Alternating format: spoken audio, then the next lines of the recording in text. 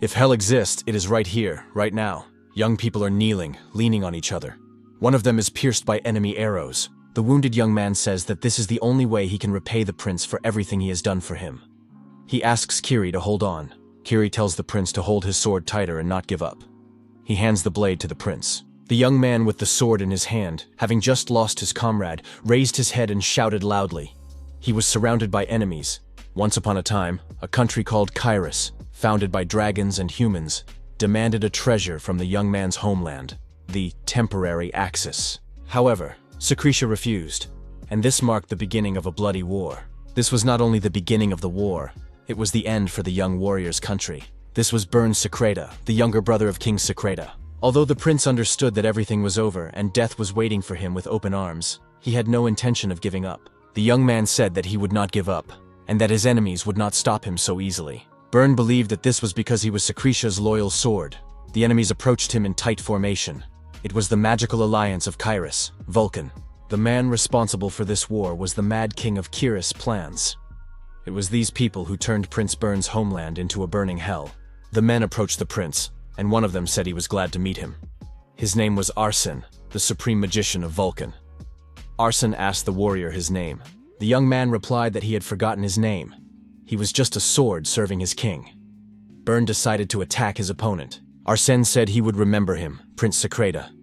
He used his magical abilities and directed them against the prince. At that moment, Burn's entire life flashed before his eyes. Burn Secreta also saw the destruction of his homeland. It was a very sad sight. Finally, the light before the young man's eyes faded. The young man opened his eyes to the words, "Your Highness, it's time to wake up." What did it all mean? The young man saw strangers standing before him. They asked him if he had slept well. The young man could not understand where he was. The strangers told him that His Highness had to hurry. Prince Plans had already left. He looked at his hand. It was unharmed. The young man exclaimed that his hand had been injured. The girl screamed in horror, telling His Highness not to say such terrible things. The servants were in a panic. How could His Highness have hurt his hand?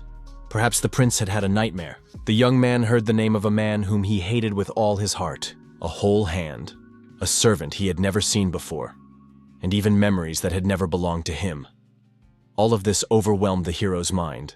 The young man asked the servant if they could tell him who he was. The servant said that His Majesty's name was Kalyan Rain Kairos. The hero thought that it all seemed like a dream. He was called the third prince of Kairos. It was a real nightmare. A memory flashed through his mind. The last seconds before his death. He saw Arson before him. The hero asked what was going on. The servant looked at His Highness in fear. The young man asked what day it was. They replied, the 28th. The young man asked what year it was. The servant replied, 522. But what was wrong with His Highness? The hero thought that this could not be. That meant there were still 10 years before the war began. In 10 years, war would break out because of the temporary Axis. Once upon a time, this artifact, which was rumored to be able to turn back time, suddenly appeared in the palace of Secretia. Word of it quickly spread throughout the world. The main hegemonic power on the continent, the Empire of Kairos, also wanted to possess it. Kairos demanded that the Axis be handed over. However, this was deemed impossible. No matter how powerful Kairos was, the time Axis was the property of Secretia. Such a powerful artifact must not fall into the hands of the enemy under any circumstances. Upon receiving a categorical refusal, the Kairos Empire immediately started a war. The king with tears in his eyes held Prince Burn by the hand and begged him not to go. Everyone who went to war had died. He could not lose Burn as well. However, Burn was adamant. On that day, Chase's brother witnessed Burn's death with his own eyes. If only they could return to the days before the artifact appeared. An interesting thought occurred to the young man. He must take advantage of this opportunity. The young man thought, what if Chase used the Axis and turned back time? In that case, this was truly his last chance to prevent the collapse of Secreta. The servant turned to His Highness. She understood that it was difficult for him to attend breakfast, but there was almost no time left. The young man suddenly apologized for keeping them waiting and added that he would get ready immediately. The hero thought, even if he has to live as Prince Kairos, he will seize this opportunity at all costs. The doors to the dining room swung open, and the servant announced that the third Prince of Kairos had arrived. Breakfast was already in full swing. The servant apologized to our hero. The girl did not know that Prince Randell would arrive first. It was Prince Randell Sale Kairos, the first prince. All three princes were half-brothers. The first prince was related by blood to the Holy Land of Tensel. According to the king's orders, the brothers had breakfast together every morning. However, judging by the memories that remained in the hero's mind, Kalyan remained invisible at the table. He apologized for being late. The young man noted that he had been ignored. No one paid any attention to his arrival. Kalyan assumed that the first prince had only one brother. His Highness, the second prince, Plans, entered the room. Kalyan looked at this young man and was surprised. What kind of prince was he? How could he allow himself to appear at the table looking like that? Kalyan thought, could this really be the Mad King? The hero decided that Plank's appearance clearly indicated that he had problems with his head, in a different sense. Judging by Kalyan's memories, the first prince did not dare to provoke the second. This was because the current queen was Plans's mother. Her power was so great that no one in the palace dared to challenge her. The hero had no idea how he would survive in this place, surrounded by such people. Plank said that this was very ignorant. This prince is just as worthless as his mother. Kalyan reminded himself that he had to be patient. He couldn't let the opportunity that Chase had given him slip away. However, right now, he could barely suppress the emotions stuck in his throat. Plans Run Kairos, the man who had destroyed his country, was standing right in front of him. The protagonist could barely restrain himself from breaking free. Plank, enraged, shouted at Kalyan for daring to look at him that way. The eldest brother slammed his fist on the table and demanded that they stop. All three brothers exchanged silent glances. Plank said he'd had enough and got ready to leave the dining room. He added that just looking at the red-eyed brat had ruined his appetite. The older brother advised Kalyan to be cautious. Randall reminded him that His Majesty's birthday was coming up soon, and that Kalyan knew they didn't need any extra trouble. Kalyan was surprised. Did his brother really mean that it was his fault? Wasn't it that lunatic who had just left who had caused all this? Jan asked Kalyan if he was okay, if he was hurt. The assistant said he would wipe him down, as His Majesty had been splashed. The hero thought that despite being ignored by everyone, it was nice to know that there was someone nearby who cared about him as if he were his own brother. Kalyan patted the servant on the shoulder and said he was grateful to Jan for his concern. Jan was surprised. Usually in such situations, His Highness's eyes would fill with bitter tears. Why was he smiling now? The ancient dragon Sispanian was the first queen consort of Kairos. It is known that in human form she has jet black hair and blood-red eyes that burn with a sacred fire. Despite being the only prince of Kalyan to inherit her distinctive features, his power was extremely insignificant. The third prince always tried to hide his eyes. He thought he shouldn't upset his brother. The culprit behind this obsession was Prince Plans. The hero felt a little awkward about peeking into someone else's memories. The protagonist couldn't understand how someone could hide their face just because they were afraid of their brother. The third prince's life was very unhappy. Jan asked His Highness if he had any requests. Kalyan said it was time to return.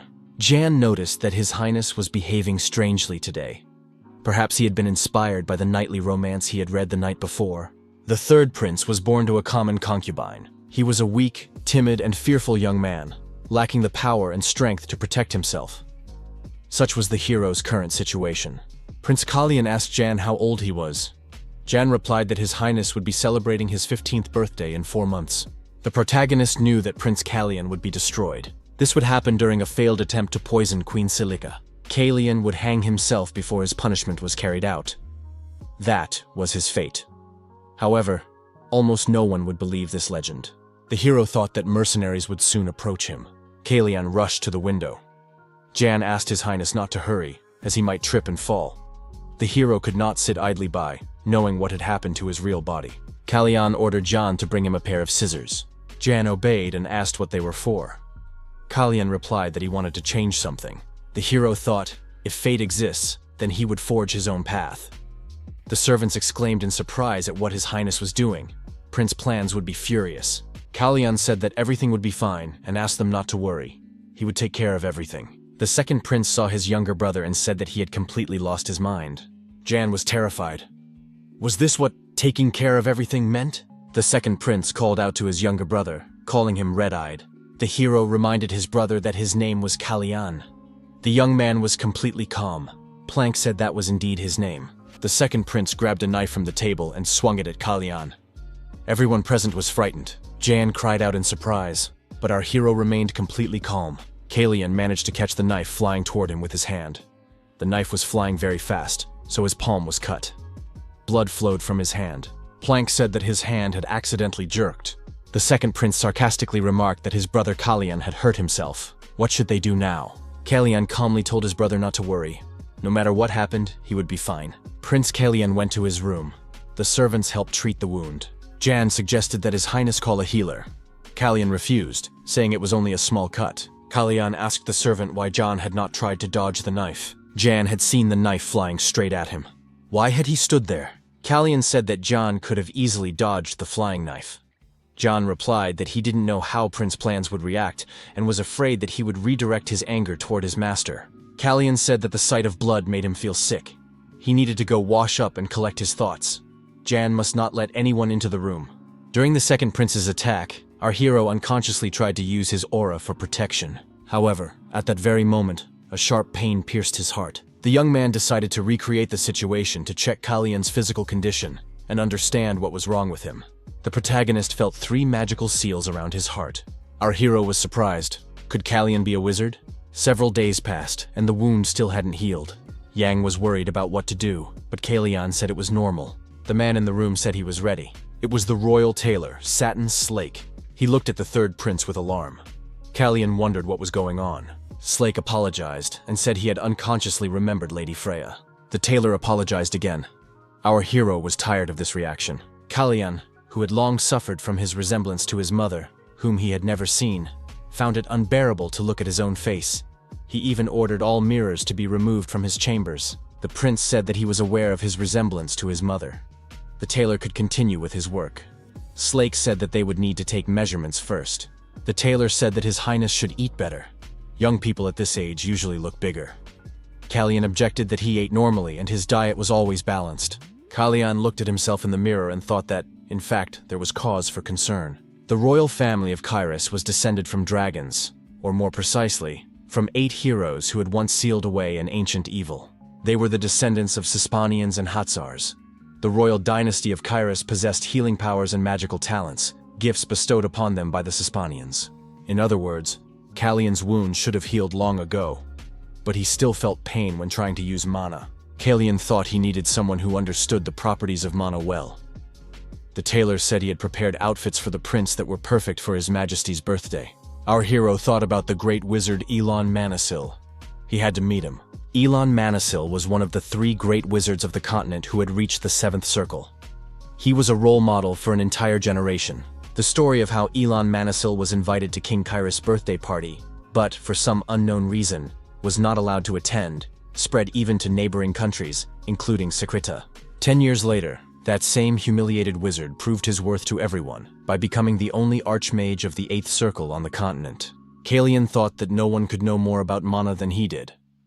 Our hero hoped that with his help, he could solve his problem. Kalyan could only guess at the real reason, but magicians were not well regarded in Kairos. Therefore, there was no guarantee that Manasil would even listen to him. In all likelihood, the palace of Kairos was filled with knights. This was due to the influence of the Brisson family, to which Planza's mother belonged. In order to keep the Brisson family in check in the future, our hero needed the power of wizards. The young man thought that if he could win Elon over to his side, he could prevent the war that Plans would unleash. Our hero believed that he had to deal with this problem somehow. Kalyan gradually began to get used to it. The wound had almost healed. From that day on, Plans ignored Kalyan's existence, so everything went smoothly. Jan said that the master had a riding lesson in the morning, and dinner with Her Majesty and Viscount Brisson in the afternoon. The assistant reported that the Viscount was there to discuss the upcoming banquet for the king's birthday with Her Majesty. Kalyan thought that sooner or later he would have to face this man anyway. Jan asked if His Highness was going to practice today. The prince replied that he intended to run a few laps around the lake. Kalyan told the servants not to worry, nothing would happen. Our hero approached the training ground. Kalyan stopped after his run and leaned against a tree, breathing heavily. A maid caught up with the prince and asked how His Highness was feeling. It was Merlin Fiat, the second daughter of the captain of the outer fortress guard and the prince's maid.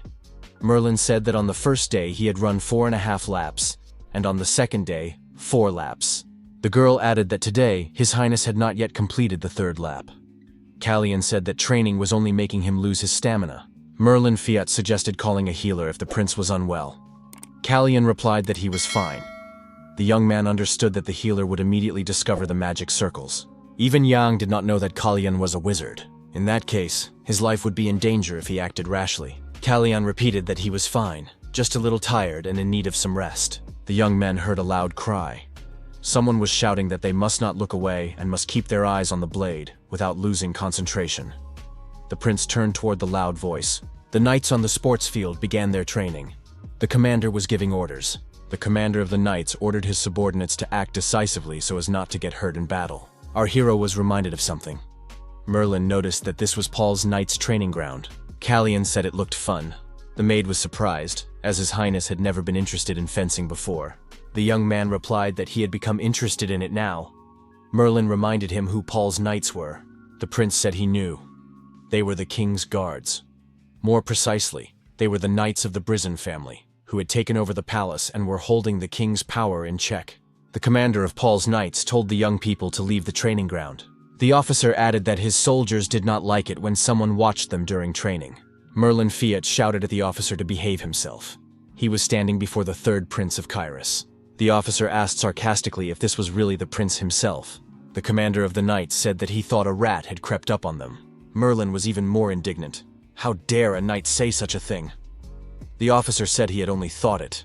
Why was the maid reacting so strongly? The commander of the knights remembered how he had first asked what the third prince was doing there. They were following Her Majesty's orders, and the prince was getting in the way of their mission. Kalian then stepped back and said he would leave immediately. The knight thought that this prince was just a weak boy. The knight was surprised at where the prince had gotten such a frightening aura. Kalian told the commander that he wanted to clarify something. Our hero strode decisively toward the officer. The third prince asked the commander of the knights what his assignment was. Two subordinates approached the commander and asked what had happened. The knights were surprised. Wasn't that the third prince? Why was he bothering them? After all, everyone ignored that prince. The commander said that they were currently training, so he had no time to deal with the prince. It would be better if His Highness went about his business. Kalian asked the commander again what his assignment was. The officer replied that his task was to increase the power of the royal guard in order to protect the country and the ruling dynasty. The third prince agreed. Strength for protection. The young man grabbed a tree branch. The protagonist broke the branch and asked why, in that case, the officer was not fulfilling his duties properly. Kalian, with the branch in his hand, moved even closer to the officer. The commander said that he wanted to increase the power of the royal guard, but that these exercises were completely useless. The third prince swung the broken branch at the officer. The commander thought that if he didn't stop the prince, he might get hurt. The knight drew his sword and blocked His Highness's blow.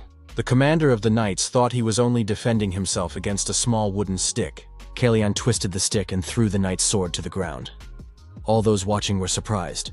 The third prince said that he had never held a sword in his hands, and that this officer could not read his actions. This was very disappointing.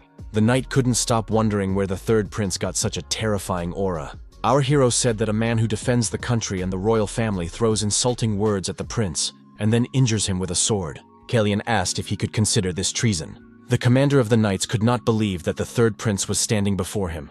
The officer fell to his knees before His Highness and begged for forgiveness, admitting that he had not been thinking clearly. The commander added that he had never even considered treason. His subordinates, who had been watching their commander, were shocked. The officer was furious. How dare this insignificant prince disgrace him? He would never forgive such humiliation. Jan asked His Highness where he had gotten the horse, since he had said he was just going for a ride by the lake. Kalian said that he had taken the horse. Its name was Raven. Jan asked where the prince was and where he had gotten the animal. After the conflict with the commander of the knights was settled, our hero asked what was wrong with the horse. The knight explained that Prince Plans had been trying to tame it, but so far without success. This horse had a very fierce temper. Jan was puzzled as to how His Highness could so easily take something that belonged to Prince Plans. Kalian explained that the horse was a stray. Whoever tamed it was its owner. Besides, there was no need to reveal where the horse had come from. Jan asked what would happen if Prince Plans found out. Kalian repeated that everything would be fine. Kalian grabbed his injured hand. Jan and Merlin were alarmed. What was wrong with His Highness's hand? Our hero thought that his body was not ready for such exertion. Jan asked if the prince had overdone his training. Kalian replied that he felt rested and hadn't had so much fun in a long time. A man was watching our hero from behind a column. He thought that if he continued to stand there, he would definitely be late for dinner. The young man listened to the report of the observer who had been watching the third prince. The young man said that he found it interesting. Even worms start to wriggle when you step on them. It all fits together. Even if someone like the third prince starts to kick, it won't change his essence at all. It would be boring to just push him down and destroy him. So everything is fine. For now, we should just observe. Surrounded by his brothers, our hero thought that it would be impossible to adapt to this atmosphere, even if he had to go through it every day. Callian looked at the second prince and wondered why he was so quiet today. The third prince suggested that the Queen and Viscount Brisson were delayed because of him. Planck had no control over his facial expression, like a child. Our hero caught a whiff of perfume and realized that she had finally arrived. The true ruler of this kingdom, Celestia Brisson, the second queen of Kairos and the current queen. After the previous queen died of illness, Celestia took her place. She borrowed the power of her family, the Brisson, and took control of the royal knights. Most of the nobility also supported the Brisson family, so Celestia's power grew with each passing day. The third prince, Callian, who had no influence, became a laughingstock even to a simple commander. Viscount Brisson said that in that case, they would do the same to Commander Fable. Celestia added that they would pay him adequate compensation. The queen said that in the future, she did not need to be informed about such trifles. Celestia was surprised. Should she really pay attention to such trivialities? The queen looked at the third prince and said that he had grown a lot recently. Callian replied that he hadn't grown that much, but he would certainly grow taller in the future. The Viscount said that he hardly recognized the young man. Callian showed his face. It was nice to see. He should have had his hair cut much earlier. Viscount Renan Brisson, the second son of the Marquis of Brisson, said that since the third prince was still growing, he would certainly grow taller. The queen tapped the table with her fan, signaling her brother to be quiet. The Viscount added that he was terribly hungry, so the food could be brought in quickly. Callian thought that the owner of the Brisson shopping center was terribly slow-witted. The queen asked plans why he hadn't told her. The young man asked what they were talking about. Celestia explained that his horse was not obeying him. The second prince explained that the horse had always been useless. Planck rose from the table and said he wanted to leave. 3 weeks passed. The city was celebrating the king's birthday. Everyone was trying to prepare for the event perfectly. The townspeople noticed a congratulatory delegation from the elves. Their carts were filled with gifts for the king. The festive banquet promised to be exquisite. The 3 princes must have also been busy preparing for such a momentous occasion. The tailor, as always, was taking measurements for the third prince's new suit. He looked at his highness with surprise. Prince Callian's nose was bleeding. The young man was just as surprised as the tailor. The servants rushed to their master. What was happening to the prince? Yang shouted for someone to bring a handkerchief immediately. The prince said he felt fine. Our hero declared that he had simply been sleeping poorly lately. The bleeding had already stopped. The tailor apologized for his boldness and said that he saw the problem in a completely different light. The man noted that his highness had lost even more weight. 3 weeks ago, he had not been so thin. Callian was surprised. Was it really that bad? Maybe it was because of his active sports activities? The protagonist had indeed been working out diligently, but his endurance had only gotten worse. Even at night, when his body was resting, our hero felt weak and tired. Considering the pain he still felt when trying to use his mana, it could be assumed that there was some kind of problem with his heart. The tailor said that the prince should not be so careless with his health. Has his highness been examined by a doctor? Callian replied that it was not that bad. Why should he see a doctor for a little nosebleed? Yan told the prince that it was all because he had been picking his nose the day before. The servant admitted that it must be difficult for the prince to talk about something so personal. Jan assured the tailor that the prince was eating well and exercising. The nosebleed was probably due to his habit, so there was no need to worry. Left alone, Jan asked the prince if he was really all right, because he looked unwell. Callian thought, the worse the condition of this body, the stronger the feeling that he was about to lose consciousness. After explaining that he could use magic and that it was all due to problems with mana, Yang decided to destroy his image in this way. The tailor said he would alter the clothes to fit the new measurements, but the problem was the limited time. Yang noted that the prince had other things to do, so there was enough time before the event. The tailor was glad to have some time to spare. In that case, he would first alter the clothes for the afternoon event. The protagonist thought that at this rate, the whole palace would find out about the state of his heart. Therefore, he must meet with Elon Manasil at any cost today. Due to urgent matters, the joint breakfast was cancelled, so individual meetings would be arranged with each prince. Callian was surprised. They didn't have time to meet all together, but they were expected to see each other one by one. Wouldn't it be better to gather together? However, the audiences were still scheduled separately. The third prince entered the king's office. The man did not pay any attention to him. It was King Kairos, Romain Run Kairos. Kalyan bowed and greeted his majesty. However, the king still did not notice our hero. The young man thought that the king was ignoring him. Despite his limited knowledge of Carisian etiquette, our hero understood that this was rude. The king told the young man to sit down. Kalyan congratulated the king on his 38th birthday. Romain thanked him and asked how his son was doing. His majesty said that the young man looked well. Kalyan remembered the tailor's words that the prince needed to be examined by a doctor. Even servants who had no business with him knew how quickly he was wasting away. Now our hero understood why the king wanted to see each of them separately, despite his busy schedule. If the king met with all his sons at once, he would have to concentrate on the conversation. Therefore, individual meetings were the best option for him. Even spending time with his sons who had come to wish him a happy birthday was considered a waste of time by the king. The more our hero learned about this family, the more repulsive aspects he discovered.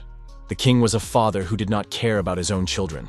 The first prince was indifferent to everything going on around him. The second prince, Plans, didn't know the rules of etiquette. There was also the queen, who had enough power to even look down on the king. The protagonist thought that one of them was trying to destroy him. But who could it be? The celebration was about to begin. The third prince looked at his family and wondered who could have sent an assassin to kill him. The townspeople noticed that the third prince, who had appeared in public, had completely changed. Kalyan was no longer the same person he had been before. Compared to him, the second prince, Plans, looked completely drunk. The townspeople assumed that the second prince would not change, and that there was no point in making a fuss. However, something had changed. Something intangible, and everyone could feel it. The townspeople noticed that Kalyan, the third prince of Kairos, had entered the palace. Those present in the palace whispered that the rumors were true. The prince with black hair and red eyes resembled Sisphanian. He had cut off the bangs that covered his face and even wore a red brooch on his chest. Most likely, this statement meant that he no longer intended to hide. Yan asked the third prince why everyone was looking at his clothes. It was because Prince Kalyan looked stunning in them. A tailor would have been delighted to see this in person.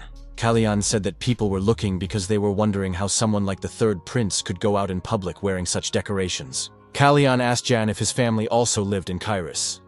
The servant replied that his younger sister and father had returned to their hometown, while the rest of his family had remained in the capital. Kalyan asked when they would arrive at the royal palace. Jan replied that they would come if they received an invitation. The servant also asked when he should bring Raven to the garden. Jan suggested that the prince did not want to answer that question. Everyone has topics they prefer not to discuss.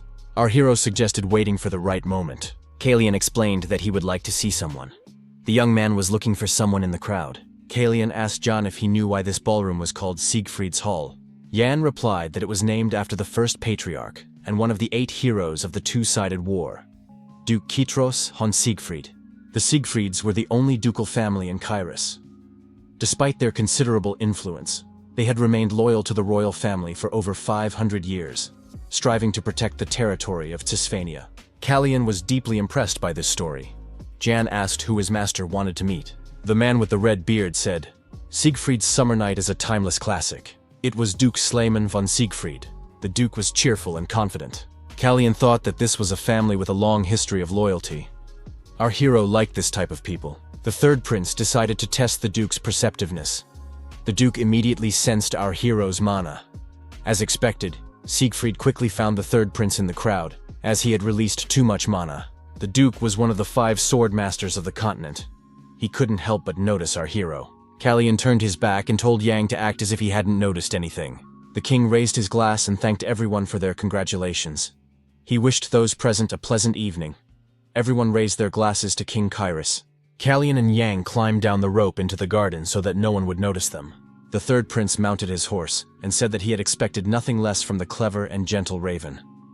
Yang noticed that when the prince was not around, the horse behaved completely differently. Jan added that he had seen how quick it was to catch on. There was no point in arguing with first impressions. The servant said that they only needed to get to the main gate. At the main gate, the guard said that this man could not enter without an invitation. The rider said that he had come a long way to take part in the celebrations. The guards replied that it was impossible to enter without an invitation. Kalyan looked at the man who was being denied entry to the palace and thought that he was already there. Ellen Manasil asked if the guards were sure they didn't want to let him in just because of some invitation. The chief guard said that an invitation was necessary in any case. Manasil said that it seemed that Kairos judged the class of his guests by their appearance, and that was very sad. Kalyan thought it was strange to divide people based on their clothes. However, it seemed that Manasil was deliberately picking on them, as if looking for a reason not to go to Kairos. Elon Manasil said that in that case, he would simply return. The protagonist couldn't let this man leave so easily. Jan declared that by order of the king, no one was to be allowed to leave during the celebrations. Kalyan ordered Jan to do everything possible to stop the soldiers. Our hero spurred his horse and ordered Raven to rush forward. The guards shouted for the prince to stop. Leaving the gates was forbidden by the king's orders. The guards were ordered to saddle their horses as the prince had left the palace grounds. Jan was at a loss. He didn't know what to do. Jan tried to focus. He was Prince Kalyan's servant, and had a duty to protect his master at all costs. Jan shouted to the knights to stop immediately. The young man said that Duke Siegfried had allowed the third prince to leave. The knights were surprised. Who was he to use the duke's name so freely? The young man let down his hair and introduced himself as Shiroyan Siegfried, the eldest son of Duke Siegfried. Jan told his father that this was no reason to laugh. The duke apologized, admitting that he could not believe his son was capable of such a thing. The duke declared that he saw before him the son who had left his family when he was still a child. The duke added that it had been a good decision. Jan objected that it would certainly affect the duke's relationship with the king. The duke replied that the king would not ask. Roman thinks too much. If the child receives help from Siegfried, he will be put in a position where he will be forced to doubt the good intentions of this family. If they are not punished in any way for this help, it will mean recognition of the friendly relations between their family and the prince. Brisson will definitely see this as a problem. The duke added that the situation would be hushed up as if nothing had happened, regardless of the reasons for such an act. Ellen Manasil, without turning around, suggested that the young man was not going to criticize him for not inviting him. Manasil turned around and asked why the third prince of Kairos was pursuing him. Our hero had heard that upon reaching the seventh circle, one's age regressed. Looking at this man, one could believe that it was true. Kalyan said it was already very late. Was the guest really going to return? Manasil replied that, while trying to open the closed door, he realized that the threshold was still too high. Kalyan was surprised. Was Manasil really going to communicate with him using only metaphors? Our hero explained that he was asking because the sir had been trying to break down the closed door when it was open. Where had he put the invitation that had been kindly left for him? Manasil said he had been busy fighting the wind and had forgotten to wipe the dust off the threshold. Kalyan did not expect the guard to make a mistake while trying to keep guests out. Manasil thought that this guy wasn't apologizing, but criticizing him. Was it honesty or shamelessness? The prince was intriguing. When they first met, he had the look of an ordinary boy. Manasil grabbed the prince by the arm and asked for forgiveness. At that moment, the third prince clutched his chest. He felt an unbearable pain in his heart. Manasil's power was flowing into his body. Ellen said that even completely closed doors did not protect against the wind. Kalyan realized that Manasil had already noticed the state of his body. The third prince admitted that the guest was absolutely right. From a certain point on, he could no longer use mana. In Kairos, magicians were treated badly, even though they were descendants of dragons. The great magician himself had come to this family with the intention of exposing them as fools for letting him slip through their fingers. However, Manasil was not sure if this meeting with the young prince could be called fate. Manasil asked why Prince Kalyan wanted to see him. The protagonist thought that this man would understand, even if he lied. The prince said he wanted to have that name. He felt that his life would soon be in danger. Manasil knew about the situation the third prince was in, surrounded by enemies. Ellen Manasil activated the magic of silence. The interlocutors found themselves under a protective dome. Kalyan understood without words that he was facing a mage of the seventh circle. Elon asked if the third prince's goal was to prevent this from happening, or to try to get rid of the root of the problem. Kalyan replied that for now it was simply to prevent it from happening. The young man added that he also wanted to eliminate the source of the problem. The protagonist added that even if it meant taking the throne, he would do it. Manasil was surprised that the throne was just a tool for the young man to achieve his ultimate goal. Was he really hearing this from a prince with a dying body? This was the prince who reminded him so much of Sisphania. The prince who needed him to achieve his goals. Manasil told the young man to give him another invitation in that case. The man wanted to see what this prince was capable of. Our hero bowed and said that Kalyan Rainkiris greets his mentor. The man said that he, Elon Manasil, accepted His Highness's invitation and would save him. Yan asked his father if he was sure that no one in the royal palace knew about him. Duke Siegfried replied that he had already taken care of everything. There was no need to worry so much. Yan remarked that if he were recognized, he would not be able to remain near His Highness. The Duke said that although Jan was his son, he was not very loyal. Jan asked his father how Leah was doing. The Duke replied that she was doing an excellent job as the head of the family that Jan had left her. His father added that if Jan wanted to stop playing the servant of some young man, the family would welcome him home with open arms. The man suggested that in any case, it would be a long time before they saw each other again. Yang said they would see each other in 3 months. His father asked if Yang was really considering leaving his role as a servant. The Duke repeated the question. Was his son really going to leave his position as this boy's servant? Jan said that he would soon be 15 years old. Duke Siegfried reminded his son that their family had the nickname Elephants of Kyrus. Even though they hadn't looked toward the throne in a long time, they were still strong. Siegfried added that they were called Kings of Beasts because even predators dared not touch them. The Duke added that the surname that Jan had so disparaged was actually very powerful. His father added that Jan could do whatever he wanted. However, he had acted in such a way that they had to worry about him.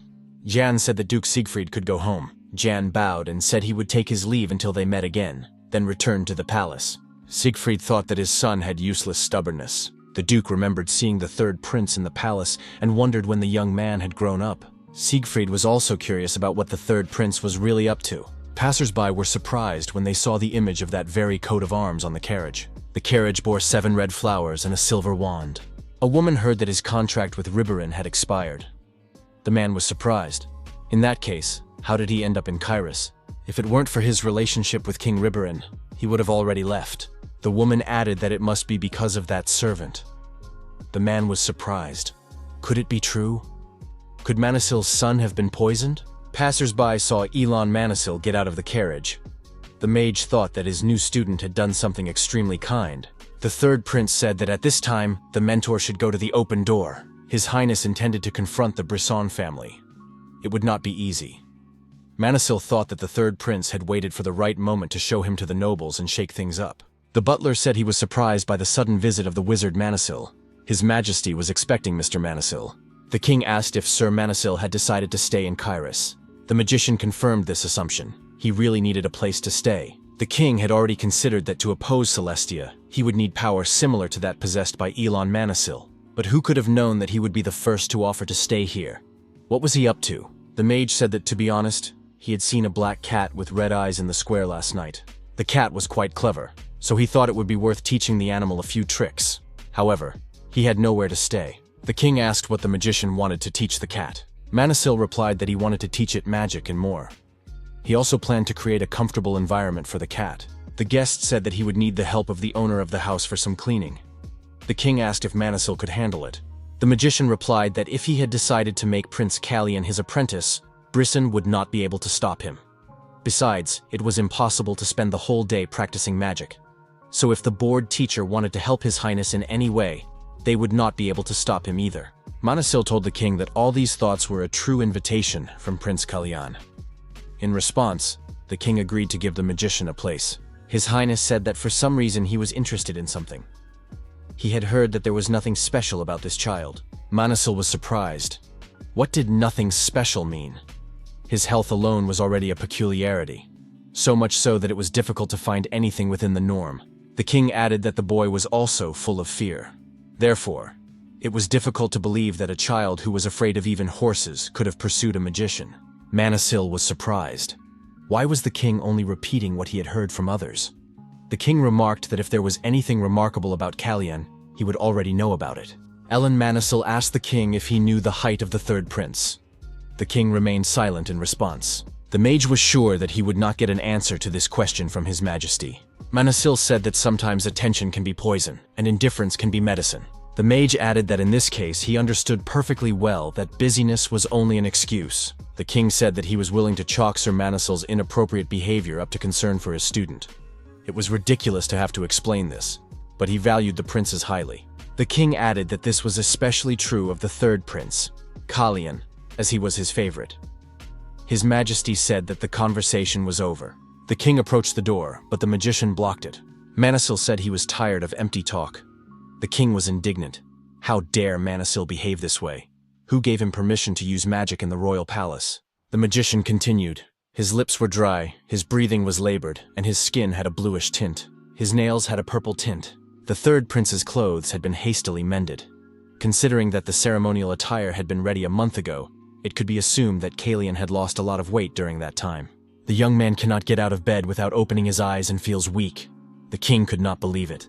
Manasil continued. If His Majesty continued to remain aloof, he might irretrievably lose his third prince. The maid told Jan that it was almost noon and the prince had not yet drunk his morning tea. Jan replied to the maid that he would take the tea and make sure the prince did not choke. Yin entered the room and saw that the prince was still asleep. Yesterday had been too much for him. Manasil, who was standing next to Jan, asked if the prince was still asleep. Jan was startled and asked how Sir Manasil had gotten there. The magician had come without permission and must leave the room. Manasil asked the young man if he knew him. Manasil added that Jan had been in Reborn several years ago. Did he really think that no one would recognize him just because he had grown up? The mage called Yang Little Elephant. Yang remembered his father's words and thought that he had been recognized, and very quickly at that. At that moment, the third prince woke up and asked Jan how long he had been asleep. Jan replied to his master that he had a guest. Kalian finally saw that his teacher was indeed in his room. Manasil handed his student a small bag. Kalian asked what it was. Inside were pills. The magician told the young man to take one every day without fail. Kalian asked if it was medicine. Manasil said that the prince currently had two problems. First, the prince was unable to control his mana. Second, the young man's body was rapidly wasting away. Kalian was surprised. He hadn't said anything yet, but the teacher seemed to see right through him. Manasil asked if the prince had the power of blessing. Kalian confirmed this. It gave him the ability to heal and an affinity for magic. The young man added that he felt as if his healing power had disappeared somewhere, and that he might have a heart problem. The mage asked if the prince had ever thought about the strange combination of healing powers and magic. Kalian replied that he had thought about the possibility that the blessing strengthened his heart. After all, the heart is the source of both mana and life. Manasil acknowledged that the power of the blessing did indeed strengthen the heart, and that power had not disappeared. The prince had no heart problems, and his mana was not blocked. Kalian was surprised. What was happening to him then? The teacher asked if he had considered that the blessing of Tsefanian had not disappeared, but had simply reached its limit. Something had affected the power of the blessing, so it was no longer able to heal even the slightest wounds. The prince thought with alarm, could it be poison? Manasil noted that if it weren't for the blessing, the third prince would have died long ago. Treating such a dangerous poison puts a heavy strain on the heart. Thus, the healing powers were working at their limit. Against this backdrop, any attempt to use mana would be rejected by the body. Kalian was initially destroyed, but he had been poisoned before our hero entered his body. The young man understood that this was not something that could be planned spontaneously. Then why did they destroy a child who would have died anyway? Manasil thought that such a thirst for blood was uncharacteristic of a 14-year-old child. The mage wondered, who is the third prince really? Kalian asked his teacher if it was an antidote. The mage said he had acted in haste, but he was sure the pills would work. Kalian wondered what would happen if he took both the poison and the antidote at the same time. Manasil said that if the prince continued to take the poison, the antidote would only delay the effect. Kalian remarked that this was enough. The teacher was surprised. Was Kalian really going to take everything together? Perhaps he had a suspicion? The third prince said he had one theory. The young man stated that the source of the poison could be the tea he drinks every morning. He does this in front of everyone, so it is easy to see that he has consumed the drink. Since no one else drinks this tea, the poisoners believed this to be the safest option. Most likely, Kalian noticed changes in his body, and one day refused to drink the poisoned tea. Perhaps that is why everything ended well. Kalian thought that the situation had changed when the poison entered his body. Now he doesn't know how they will decide to get rid of him. The third prince said that until they find out who is behind it all, they must keep it a secret. The teacher asked if that was really the only reason. Kalian replied that if it turned out that the problem was in the morning tea, then Yang and the other servants would be at risk. The criminal was probably doing this regularly, and was confident that he would not be caught. Manasil said he understood everything now. The mage thought that the baby elephant would be fine. Elon asked what the third prince was going to do now. The man laughed and said that Baron was a fool. To lure out someone else's trump card, you first had to throw away your own. At moments like this, Manasil remembered his father. Kalian said that he wanted his teacher to accompany him outside the palace tomorrow evening. The queen entered the second prince's room and said that he was still asleep. It seemed that he was already late for his afternoon preparations. The queen flew into a rage when she smelled alcohol on Planka. Why hadn't her son learned his lesson even after being forbidden to drink at an open ceremony? Plank asked the queen what she was doing there and suggested she leave. The queen declared that Kalian had taken a mentor. The 7th Circle mage Elon Manasil. The nobles are already wavering. Plans must ensure that all her efforts invested in him are not wasted. His mother told Plans to get dressed immediately. Many eyes would be on him today, and it would be better if he did not disappoint her. Plank crushed a glass in his hand in anger and cut his finger. The servants were frightened, and blood appeared on His Highness's hand. The prince shouted for everyone to leave the room. Plank was very angry with his younger brother. The townspeople greeted His Majesty King Romain and offered him their birthday congratulations. All 3 princes accompanied the king on horseback. The townspeople watched the royal procession with interest. The father told his son that the darkest one was Prince Kalian. After all, his son wanted to see him, didn't he? Jan looked at the prince and asked how he was feeling. How fortunate that he looked better than yesterday. Kalian replied that he had rested well. The young man thought it was all thanks to the antidote. He was indeed breathing easier, and the pain in his chest had lessened. The 3rd prince declared that he would be able to participate in all the events in good condition. That was enough for him. Suddenly, something caught Kalian's attention. The protagonist saw a man in the crowd hiding his face under a hood. This man seemed familiar to him. Our hero remembered the last moments of the battle, when the wounded knight told him to raise his sword. For a moment, Kalian's gaze met that of the man. The 3rd prince recognized him. Could it be Kiri? It was definitely him. But what was Kiri doing in Kairos? Yan was surprised. Why had the horse suddenly become skittish? Kalian ordered Raven to go ahead. Our hero assumed that the horse was behaving this way because there was someone ahead. Kalian asked the horse. Raven must have sensed something too, right? Kalian said they couldn't go there now. Kiri just had to wait for him. Melfier Pollen, owner of the Pollen Shopping Center, said that it was a great honor for him to serve His Majesty. Pollen bowed and said that they had prepared a performance that the king would enjoy. Kalian realized that he was standing before Baron Melfier, who had prepared the horse show in place of the Brizzen family. Thanks to this, he avoided a pointless hassle. However, at that moment, our hero was concerned about something else. If his memory served him correctly, Randall would be injured during this show. After that, Baron Pollen would be hanged. Baron Pollen invited the royal family to follow him. He had prepared special seats. Kalian looked at the huge chandeliers hanging from the ceiling and thought that this was the place. Our hero found this rather strange. Shouldn't the knights have checked everything thoroughly, given the nature of the event, which the king himself would be attending? As part of this event, the Fable Knight Corps was assigned to provide security. Kalian thought that Pollen should be given a chance to survive. The 3rd prince approached the Baron and said that the chandelier above his head was bothering him and needed to be checked. The Baron was puzzled and looked at the chandelier in surprise. What was wrong with it? The horse show began. The audience watched the movements of the riders and animals with interest. Baron Pollen thought that the day had finally come when he was lucky enough to sit next to His Majesty. Since he had prepared so much for this show, he couldn't miss such an opportunity. The Baron looked back and glanced at the 3rd prince. Melfier remembered the chandelier His Highness had mentioned. The Baron realized that he had not checked the ceiling. Melfier Pollen personally climbed up and was horrified to discover that the rope holding the chandelier had been cut. The Baron felt a cold sweat break out on his back. If it hadn't been for the 3rd prince's advice, everything would have ended tragically. It was too scary to even imagine. However, how did Prince Kalian realize that there was a problem? Our hero thought that Melfier Pollen had not stayed with the king, and came to a useful conclusion.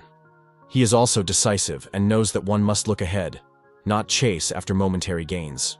But why did the Brizzen family turn against the Baron to such an extent that they prepared such a commotion? Plank looked at his younger brother and told him to know his place. The show's host told the audience to calm down.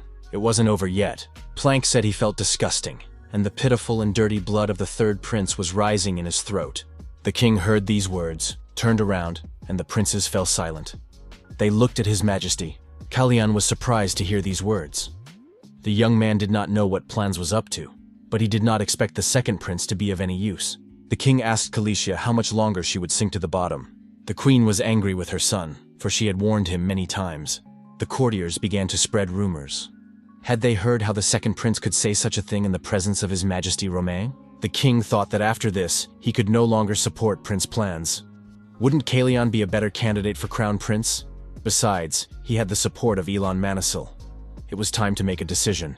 The presentation was over. Randell avoided an unpleasant incident. Roman did not pay enough attention to the incident involving Plank. However, despite everything going according to Callion's plan, the Queen remained too calm, assuming that the plan had been devised by Celestia. Our hero assumed that today's incident had come as a surprise to the Queen. The interlocutor asked the magician if he thought the accident in Kairos was just an attack on the royal family. Manasil suggested that perhaps someone from outside was behind the attempt to harm the prince. His companion replied that if it were that simple, it would not be interesting. The chess game continued. The interlocutor remarked that Manasil was losing. Did he remember how much he owed? The magician replied that he had everything calculated. The man suggested giving him a hint. Wasn't this accident a little too obvious? It was as if the instigators wanted to be exposed for attacking the royal family. If the owner of the second most powerful trading house in Kairos were to be eliminated, the person who would benefit most from this would be Renan Brisson, the owner of the most influential trading house in Kairos. Callion asked his assistant what the most profitable business of the Pollen family was. Yan replied that it was most likely the Pollen diamond mine. Callion thought he was right. If Pollen disappeared from the scene, the Brisson trading house would gain enormous influence in the diamond market. The man thought that Renan had done a good job of thinking things through. He wanted to understand the situation as much as he wanted to protect Pollen. However, Callion wanted to be paid for saving his life. The third prince told Yang to cancel all his plans after the performance. Yang tried to object since most of the nobles would be at the ball after the show. Callion told his assistant that he was too upset by what he had heard earlier. The third prince added that this was why he could not attend the ball. The king, alone in his office, was upset. What was going on around him? Manasil said that if the king continued to remain aloof, he would lose everything irretrievably. After all, words like those spoken by the second prince were not spoken lightly. His Highness was informed that the queen had arrived. The maid said she would bring fresh tea. Celicia wondered if someone else had been there before her. She had not heard anything about it. The king asked what had brought Celestia to him. Celestia said that the House of Bryson would take full responsibility for today's incident. The king couldn't believe that the queen was willing to give in because of Plank's mistake. Apparently, her son's reputation was more important to her than anything else. At the same time, she didn't lose any of her boldness. Celestia remarked that today's spectacle had been quite impressive. Baron Pollen deserved an award for organizing such a wonderful celebration. Romain suggested that the queen had already decided how she would reward him. Celestia replied that His Majesty was right. She planned to grant him the exclusive right of the House of Brisson to supply the royal stables. The king was surprised. Was she really going to give up such a lucrative niche? Everything was happening just as Elon had predicted. The queen knew that she would have to sacrifice something to mitigate the damage caused by the second prince. Manasil kept talking until she was desperate enough to recall the knight stationed in the palace. The queen will come with an offer that she believes will ensure an equal exchange.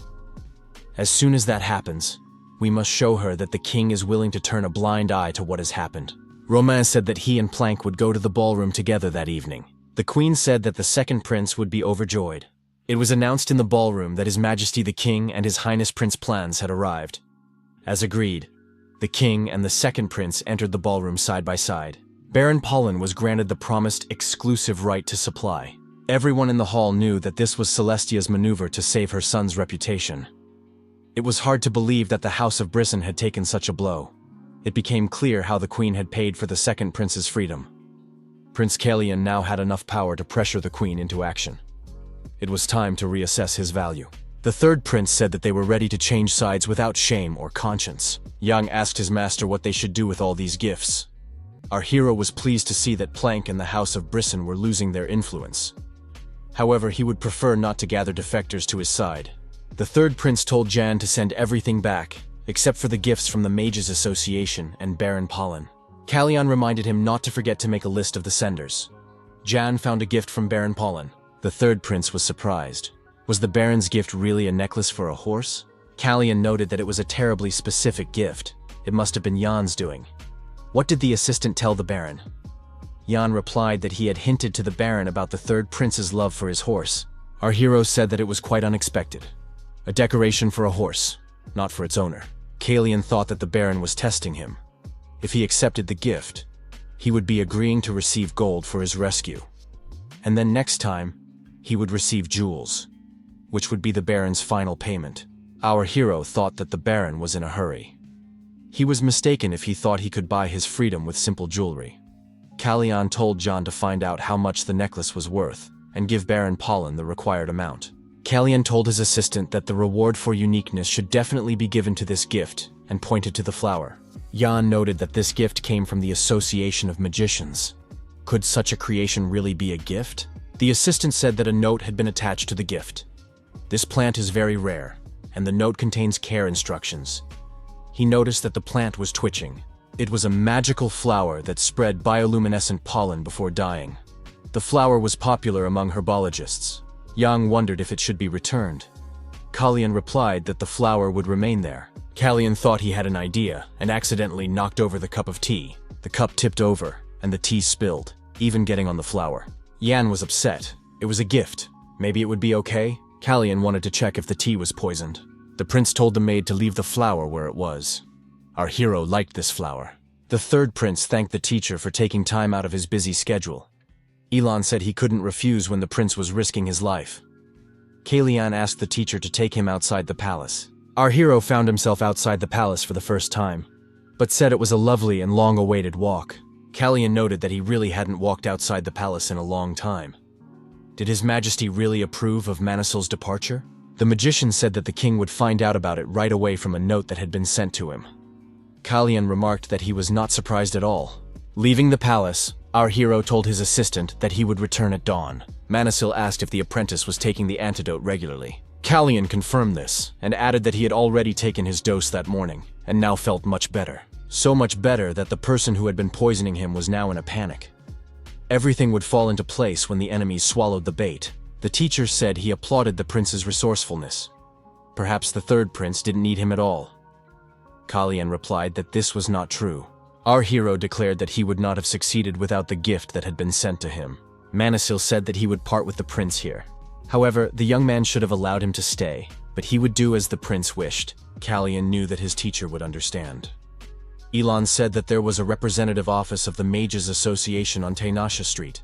The teacher added that the prince could find him there as soon as he finished his business. Kalyan said they would meet there, and the companions parted ways, riding off in opposite directions. Work was in full swing at the smithy. The third prince had placed his order there. Kalyan received a sword so as not to be left without a weapon. Our hero decided that this weapon would suit him. The young man intended to use this sword until his order was ready. Kalyan decided that all he had to do now was obtain the necessary information.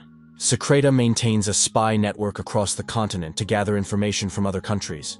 However, these spies are not just information gatherers. Each agent undergoes years of rigorous training to become a professional assassin. The people who created this network of assassins are none other than our hero's father, King Deblin.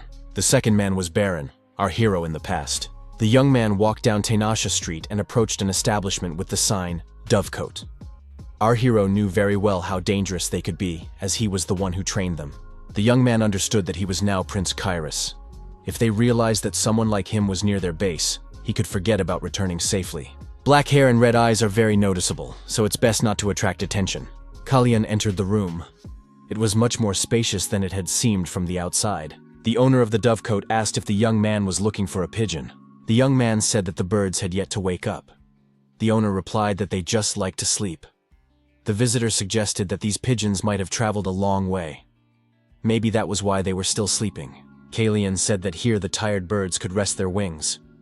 The shopkeeper asked the young man why he had come here. Our hero replied that he was interested in bird feed. The man admitted that the young man had come to the right place. The owner of the Dovecote suddenly pulled out a dagger and held it to our hero's neck. The man said that he hadn't sold any pigeons lately. The protagonist understood that this was no ordinary man. It would be difficult to deal with him in the body of the third prince. The protagonist moved the blade away from his neck with his fingers and said that the bird had left its nest and gone in search of food. So, of course, the shopkeeper couldn't sell it. The man looked at this visitor with surprise. He also realized that this was no ordinary bird buyer.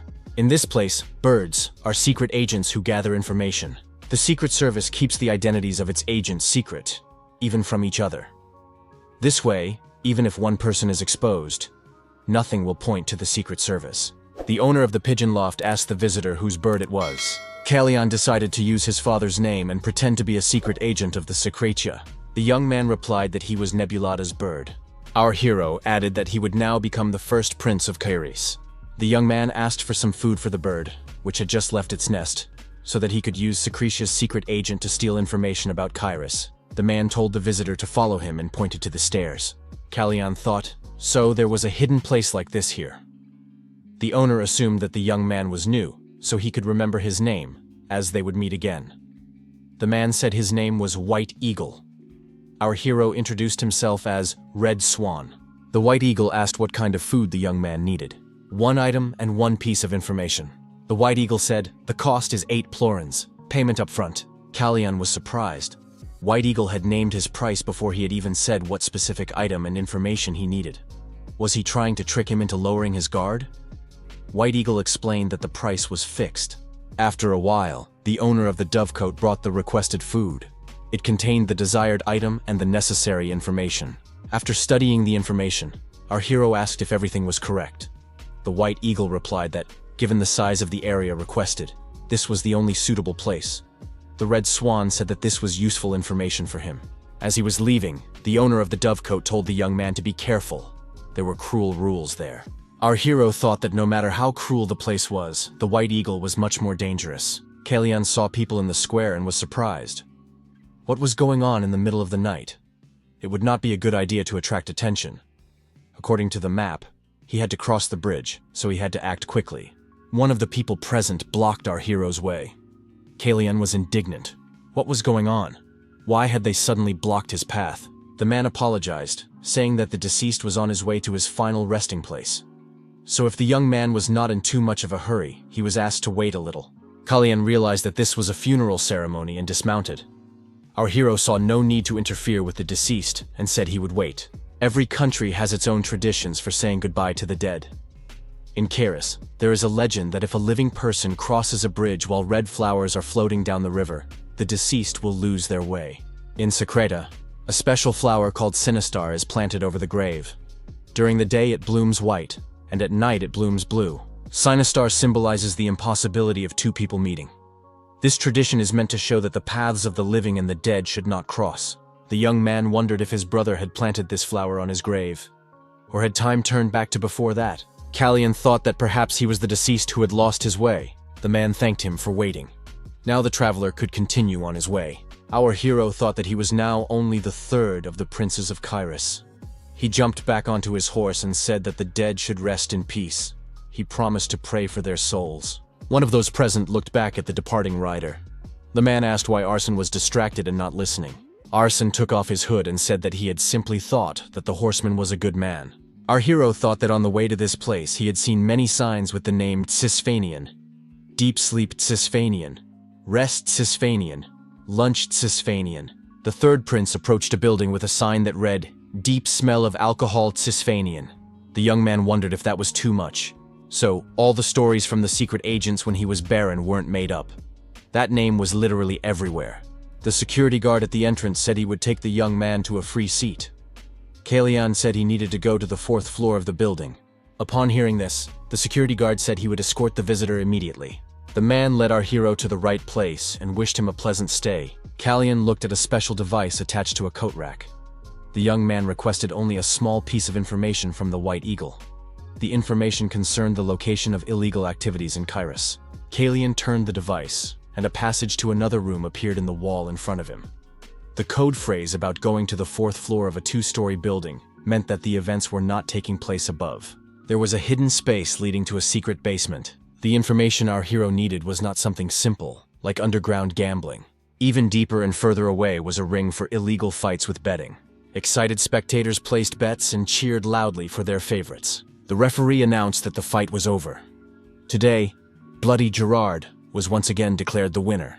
Those in attendance who had bet on white would soon receive their winnings. The smell of blood in the room did not fade for a second.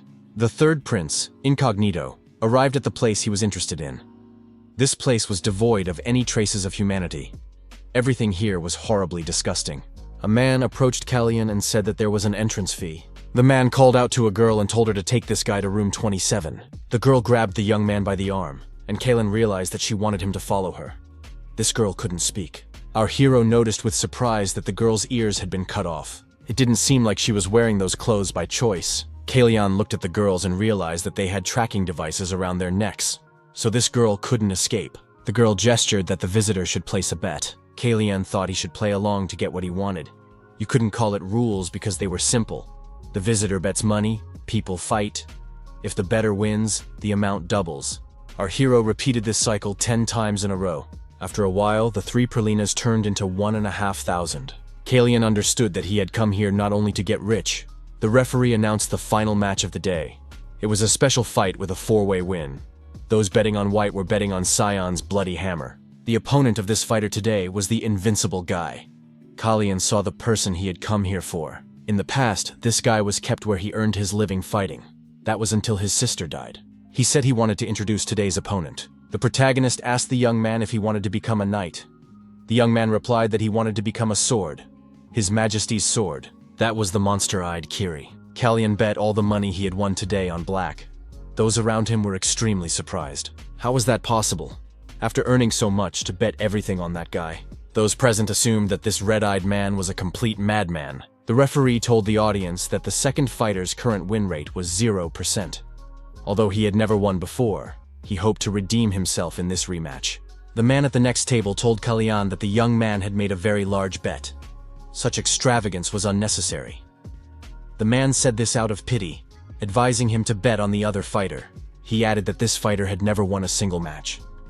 Kalian said to check carefully all the chips he had bet on black.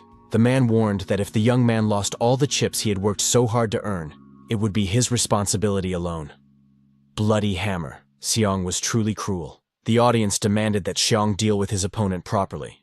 If he finished him off, the bet would increase tenfold. Kiri ignored the shouts and watched closely as the girl took bets from our hero. The spectators said that the new player would lose all his money, blinded by his greed. Xiong said that his opponent wouldn't last long this time. The referee announced that today's main match was about to begin. The gong sounded. Bloody Hammer immediately rushed at his opponent and began to strike him with powerful blows. Kiri did not respond, but only blocked them. Bloody Hammer kicked him in the chest, and Kiri flew far backward. The spectators shouted for Xiong to finish off this weakling.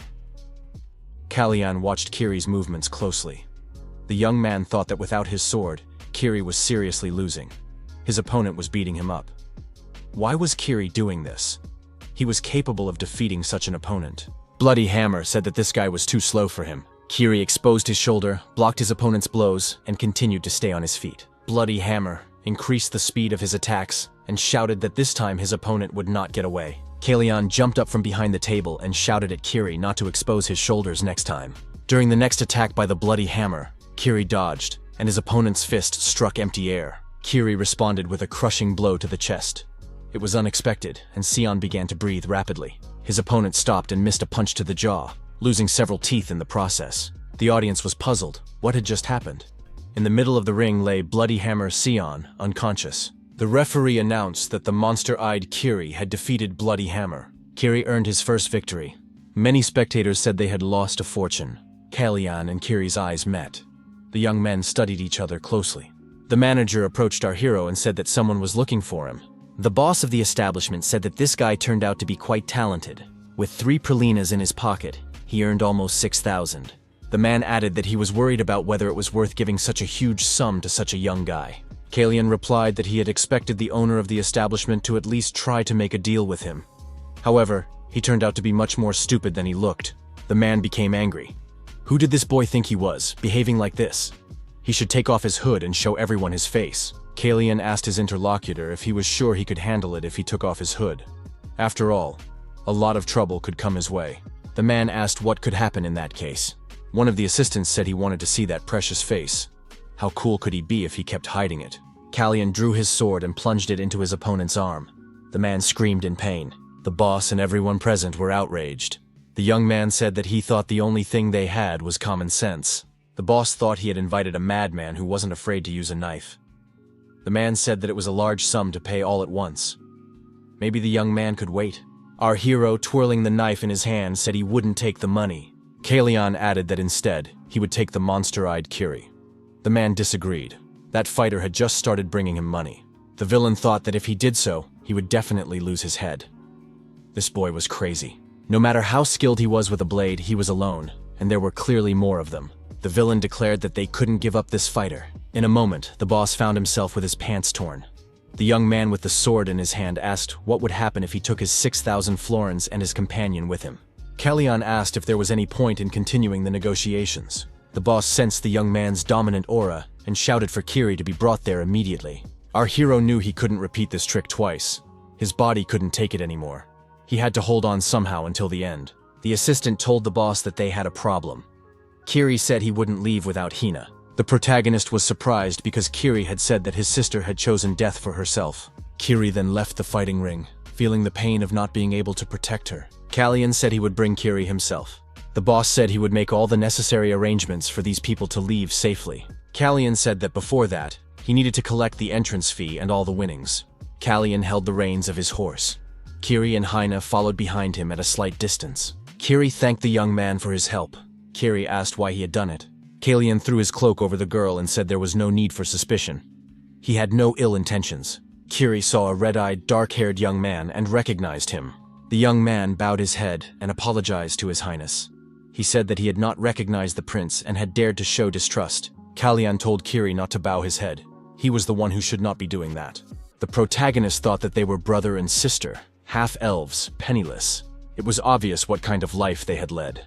In his previous life, Kiri had been unable to protect his younger sister. The habit of exposing one's shoulder during battle was typical of novices practicing fencing. The prince asked the young man if he wanted to become a knight.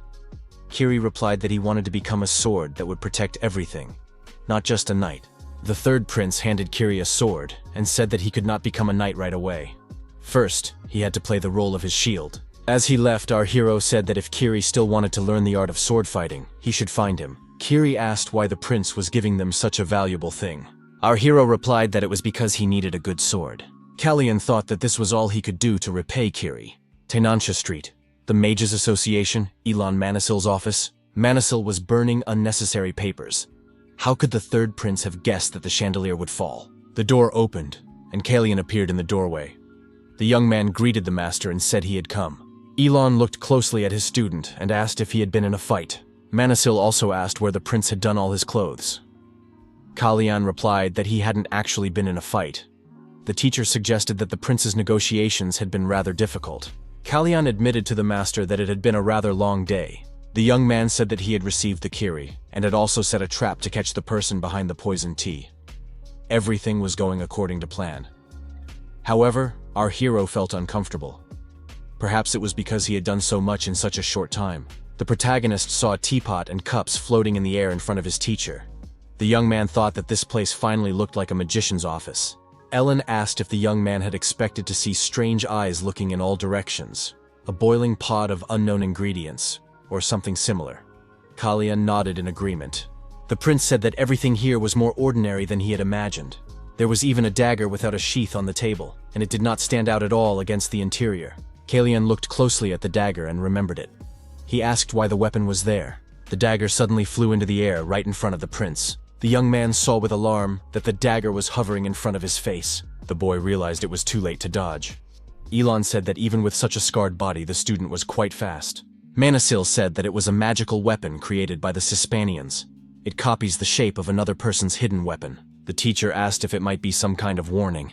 Kalyan thought that Elon had not wanted to attack him in the first place. However, our hero had been too hasty and had even activated his aura. Elon said, "Aura is a man who doesn't even know how to hold a sword." His meeting with the prince was magnificent, but he thought there was a possibility, even though stranger things were happening every time. The king said that the prince was afraid of horses, and the courtiers were surprised that the prince had changed completely. When the prince learned that he had been poisoned, he showed a desire to survive, and it was not fear of death. This energy belongs to those who have blood on their hands. Thus, it became clear that an accident would occur during horseback riding. Manisil asked if the prince could explain everything to his master. Kalyan considered telling him about the healing magic. It could be an answer to those who doubted his identity. However, the teacher was trying to believe him. The young man said that he was not the real Kalyan, but in fact Baron Secretia. Manisil asked if this was a time loop, meaning that the real Prince Kalyan had died. The apprentice replied that this was unlikely. It seemed that he was still there. Baron added that he could faintly sense the presence of this guy. Ellen remembered the day when Baron first saw him. At that time, the prince said that he did not want to ascend the throne. Manisil said he wanted to ask again. What does the young man desire? Baron replied that he was trying to avoid war. He did not yet know why Planck was known as the axis of time. If the cause was not eliminated, the problem would arise again. Therefore, it was necessary to see for himself. The teacher asked if this was what the prince wanted for himself, or for Baron's older brother, Chase. Baron was surprised. What did that mean? Elon replied that there was something the prince needed to know. The teacher noted that at the moment, Prince Chase was the only prince of Secretia. Chase was originally the only son of a concubine, and the queen had no sons. There is no man named Baron here. Our hero was stunned by what he heard. Could it be that he doesn't exist? Not even in Secreta, not on this earth, nor on any other. The protagonist did not understand why time had reversed. Did something go wrong? When using the time axis, the time and place were incorrect, so he ended up in Kallian's body. It turned out that Prince Kallian's body was still alive and well. The young man sensed this vaguely. Just as he had ended up in Kallian's body, someone else could have ended up in his body. But as long as he was here, the other Baron could not exist. Baron thought that this was no different from stealing another person's life. Manasil said that the current Chase had already consolidated his power as the crown prince of Secreta. Also, the past and present that the prince knew had changed. Perhaps the future would be different as well. The teacher said that the lives of the 3 princes of Kiris were now at stake. The young man should not worry about the crown prince of Secretia. He had grown up to be worthy. Our hero repeated that the teacher was telling him not to live in the trap of the past. The young man said that he understands his teacher's concern and wants to be honest. What worries Alona will not happen. Our hero declared that he was now here in Kairos, on the day he first opened his eyes. He asked his teacher, "Is everything all right? Even if he's not a real prince?" Manasil smiled, because he had been wondering what his student was worried about. He also wanted to be honest. From the very beginning, the person with whom he had a relationship as a priest was one and the same person. Kallian said that now the teacher knew about the axis of time. It seemed like he already knew about it before. Manasil said that around this time a year ago, Prince Chase had asked him for advice about the axis of time. He secretly went to Secretia, but learned nothing except that it was not made by humans. The mage added that a month ago, they received news from Secretia that the time axis had disappeared. The prince said that a month ago, he had returned 10 years into the past. Our hero thought that at the same time he returned, the axis of time had disappeared. The young man wondered what the reason for his return could be. The teacher said that this was a question they could not answer, even if they thought hard. But there was someone who should be asked. The prince would soon see for himself. The companions approached the monument to Cisphanius. Kallian thought that was indeed the case. Soon it would be time for his coming-of-age ceremony. The coming-of-age ceremony of Prince Kairos, Rosalita, is a ceremony in which the prince must go to the house of Cisphanian and announce that he has become a full member of the royal family. There he will be able to learn the will of Cisphanian. Manasil said that in order for a student to take part in the coming-of-age ceremony, the most important thing was to stay alive. This meant that the young man had to solve the problem as soon as possible. The seeds that the prince had sown should have already sprouted. The assistant told the prince that he was very worried. The man who said he would come in full height left and said he would arrive at dawn. Kallian suggested that John look at something interesting. Jan wondered why the prince had suddenly gone out onto the terrace, since it was still early morning and cold. What was interesting was the pot he had received as a gift from the Mages Association. It was said to be a popular plant among enthusiasts. After wilting, it leaves behind glowing pollen. Since the plant is rare, its properties have not been well studied. Kallian deliberately pretended it was an accident and poured the poison tea into the pot in front of everyone. After that, they watched the reaction of the servants who worked with the prince. Because there was poison in the tea, which would have killed a normal person in less than a week. Naturally, the plant that absorbed the poison could not survive. However, the gift from the magicians did not wilt and remains alive, as if someone had replaced it on purpose. After the plant was replaced, it couldn't just be thrown away. The pot with the flower had to be kept in the safest place possible. The prince believed that it would lead him to the culprit. Kallian was sure that the culprit was the palace mistress, Cilicia. The prince greeted John, who was holding a tray with tea. He asked if his assistant had slept well. Jan put the tea on the table and said that it was a little strange to hear the morning greeting he always said to the prince. Kalin replied that he had gotten up early today. Jan asked if the sound of rain had woken the prince. Kallian took a sip of tea. The taste was subtle but different from usual. Cilicia had added poison again. The prince asked if John had a plan to get all the aristocrats to come here within a week. Jan replied that there would be a meeting of all the aristocrats, including His Majesty the King, next week. After the meeting, there would be a banquet. Our hero thought that this would be an excellent day to try the poison tea, so Celestia should be ready to go mad by then. After drinking the tea, the third prince took out another pill he had received from his teacher. Jan asked what the prince had been taking lately. Kalyan replied that they were bioactive supplements. He explained that his body was somewhat weak and suggested they go to the hall and have breakfast a little earlier today. Jan said he would help His Highness right away. The assistant looked at the empty teacup and caught himself feeling anxious, although he couldn't understand why. After the incident at the horse riding track, the second prince was not in the breakfast hall. Kalyan thought that this was even better. He did not want his plans to be ruined because of plans. The third prince said that the roses would bloom early. The older and younger brothers present at breakfast exchanged silent glances. After that, the first prince rose from the table and left. Jan asked Kalyan why the prince had suddenly mentioned roses. Our hero replied that he had seen one during his walk. The rose reminded him of his older brother Randale, who used to tend to roses. Kalyan added that it didn't matter. After another run in the forest, the third prince stopped and clutched his heart, breathing heavily. Manasil asked if his condition was getting worse every day, and if the young man was used to mistreating his body. Kalyan replied that he really might die if he missed training. The teacher asked where he had come from. Kalyan explained that he had been working with Romain for a while. Manasil asked why the young man had called him. Kalyan said that there were two things he wanted to ask the master. The prince added that he needed two identities. The teacher replied that it was not a very difficult request. The young man added that he wanted to investigate the mysterious circumstances surrounding the deaths of aristocrats, particularly cases involving Brisson that interested him. Manasil said that this was also not difficult, but that the prince was asking too much of his old teacher. Kalyan noted that the amount of poison seemed to have increased. Elon suggested that the young man had found the culprit. Manasil said he could guess who it was. Kalyan stated that the masters would soon begin to monitor them.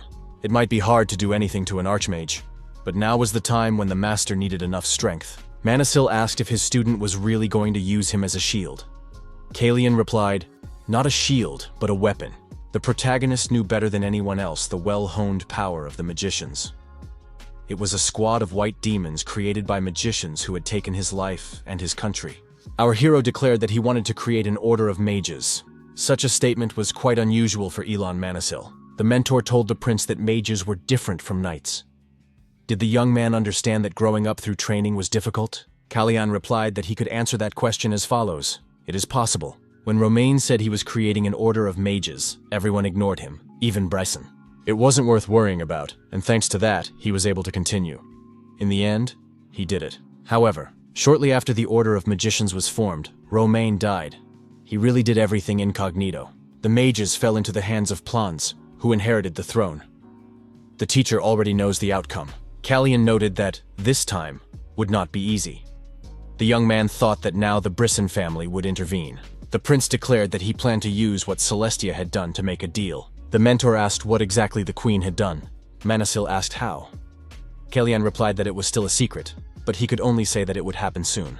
The prince asked Manasil to share his thoughts with the king, as the mentor was currently considering many things. The young man added that when the queen made a mistake, they would have to gain the upper hand in the negotiations. The maid told the queen that she had increased the number as ordered.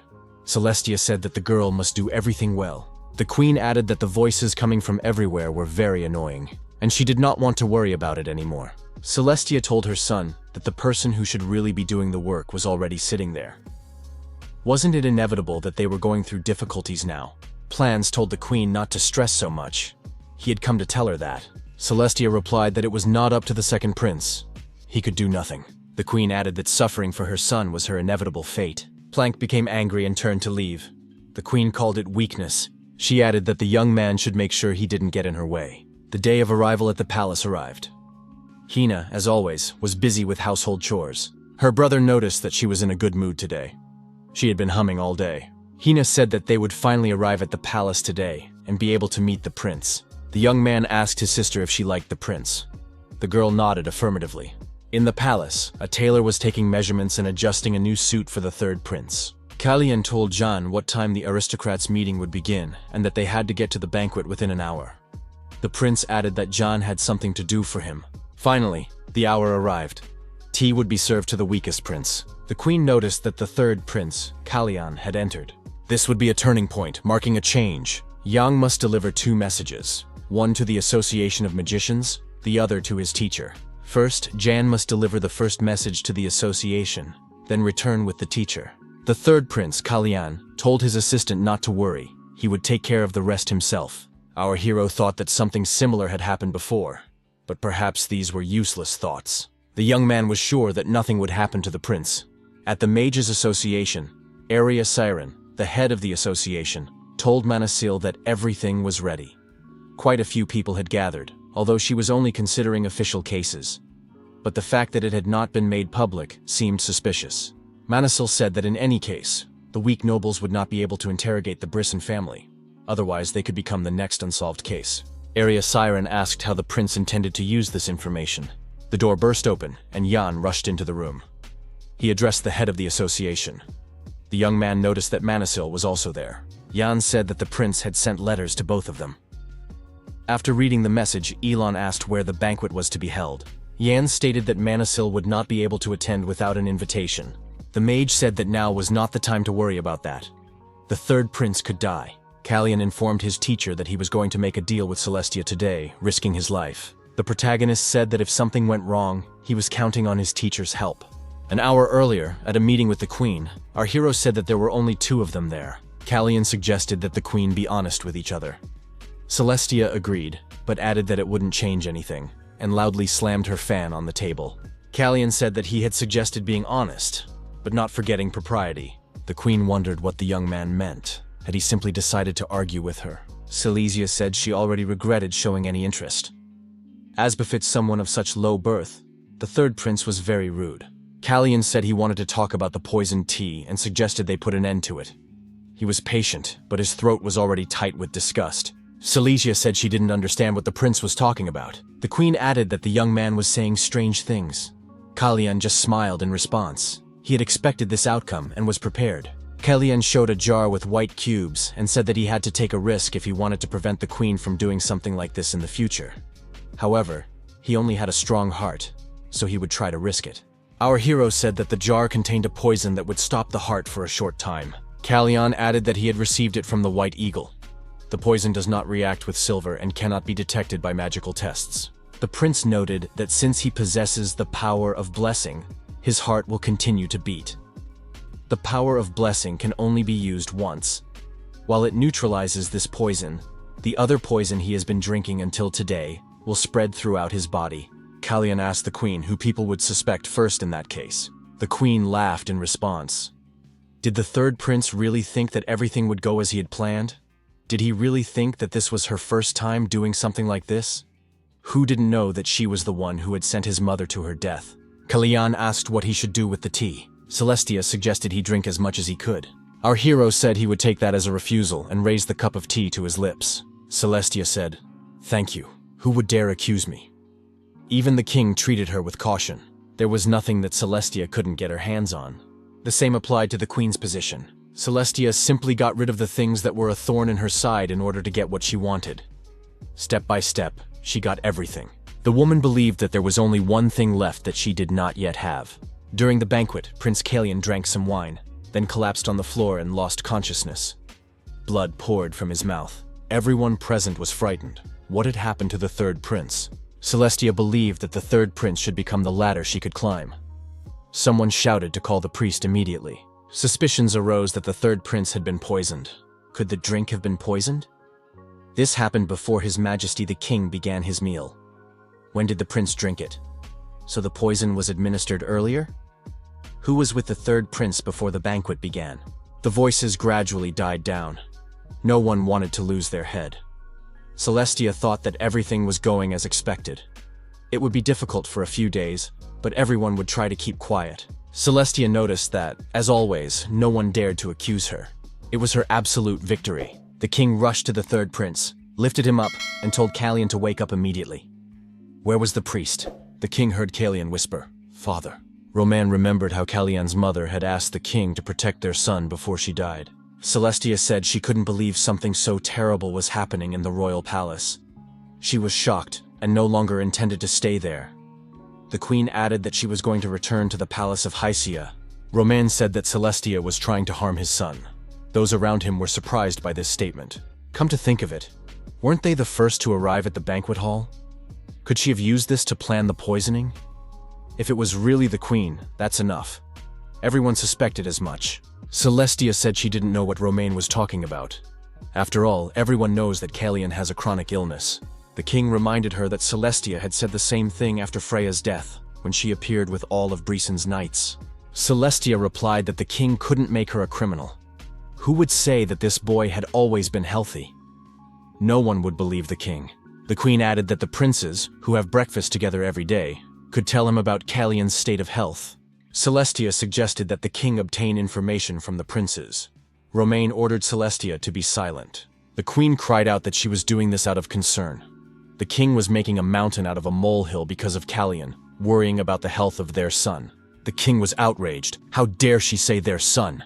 Shouldn't she only say that for Kalyan's sake? Plank said that Kalyan was fine and had never had any health problems. Celestia was angry with her son because she had warned him not to overdo it. It was reported that the priest had arrived. The priest immediately rushed to the third prince. Celestia declared once again that she was returning to Castle Hesia. Romain ordered the priest to use divine power. Before the priest could touch the young man, a protective dome formed around the prince. Ellen Manisil entered the room. The maid shouted, "Why do you want this young man to die?" The king was surprised. What was Manisil doing? After all, Kalyan needed urgent treatment. Elon replied that there was a circle in the prince's heart. Manisil explained that when a mage's circle and divine power collide, even a lucky person will die. Their heart will stop. The king asked what could be done if divine power could not be used. Was it possible to treat him with magic? Manisil replied that this was also impossible, unless a healer with natural abilities could be found. The king said that another way must be found as soon as possible. Manisil looked at the king in horror. What was happening? The king was kneeling, blood flowing from his mouth. A bottle of wine lay nearby. Manisil lifted the third prince's head. Kalyan opened his eyes and called for his teacher. The magician was surprised. Why did the young man look like that? He never thought he would have to use that spell again. Manisil remembered fragments from the past. He said that it was a spell that relieved pain, abstinent. Outside, passers-by noticed that manuscripts had been thrown out of the window. The townspeople were urged to listen to the sounds of grief coming from the crypt, demanding the truth about the Brisson family. She had destroyed 37 people. A typhoon struck the Brisson family. Suspicions that the queen poisoned Prince Kalyan and the crimes of the Brisson family have been revealed. Public opinion is on the verge of exploding. Could the rumors about the Marquise Bryson be true? From now on, it is impossible to have any contact with the Brisson family, because the king himself has pointed to the queen as the culprit in the poisoning. The queen is a ruthless criminal. Graffiti appeared on the city walls. Eliminate Queen Silesia. Manisil said that Prince Kalyan said this to create an order of magicians. They must take advantage of the situation now that Silesia has been cornered. King Romain now understood what the third prince wanted to create. His Majesty agreed. Silesia saw the third prince and assumed that he was very busy. She did not understand when he had prepared all this. Kalyan noticed that he couldn't understand what the queen was talking about. After all, thanks to her care, he can now rest a lot. The queen assumed that the third prince would be on the verge of death within a week, but his voice sounds normal. Kalyan admitted that he had almost died and added that it would be difficult for them to see each other for a long time. Celestia suggested that the hero change everything. Kalyan remarked that the queen should have said that last week. Now the situation has changed. The young man added that he was ready to hear what the queen had in mind. Kalyan added that he had no objections to what His Majesty the King had in mind. After listening to Celestia's proposal, the young man smiled and said that she had misunderstood everything. He had never needed the queen's permission in the first place. Did she really have nothing else to offer? Celestia asked what Kalyan wanted. Kalyan thought that in the lands ruled by the descendants of Tsiphanian, the clang of swords should be loud. While he was in this castle, he added that the queen should get rid of Commander Pabel. The protagonist was going to take everything he could from the Brisenos. Silesia was outraged. What did get rid of mean? The third prince thought that Pabel had been sent to the queen by Marcus Brisson to command the royal guard. Losing him would mean having Silesia's power. Kalyan was going to get rid of Pabel, create an order of magicians, and regret nothing. Jan approached the queen and handed her the prepared documents. It was a written statement with a seal and an oath. Silesia was outraged again when she saw the document with the seal. The prince said she was right. It was magic that sealed the contract in both their hearts. If the queen broke her oath, her heart would be destroyed, and she would die. The first prince was informed that when Kalian awoke, Queen Celestia had visited him. At that moment, the first prince was trimming the rose bushes with a pair of scissors. The young man was certain that he and his younger brother had exchanged glances before he fell. The older brother remembered how Kalian had said that roses would soon bloom. Kalian had planned to involve him in this game from the very beginning. The young man was curious to see how this rose would bloom, so he considered giving his brother what he wanted just once. Kalian was fine. He never thought plans would back down. There had to be something else going on. The eldest prince continued to cut one rose after another. The buds fell straight to the ground. Celestia told Kalian to stop. The third prince repeated that if the queen broke her oath, her heart would stop, leading to her death. The young man added that it was inevitable because his trust in the queen was not strong enough. Celestia stood over the table where the contract lay. Kalian asked what she would do. The woman took the pen and signed the contract. The third prince said that everything was now ready. He said this because he was afraid that the queen might misunderstand. The young man remarked that he had never had a good relationship with his brothers. That day, plans did it not for him. If Celestia had said a word then, the king's sword would have cut her throat right there. After this meeting, Manhwa told his student that he was surprised that the queen had come here. The mentor suggested that the third prince had a good appetite, which was a sign of his return to life and normal nutrition. If the brother and sister hadn't shown up at the right moment, things could have ended badly. Hina is the girl healer who uses the power of nature. Manhwa said that Kalian was on the verge of death. The third prince was surprised that Hina was a healer. Ellen was surprised. Didn't Kalian know about this in his past life? The young man replied that at that moment he had no connection with Kiri. When he met Kiri, she was already gone. Manhwa was surprised. Was the prince saying that he had rid his body of poison blindly, relying only on his faith in a blessing? Kalian smiled and told his teacher that he was wrong. The mentor handed his student the identity card he had requested. The document was issued in the name of Kiri Byrne. The second document was in the name of Hina Byrne. The mentor said that these people needed a surname for their ID, so he gave them the prince's old name. It didn't seem like Kalian had met these young people and brought them to just like that. Elon added that it wasn't fake, but a legitimate ID. Romain had made it. Ellen Manhwa asked his student what it was like to be the king's favorite son. The young man was surprised. Were there really such rumors? The mage said that the king had caused a scandal in front of the nobility. It was impossible to avoid it. Kalian asked how he should feel. This is something a person should enjoy to the fullest. Kalian told Jan to remove the banana peel. Jan approached the prince and said he was going to stop serving him. The child ran to the far right room on the second floor of the mansion. When he reached the room, he peeked around the corner and said he was already there. The boy smiled and greeted his brother. In the room, his older brother was sitting on the bed. He was sick, and his hands were bandaged. The older brother greeted Shiroyan. Shiroyan felt a deep sense of guilt. He asked his brother if he had heard the chirping of cicadas today. Shiroyan said that they were very ugly and noisy. They could be found in the summer. Cicadas made a strange chirping sound. Shiroyan added that they have very funny wings, and the chirping comes from their abdomen. The older brother admitted that cicadas are very strange. Shiroyan suggested that his brother go see them, saying he was ready to catch a few. His brother said it wasn't worth it. They seemed very scary to him. He was ready to listen to Shiroyan play the violin. The older brother's condition worsened with each passing day. Shiroyan overheard the adults talking about his brother's health. His father told the doctor that there must be a way to cure him. At that time, Shiroyan did not yet know that you should not offer something to a person who cannot have it. His older brother told Shiroyan not to turn away from him. He had to look him straight in the eyes. Shiroyan must not forget that he was dying. It was very frightening.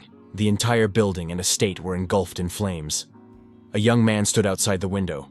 The assistant told the master to run away with his son as far as possible. The fire was getting stronger. And so, on the day before his 15th birthday, the older brother decided to end it all himself. After that day, summer passed, then autumn, and then winter came. Until the chirping of cicadas filled the air, Shiroyan shut himself off from the world.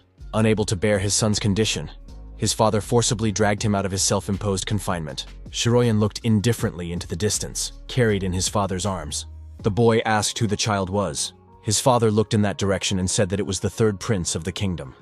The prince sat alone near the fountain. The prince and Shiroyan's eyes met. Yan repeated that he was resigning from his position as assistant to the third prince. Kalian was surprised. What was he talking about? Yan said that even though he was closest to the prince, he didn't know about many things. Especially what happened to the prince. because he was the one who put poison in his tea. Yan added that it was his fault. He had turned a blind eye to alarming details and had not been there when danger struck. Yan said with horror that His Highness could have died that day. He admitted that he had not seen the obvious. Kalian told Jan to look at him and asked who was standing before him. Yan replied that it was Prince Kalian. The prince said that he must realize that he was alive and had not died. Kalian said that Jan had always been by his side. The prince added that his survival was thanks to his assistant, who had not turned away from him. The prince admitted that he knew little about his assistant, but he was sure that Jan would continue to protect him. The third prince told his assistant to stop crying, wipe away his tears, and get up from his knees. Shiroyan told his father that he would never return home because he had found someone who needed his help. Yang declared that he was ready to destroy anyone who harmed the third prince. Kalian was surprised. What was Yan talking about? Had he really decided to take revenge? Yan replied that nothing was impossible. Yan noted that the prince had suffered greatly because of them.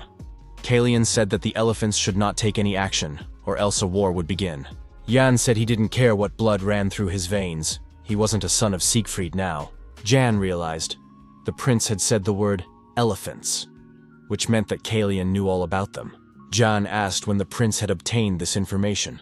Kalian replied that it had happened by chance. Lighting a candle over the water, our hero asked, "So we will disappear completely?"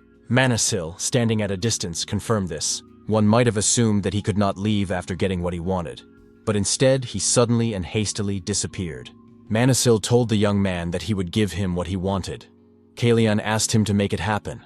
If this life was a prison for the child, he too envied this complete freedom. Kalian added that he would not pretend to know nothing. The young man said he had much to prepare for this to happen. He also wanted to ask his mentor for a favor. Kalian said he wanted to live his second life properly. Pabel's Night Corps was quickly disbanded and returned to Marquis Brison. Romain warned of the danger of trusting rumors about the royal family. Elon Manasil announced the creation of an order of mages. 3 months later, the hero had changed in appearance. The servants watching him decided to call Mr. Seton. They needed to inform the tailor that the clothes seemed too small. Romain greeted his third son and said that the young man had grown during his absence and now looked even taller than Plans. Manasil said he had something to present, so he arranged a meeting for the prince. The tutor introduced the magician who would accompany the prince to Rosalite. The young man said that it was a great honor to meet the prince. His name was Arsene Hertz. Kalian looked at this man with surprise. The king said that this man was capable of becoming a member of the Order of Magicians. The king added that they would get to know each other better on the way. Kalian thought that this was very unexpected. Our hero declared that this was a great birthday present for him. Manasil said that the work of the Order of Magicians would not begin soon. It did not even have a name or special personnel. There was still much to be done. The mentor added that this was only the beginning. Elon Manasil suggested that the king choose a name for the order. Surely His Majesty had already thought about it a lot. The king admitted that he had an idea for a name, Vulcan. Manasil suggested that the king had been waiting for this. If he hadn't asked, he could have run into serious trouble. The king was surprised, because Mr. Manasil was the first to voice this idea. Kalian asked Mr. Hertz if he liked the name or if it sounded familiar. Arsene replied that it was an excellent name. Manasil told his student that he had never thought that he had had any relationship with Arsene in the past. Should he do anything? Kalian replied that there was no need. Kalian informed his mentor that Mr. Hertz was the one who had destroyed him in his past life. Of course, Arsene was different now than he had been before, because situations change, and he understood that the future he knew might not happen. The third prince admitted that he was a little upset about leaving things as they were. Baron Melfier Pollen entered the room and greeted the third prince. Kalian responded with a greeting and said that they had not seen each other for a long time. The young man invited the Baron to sit down. The Baron apologized for the unexpected visit and admitted that it was difficult for him to talk about it openly. He said it was a great honor for him that the prince had allowed him to meet with him. The prince said he was ready to speak frankly and pay any price for his life. Our hero asked what the Pollen Trade Union did. The Baron replied that some time ago they had started serious diamond trading with Tencel. They had also concluded many agreements with the imperial family. The Baron looked at the prince and noted that he did not yet have a contract that would interest His Highness. Kalian asked if the Baron could manage something larger than a trade union.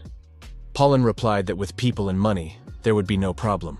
The third prince said that there were both people and money, but there was also Brison. Pollen was surprised. Wouldn't the third prince also participate? Kalian replied that it was a silly question. Of course he would participate. The Baron said that in that case, it would be no trouble. Kalyan declared that they planned to create an order of magicians. There was enough money and people to manage the magicians, but the problem was management. Poland wondered if this was the price of his life. Kalyan said that the Baron had already been paid for his life. Poland replied that in that case he was happy to serve. Kalyan thought that everything had worked out. The coming-of-age ceremony at 15, which could have led to his death, had now passed differently.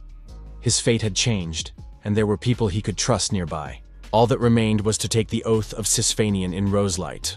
Kalyan wondered why all this had happened. The guests were announced the arrival of the third prince, Kalyan. The young man accepted congratulations and thought that all the preparations were complete. Kalyan saw the second prince and said that they had not seen each other for a long time. Plank called out to his younger brother and called him Blood Eyes. Kalyan said that his brother should not speak that way, for his name was Kalyan. Plank replied that his name was not Kalyan. Our hero was surprised and looked at his brother. Plank said that he now rode horses, knew how to wield a sword, and had become cruel. Plank asked the third prince who he was. The protagonist understood that he must not forget. Here he was not Prince Secreta, who had lost his kingdom. Just as this man was not the mad king who had destroyed his homeland. The protagonist thought that everything would become clear to him when he learned the truth from the will of Cisphania. Kalyan said he didn't understand what Plans was talking about. Manasil noticed that the plant was very receptive. Perhaps it had noticed something. Although it was playing the role of an outcast, it was much more cunning than it appeared. Kalyan was surprised. Was Plans' attitude just for show? Manasil confirmed that this was precisely why Plans' fears were not surprising. The mentor asked what the prince wanted Plans to believe. The third prince has only one name, Kalyan. Is that not so? Our hero thought that giving up the name Burn was easy, but renouncing who he was a completely different task. Manasil threw the ring to his student and told him to use it when he needed help or needed to think things through. Kalyan wondered if it was an enchanted ring. The magician said that the ring would not work in the castle because the magic of Cisphanian was too strong there. But outside the palace, the young man could summon him at any time. The teacher assured him that the prince had nothing to worry about. The people around him were loyal to him. Kalyan said he would see how the situation developed in the future. Uren, commander of the Siegfried Knights, said that it was a great honor for him to serve the prince. The commander informed him that he and his men would escort his highness to the chambers of Cisphanian. The knights, looking at Kalyan, realized who had turned their young lord into a boy on errands. Jan asked the hero if he needed anything else before leaving. Kalyan asked Jan to bring him something to drink. The knights expressed even greater dissatisfaction. Kalyan added that he would also like a cup of warm tea. Jan said he would be right back. The third prince called him a good boy. Siegfried's knights were furious. Manasil thought that Kalyan could make enemies in no time. The protagonist thought that this was his only chance to gain the favor of Sigmund Khan of Cisphania. Thus began Rosalita, the coming-of-age ceremony for princes. The king said that the youngest prince had barely survived the recent incident, and he couldn't help but worry about him. Shouldn't Ilona have gone with him? Manasil replied that the king should not worry about the third prince. There was much more danger within the palace walls than there ever had been for Kalyan. The king remarked that the mage hadn't changed a bit, and that was not a compliment. Manasil thought that his anxious father was simply annoying. It was hard to believe that he had once been able to act so detached.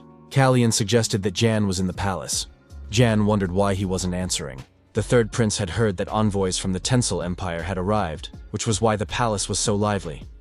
Jan said he was ready to entertain his lord. Kalyan replied that Jan had already bored him. All he had done was stare at his face for several days in a row. Jan said he had tried his best. Sharoyan told the knights that this only concerned Prince Kalyan. Lord Manasil noted that his highness had absolutely no talent for magic, and possessed only basic fencing skills. In other words, the third prince was as delicate as a flower, and the knights had to be extremely careful when accompanying him. The knights were surprised. Had their young lord, the heir to the house of Siegfried, really renounced his birthright for this? Jan said that they would reach Latron in a few hours, and that they could stop there. Something in the bushes nearby caught our hero's attention.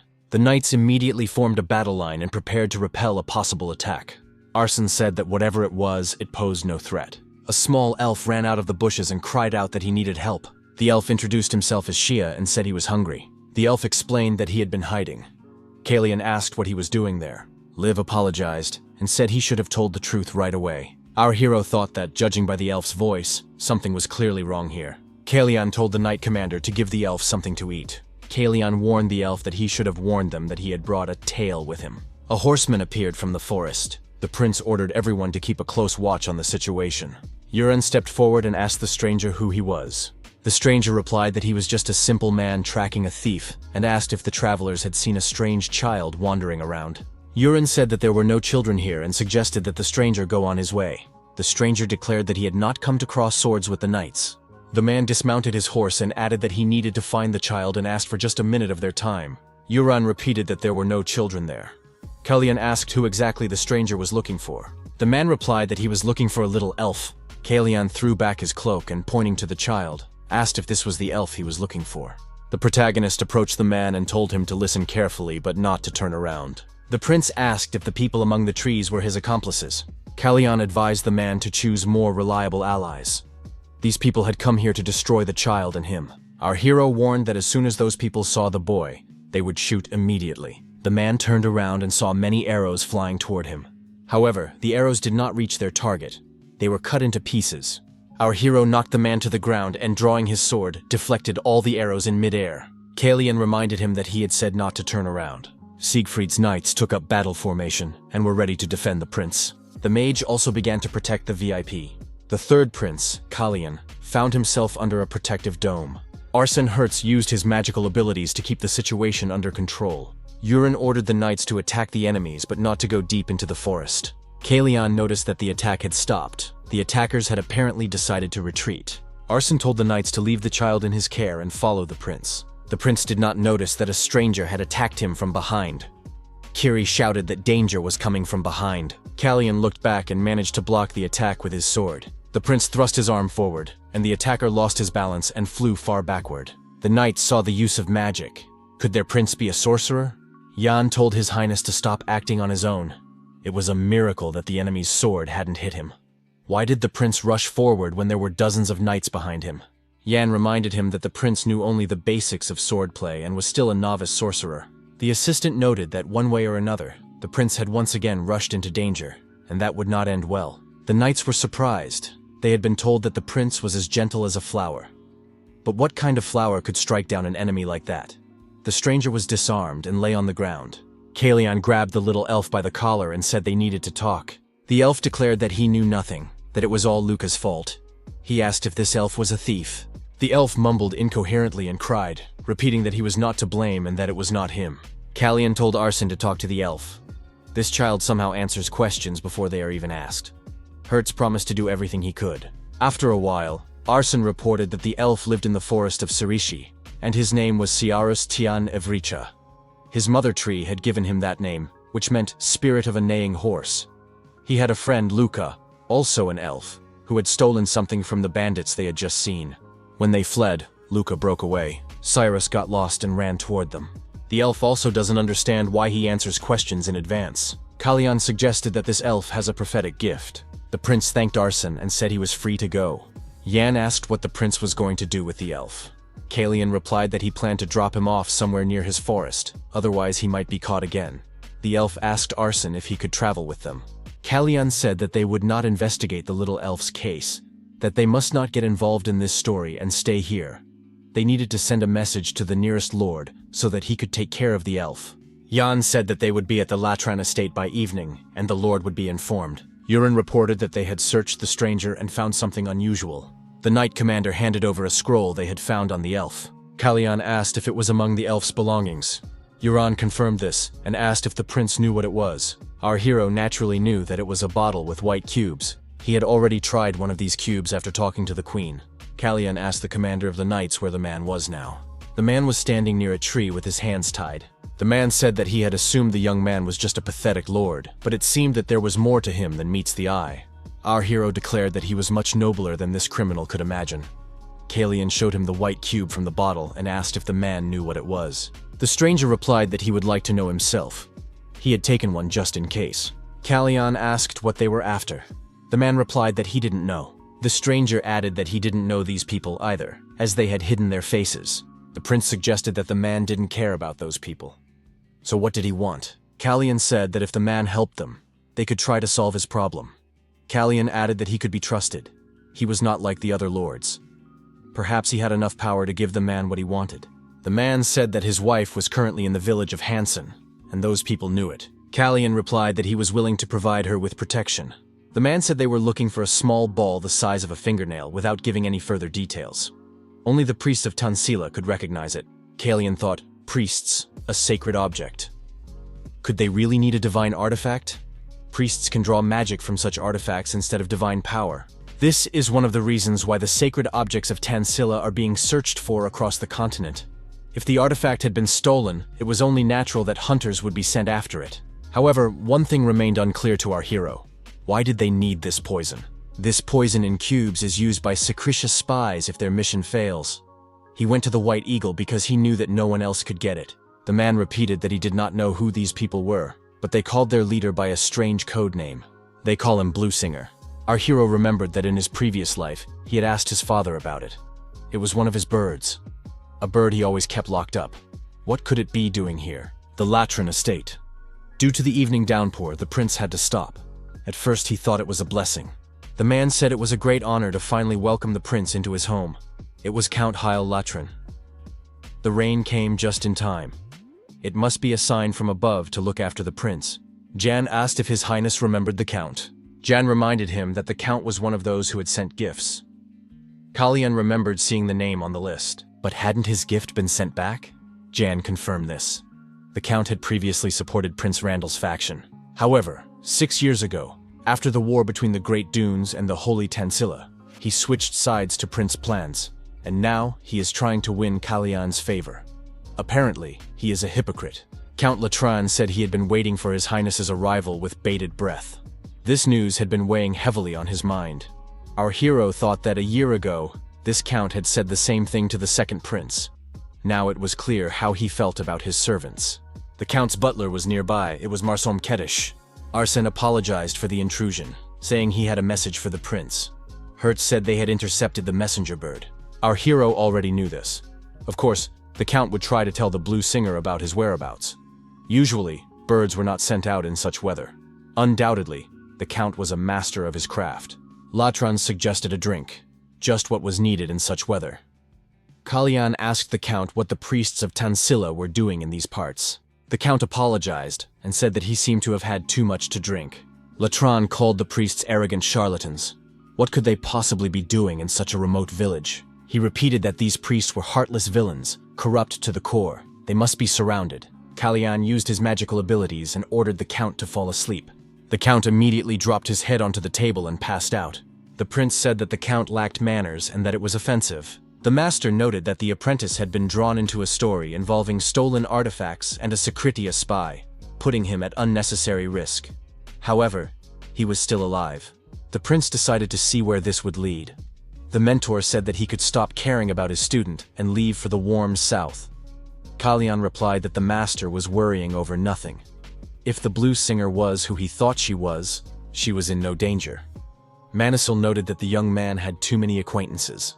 Our hero said that in her past life, the Blue Singer had never failed a mission. She must have recognized Prince Kyrms in him at first glance, but that didn't stop her from coming out of hiding and firing a volley of arrows. However, there was something else behind it. The master came to the rescue. The young man said he needed to find out exactly where this priest was. It was necessary to understand what the Blue Singer wanted from her meeting with the priest. The door to the bar opened, and a man appeared in the doorway. The prince greeted him and said not to pay any attention to the people standing outside. They had come with him. The woman behind the bar replied that there was nothing to worry about. She had no intention of sending mercenaries against someone who was not involved in anything. Kalyan was surprised. He thought that, knowing him, she might have ordered an ambush on his man. The woman said she knew who he was and had warned them not to act rashly. In the dimly lit bar, people were sitting at tables, but they were all unconscious. The woman behind the counter noticed that, unfortunately, they had done everything backwards. Kalyan approached the woman and asked if he had gotten himself into this mess. She suggested that he had. The woman discreetly reached for the knife lying nearby, assuming that the young man would not make her task any easier. Kalyan asked if the elf she had been chasing had been killed. The woman replied that he had disappeared into the thicket. If she had known how things would turn out, she would never have gone after them. She admitted that it had not been the most pleasant encounter. She added that if they had not harmed each other, they could part ways peacefully. The woman assured him that the child was in no danger. Kalyan was surprised. Did she really think that after coming all this way, He would leave empty-handed? He would not leave her until he got answers. The protagonist asked why she wanted the divine artifacts. The young man pointed out that she was not a priestess and could not use them. The woman put down her glass and looked intently at her companion. The blues singer said that the divine artifacts were worth a pretty penny. Our hero suggested that she was supplying them. She replied that it was a side job. People in her profession rarely had a steady income. Callian asked if her client lived in Latran. The young man could think of no other reason why she would do this in such a small village. After all, she could always find clients among the priests of Cyrus. The blues singer said that her client always paid a fair price, and generous people were hard to find these days. Callian thought that they had not known each other for very long. Only one thing could attract the attention of a Secretia spy: information. She was offering divine artifacts in exchange for state secrets of Cyrus. Callian said he would like to know more. The king asked if the mage had come at such a late hour just to ask a question. Did he really enjoy humiliating his king? Manasil said that his majesty was usually still awake at this hour. Besides, the king had the answer he wanted, and he preferred not to waste time. Elon asked how many priests from Tansila were in Cyrus and where exactly they were. The king asked if Elon knew anything or if he was just curious. He said it wasn't that important. He was sure that the mage had heard about the envoys from Tansila. At the moment, there were 14 priests in Cyrus. The saints were not recalling all of them, except for one who remained to serve at court. They even made it clear that any requests for additional priests would be rejected. This was amusing, since they were the ones who had sent their priests under the pretext of performing sacred rituals. And now, they were giving the impression that they had been forced to serve by force. Manasil said that if they are recalling their priests, it means they are facing an internal crisis. The mage added that it looked as if they were trying their best to attract as many people as possible while hiding the emergency from the public. When asked how he had responded, the king replied that he had allowed them to take the priests home. The king was surprised that Elon was asking about this. The mage said that Prince Callian wanted to know where they were. The king remarked that the question was simple, meaning that Callian probably already knew the answer. And that was precisely why he had gone to Latran. Callian asked the woman if the Count of Latran was her client. The blues singer replied that it was not necessary for the young man to know. Callian hurried back. The teacher said that the Count had deceived him. All this time, he had a priest under his wing, and he was selling state secrets of Cyrus to a spy of Secretia in exchange for divine artifacts. Callian agreed that this sounded true. He declared that he needed to return to the castle immediately. The young man added that there might be problems there. The Count had drunk too much and caused a scene during dinner, so they had to put him to sleep with a spell. The prince remarked, "What if the Count wasn't drunk at all?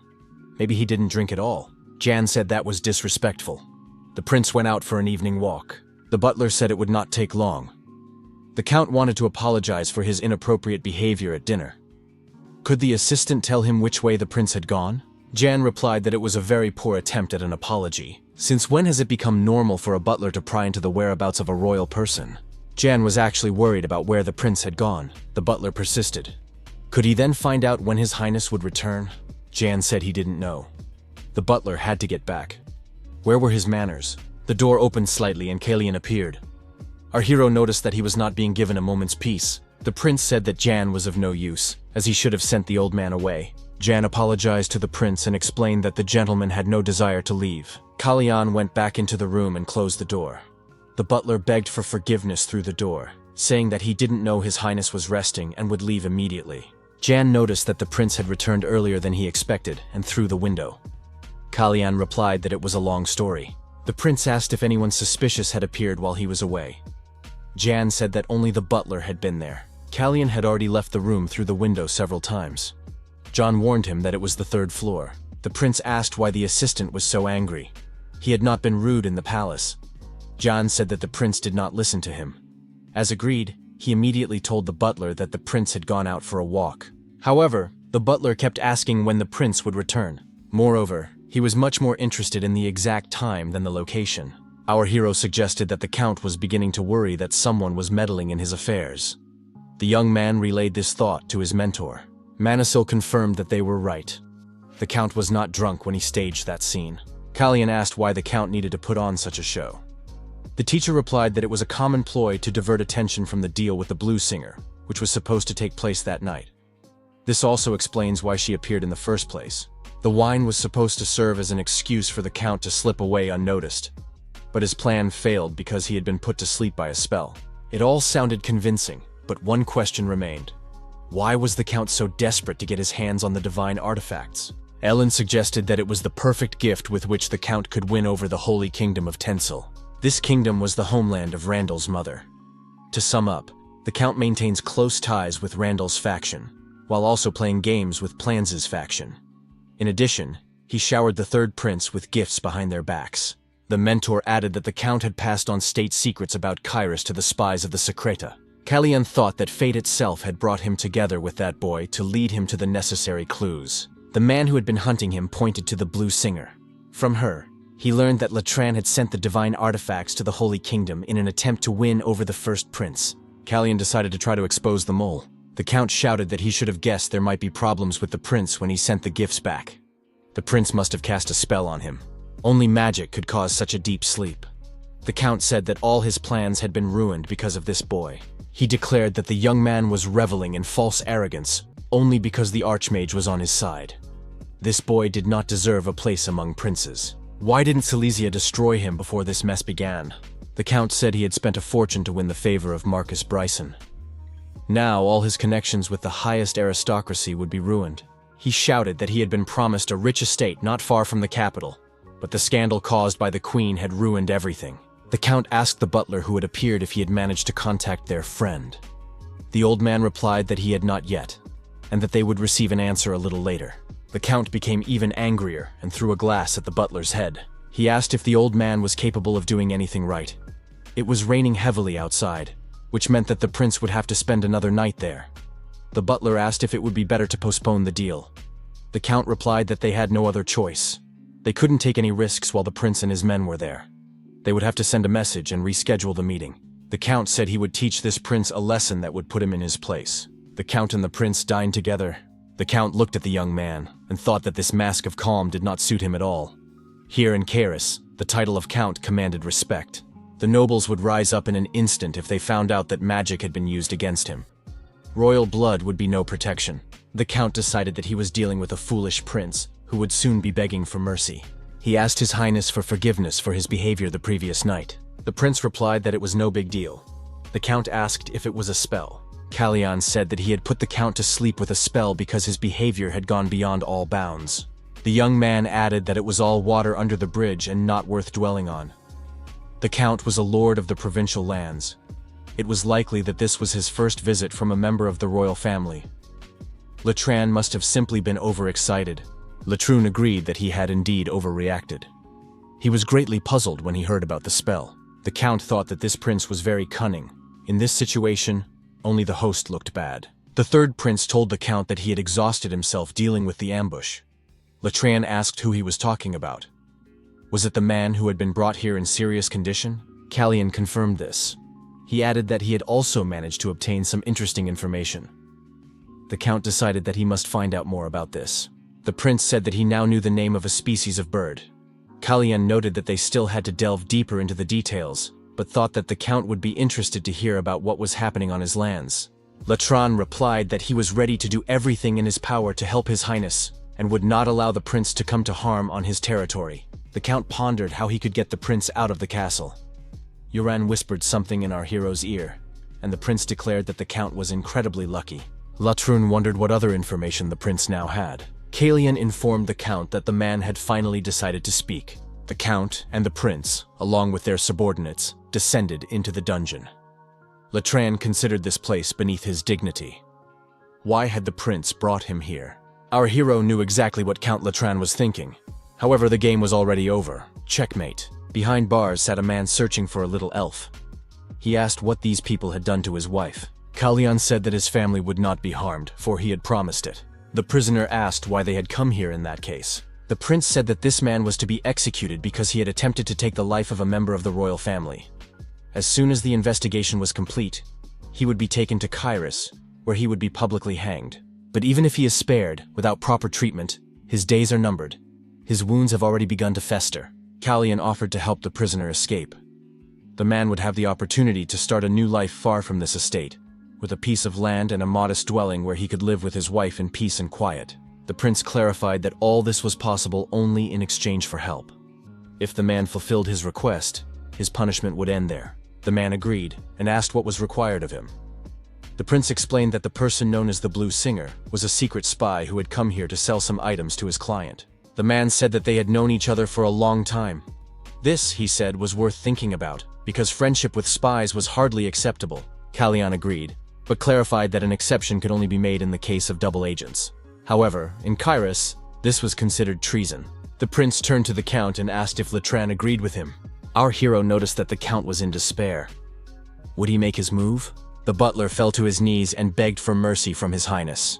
He declared that he had only been following his master's orders and begged for mercy. The young man knew that Count Latran would break down, but he did not expect such a turn of events. Kalyan asked the butler if he was a priest of Tensel. After all, only priests were trusted with the acquisition of sacred relics. Count Latran, in turn, gained the upper hand upon learning a secret that only he should have known. The butler said that the temple would have his head as soon as it found out that he had sold sacred relics.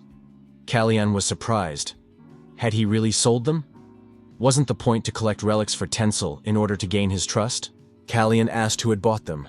The butler replied that he was ready to tell everything. The old man declared that it was Queen Silesia's brother, Viscount Renan Bryson. The Viscount had offered the relics to the temple. Renan Bryson had been trying to win Tensel's favor all this time. He betrayed the second prince and joined Randall's faction. In short, he betrayed not only his sister, who was willing to do anything to get her son on the throne, but his entire family. Kalyan told his teacher that the trap set for rats had caught someone bigger. Ellen noted that this would inevitably cause unrest, and suggested talking to the king first. Kalyan agreed that this would be best. The prince asked his mentor to write to Count Latran on his behalf. Kalyan ordered Euron to take care of the prisoner's wound in the dungeon. It was very serious. The prince noted that without proper treatment, there was a risk of severe infection in the arm. After that, the prisoner was to take the medicine. A white cube lay in Kalyan's palm. Duran replied that he would do as he was told. The prince ordered Kiri to go to the village and find the prisoner's wife to bring her to a safe place nearby. An elf entered the room and greeted them. He said that Hina had come to clean up, and he had come to look at the bird. The elf said he knew everything, but didn't want Hinu to be punished. Kalyan was surprised, because he hadn't had a chance to ask him anything yet. He thought that this elf was Arson's concern, not his own. The elf greeted the pigeon sitting in the cage. Jan asked what they should do with the bird. Did the prince want to keep it? Kalyan said he was waiting for the right moment to return the bird to its owner. He promised Hina he would buy her another one as soon as they returned home. The prince told Hina that the bird would fly away that evening. Hina said that it was no big deal. Marilyn might not like having a bird in their room. Kalyan asked her to release the bird after dinner. The prince also asked the girl to keep the windows open. They were expecting a guest. In the dark, the guest appeared on the porch. It was even earlier than our hero had expected. He said that the letter was truly touching and had touched him deeply. The letter said, "Come to me if you don't want the people in the Dovecote on Tainash Street to find out what she did." The guest turned out to be the blue-eyed singer. She suggested that the young man had a good reason to blackmail her with this message. Kalyan said he needed proof that Count Latran was involved in the sale of the sacred relics. In that case, the blue-haired singer's secret would remain a secret. The woman said she hated complications, and that was her answer. The next moment, our hero was attacked. The young man realized that these were magical projectiles. The third prince was surprised. The blue singer he knew used a sword, not a hidden weapon. After the attack, there was an explosion, and the veranda was destroyed. The prince asked if the blue singer really wanted him dead. What else was she hiding up her sleeve? The woman drew her sword and approached her opponent. She said she had nothing else to hide. Kalyan blocked the blow with his sword, but thought that the blade was made of ordinary steel and would not withstand his aura. He had to end it quickly without using his aura. The prince knocked the blade out of his opponent's hands. The blue-haired singer was left without a weapon. Something glinted between the woman's fingers. Kalyan was surprised. She had said she had nothing else to hide. He thought his opponent's attack was too fast. Without using his aura, it would be impossible to avoid injury. The prince swung his sword and parried another attack from the blue singer. The woman was surprised. Was she really facing a master swordsman? But that was impossible. Our hero asked his unarmed opponent what he should do now. The young man called her by name, Ayla. The woman was surprised that this guy knew her name. The blue-haired singer asked who he thought he was. Kalyan squeezed his rival's face, and she opened her mouth. He asked if she really didn't have a cube of poison. Weren't the spies of Sakrisha required to keep it in their mouths at all times? The protagonist let the woman go and told her to tell him everything. The blue-haired singer asked if he would let her go if she told him. Kalyan had heard that the members of the Secreta were renowned for their endurance. but she seemed to be an exception. Perhaps this was not quite the version of her he had known before. Or something had caused her to change. The woman said that it would be better for the young man to let her go in peace. She noticed that his sword looked much cruder than that of a simple guard, even though he was a master swordsman. It was as if he did not want anyone to know about his true abilities. Ayla added that if he let her go, he would keep his secret, or she would leave and tell the knights what she had just witnessed. In her previous life, the blue-haired singer had been loyal to Secretia, a skilled swordswoman who had devoted herself to the blade. Now she was not the person our hero had known. Callian grabbed the woman by the chest. If she valued her life so much and clung to it so desperately, it was not worth provoking him. He let her go and told her not to expect to see him again. His secrets weren't worth using as a bargaining chip. The guy demanded once again that the blue-eyed singer tell him everything, and then he would spare her further questioning. Callian added that someone else would be asking questions. The White Eagle, for example. Count Latran was furious. Where had that butler Malcolm gone? The man said that first the damned mercenaries had appeared, and now this letter. It said that if the Count wanted to convince everyone of his innocence, he should come up with a defense strategy. In that case, the author of the letter would present his version to Her Majesty. The Count must be assured that there was no cause for concern, regardless of what he had encountered and what had led him into such a predicament. The author of the letter was the mage Elon Manasil. The Count assumed that Manasil had somehow learned about his dealings with the divine artifacts. Latran reasoned that the mage already knew everything about him, since he had sent such a letter. However, he would not be intimidated by such petty blackmail. Latran decided that he would no longer humiliate himself before a boy who was pretending to be a prince. The Count thought that he would not give up so easily. He had not gotten involved in this affair without thinking through an escape plan. Latran stood at the threshold of the room with the jewels. He realized that all his efforts had been wasted because of some insolent boy. The man went to the closet and took out a box. He said that at least he still had his most precious treasure. The box contained white balls that looked like pearls. The Count said that with so many divine artifacts, he could start all over again and amass a huge fortune. He had hoped that the deal with Renan would make him rich, but the young man turned out to be more trouble than he was worth. The Count heard someone behind him express gratitude. Latran had made his job easier. The Count turned around in alarm. Arsene Hertz was standing in front of him. He realized that an invisibility spell had been cast. The young man said he was the magician of His Highness Prince Callian and gave his name. Arsene didn't even know how to thank the Count for obtaining such convincing evidence, and with his own hands no less. Arsene said that his lord need not worry. The third prince would certainly learn how actively the Count had assisted in this investigation. The box contained the artifacts that Latran had hidden. Arsene said that he had also received a complete list of the Count's transactions with the Blue Singer and a list of state secrets that he had sold. Callian noted that it was excellent work. All of this would save them from unnecessary trouble. Jan entered the room and informed the prince that people had gathered outside. Callian looked out the window and saw many knights on horseback in the square. It was the king's personal guard, the Kyra. The third prince was surprised, as they were supposed to be guarding the king in Kairos. What could have brought them here? Manasil was stunned. Had the king really sent his elite guards to Latran? Why hadn't he sent ordinary knights? The king said that it was too dangerous for the knightly order. He could not take such a risk, knowing that there were agents of Barrison among them. The king added that those who wield a foreign sword do not deserve his trust. Ellen said that His Majesty must be aware of the whole situation. Such concern would not help the third prince. Manasil noted that every gesture of love cuts short one of Callian's life paths. His rivals will make noise and quarrel. Was that not why the king had been so cautious before? The king replied that he understood everything and that it would not happen again. Therefore, the third prince's brothers would join him for breakfast. His Majesty added that he wanted to see how they would get along with each other. The butler asked if His Highness was already leaving. The prince said that his duties were calling him. Kiri would take care of the rest. The criminals would be taken to the capital to await justice, where a decision would be made. The prince noted that one of the criminals had already died without waiting for trial.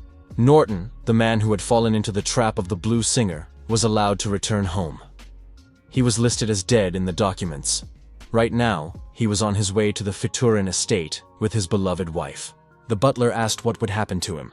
The third prince admitted that the butler's debts had forced him to serve Count Latran. However, this did not change the fact that he had been trading divine artifacts. The butler again admitted his guilt and added that he had committed a serious crime. The prince noted that the butler had played an important role in capturing the traitor to the kingdom. Thus, The throne would show him mercy in exchange for his loyalty to the third prince. Kalyan said that from now on, the old man would be his butler at the Latran estate. Our hero once again dared to set off along the path to Cispanian's chambers. News of the consequences of what had happened reached him on the way. Count Latran had been stripped of his titles and privileges and sentenced to life imprisonment. The blue-eyed singer met her death on the scaffold. The young man said that today all the streets were covered with Renesita leaves. They are usually called leaves because of their similar shape. However, they are actually the spines of the Renesita cactus, adapted to absorb moisture. They are used to cover the square in the capital, so that the white tiles do not become stained with blood. The second prince thought his brother was testing him. This was his way of finding out if their mother had anything to do with the woman who tried to destroy Kalyan. Plans said that his brother's suspicions were unfounded. The older brother had heard that since Kalyana's departure, Plans had given up wine. Plans was surprised. Did his brother really miss his drunken breath? The first prince replied that now that the days of drunkenness were over, it was time to learn to keep quiet. Plank became angry and threw the fork he was holding on the floor. He asked if his brother was still not quiet enough. Yuran told our hero that it was too risky. Kalyan saw that a landslide had come down ahead due to the rain and damaged the road. The prince asked the knight commander how long it would take to clear the road. Yuran suggested taking a detour. Our hero thought that he had already spent enough time in Latran, and now a landslide was blocking his path. The journey could be delayed. Kalyan decided to set up a portal after returning to Kairos. The elf suggested that our hero accompany him to the elf village. He suggested that the commander stay in the village for the night and leave in the morning. Kalyan admitted that this was the most reasonable thing he had heard from the elf. The expedition decided to head to the elf village. Kalyan said that the elf village was truly a unique place. He never would have thought he would end up here. The elves approached the young people, and one of them asked who the king of the humans was. Kalyan replied that it was a grand title. However, there was no one here who held such a high position. He added that he was the eldest in this small group. The elf said his name was Cher, that he was the elder of the village, and that he would like to ask a favor of the king of men. The protagonist introduced himself as Kalyan Rain Kairos. He needed more details before he could give an answer. Cher explained that 3 elves from the village had recently gone to a nearby human settlement. When they did not return after 10 days, scouts were sent to look for them. Now those scouts were also missing. The elven elder asked for help in the search. He added that the elves living here had only a superficial knowledge of the human kingdom. Kalyan thought the elder was too pushy and demanding. Were all elves like this? He asked why he should agree. Cher replied that it was because the young man was the king of the humans. Our hero thought that this elf was repeating himself. He said that he was not the king of men, but only Prince Kairos. The young man added that kings and princes existed in different worlds. Cher declared that he would not have asked the prince for such a favor if he could not offer something in return. After all, this expedition was headed for Siegfried's estate, wasn't it? Cher added that the journey would take a long time by human roads. Elves, however, know forest paths that can speed up travel 4-fold.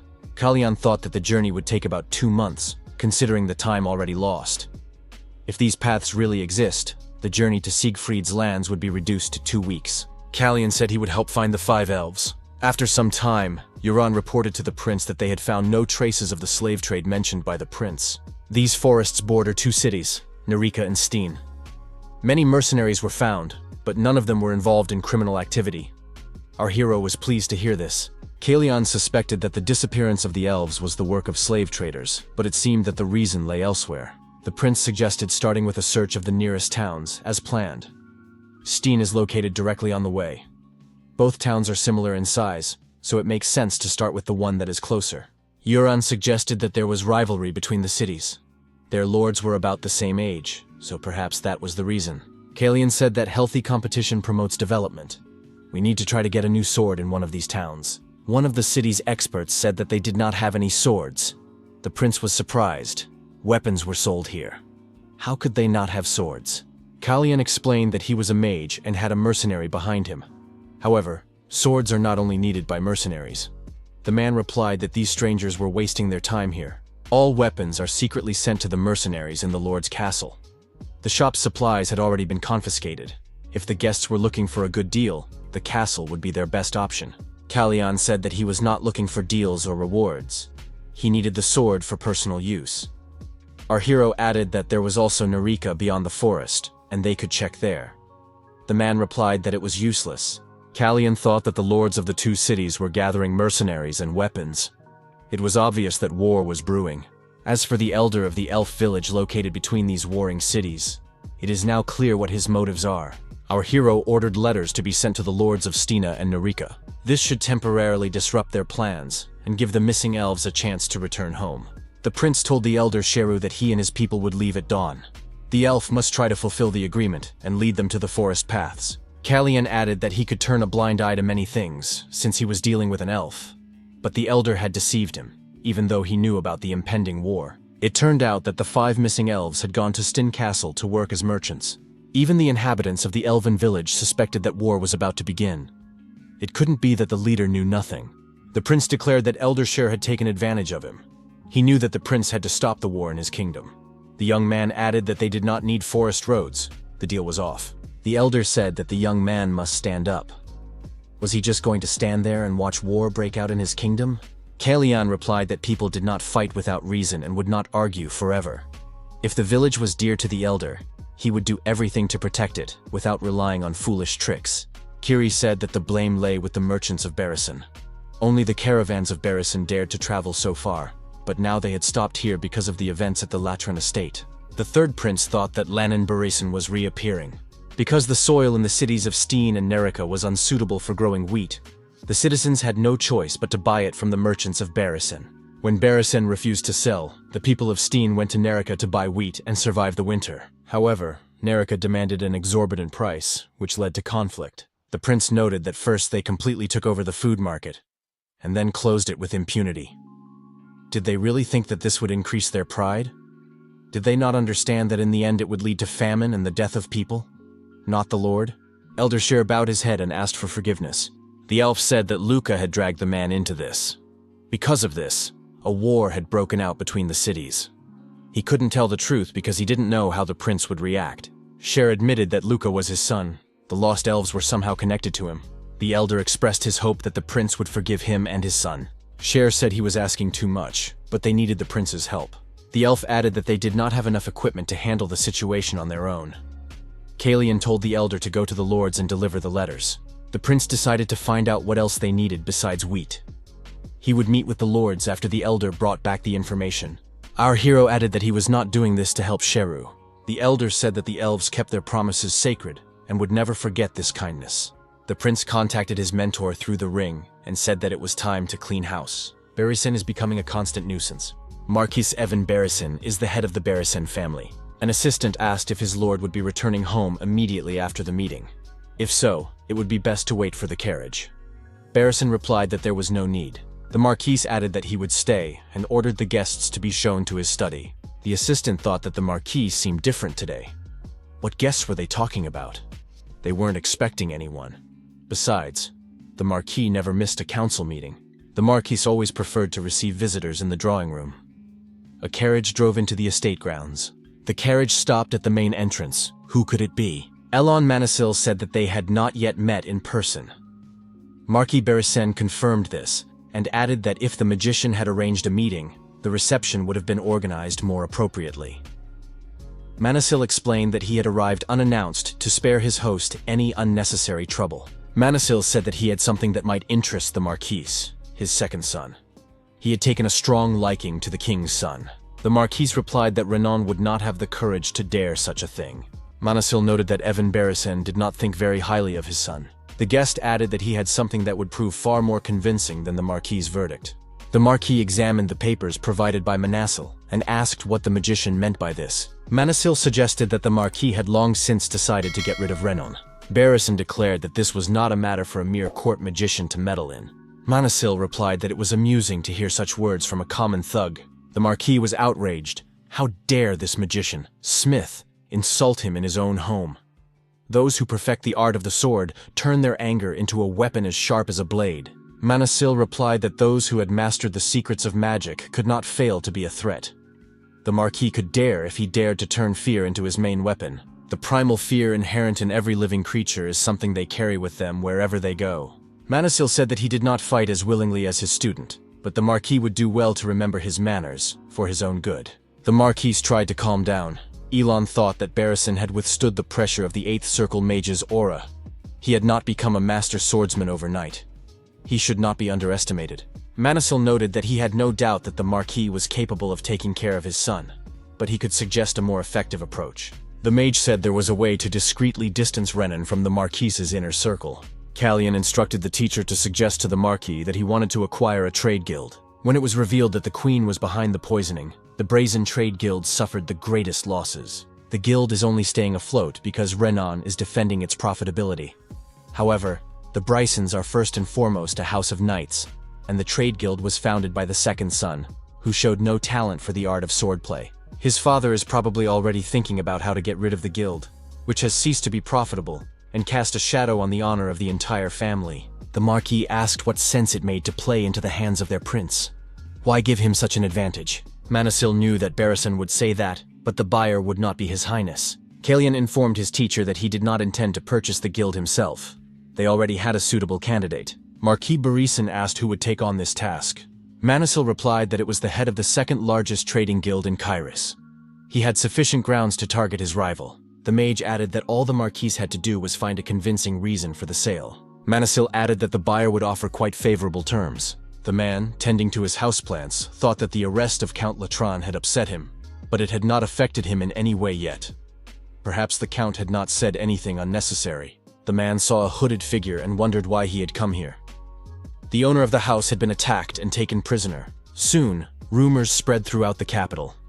The sacred kingdom of Tensel had acquired an impressive collection of divine artifacts. And all of this would have been impossible without the help of Renan Brayson. Renan shouted from behind bars that his father would make them pay for this. Shortly thereafter, Renan disappeared without a trace. At first, the Marquis suspected Manasil and Pollen, but it soon became clear that they had nothing to do with the incident. The process of acquiring the guild was in full swing. Melfir was taking care of the details. Manasil reported that, according to the agreement, the items requested by the prince had already been sent to him. Eldershire asked the prince if he was ready. The Mother Tree responded to their plea, and soon the prince would be able to set foot on the forest paths. The elder added that his son, Luca, would be their guide. Kalyan thanked him, but said he would prefer the company of Shiaris. The prince asked if Shiaris could guide them through the forest paths. The elf agreed. Kalyan warned that no one would accompany him on the way back. Shiaris said he could find his way even with his eyes closed. Kalyan noticed that Shiaris was speaking quite normally now. The elf asked the commander what was going on. Kalyan saw a mysterious stone in the elf's hand. The prince took the stone and asked what it was. Had the elves stolen it along with the holy relics? Luca replied that he did not remember. Arson suggested that this stone was also a holy relic, an item found on Luca when he returned to the village.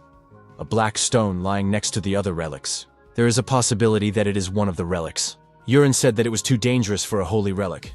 It gave off too strong a smell of blood. Our hero thought that Arson couldn't sense it yet, but he felt an ominous feeling coming from the stone. A strong life force that had been forcibly taken away, and the energy of blood. In other words, the owner of the stone had been destroyed by someone.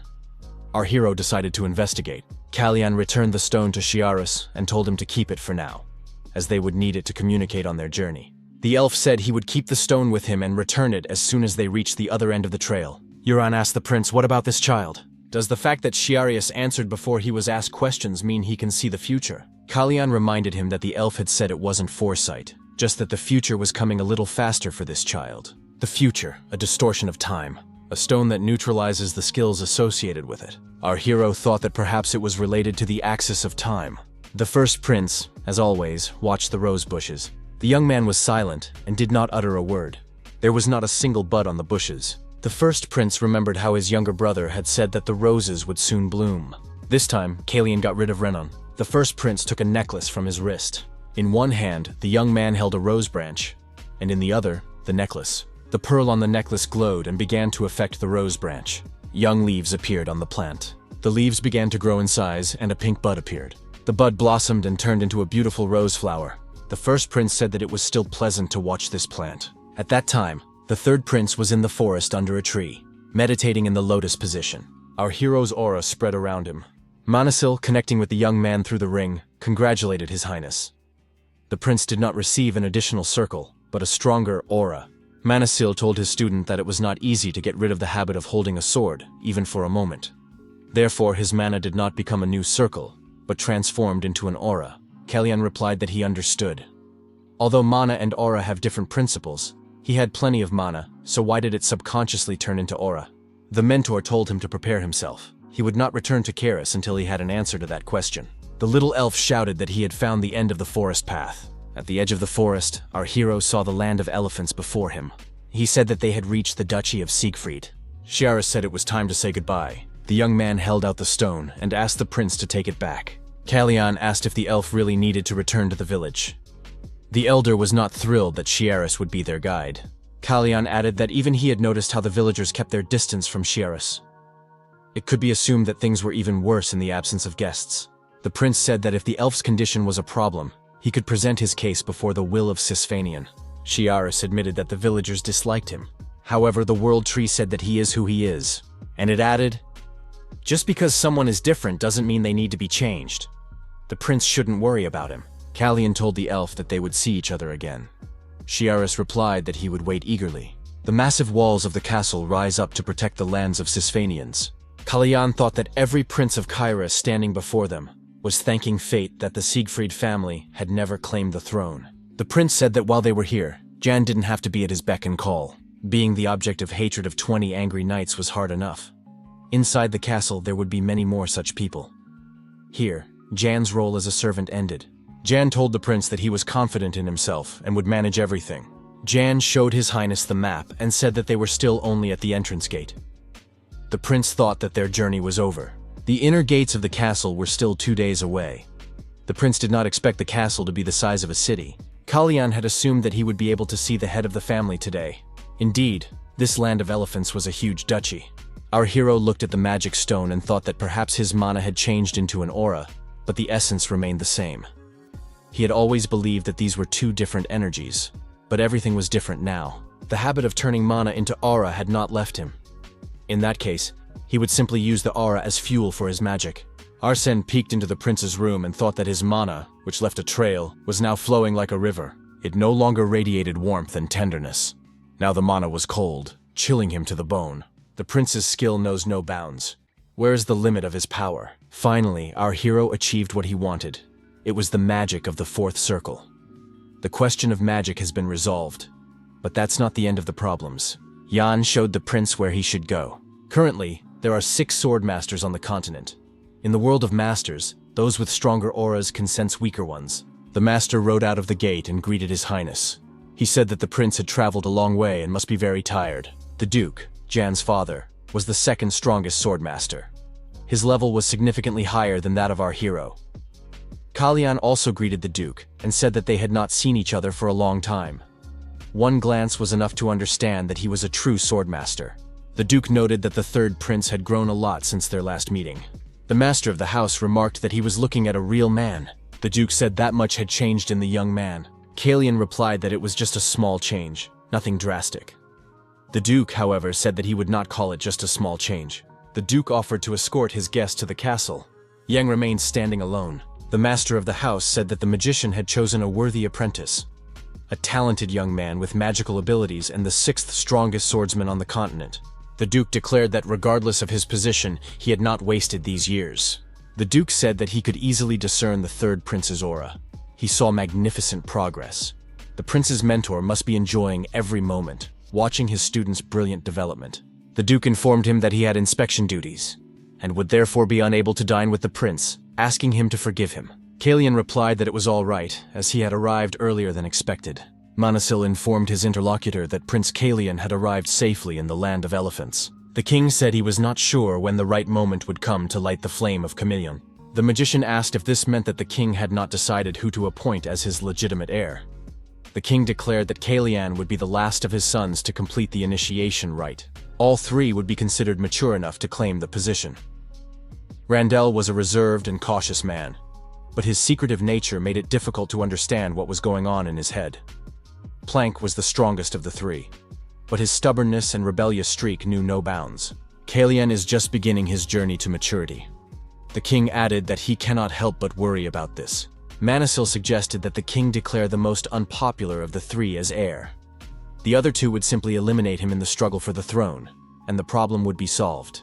Elon suggested that Randall would continue to remain in the shadows until Prince Kalian decided to leave the palace. The time would come when the king could see into his secret thoughts. However, until then, His Majesty should remain silent, regardless of which side he chose. We cannot allow concerns about the future to disturb the present. When the flames of Camillon burst forth, they will be reserved for those who prove their worth. The third prince walked along a path that seemed to go on forever. He had not seen an exit for quite some time. How deep was this cave? Suddenly, an open space lit by the sun appeared before our hero. Kalian even squinted.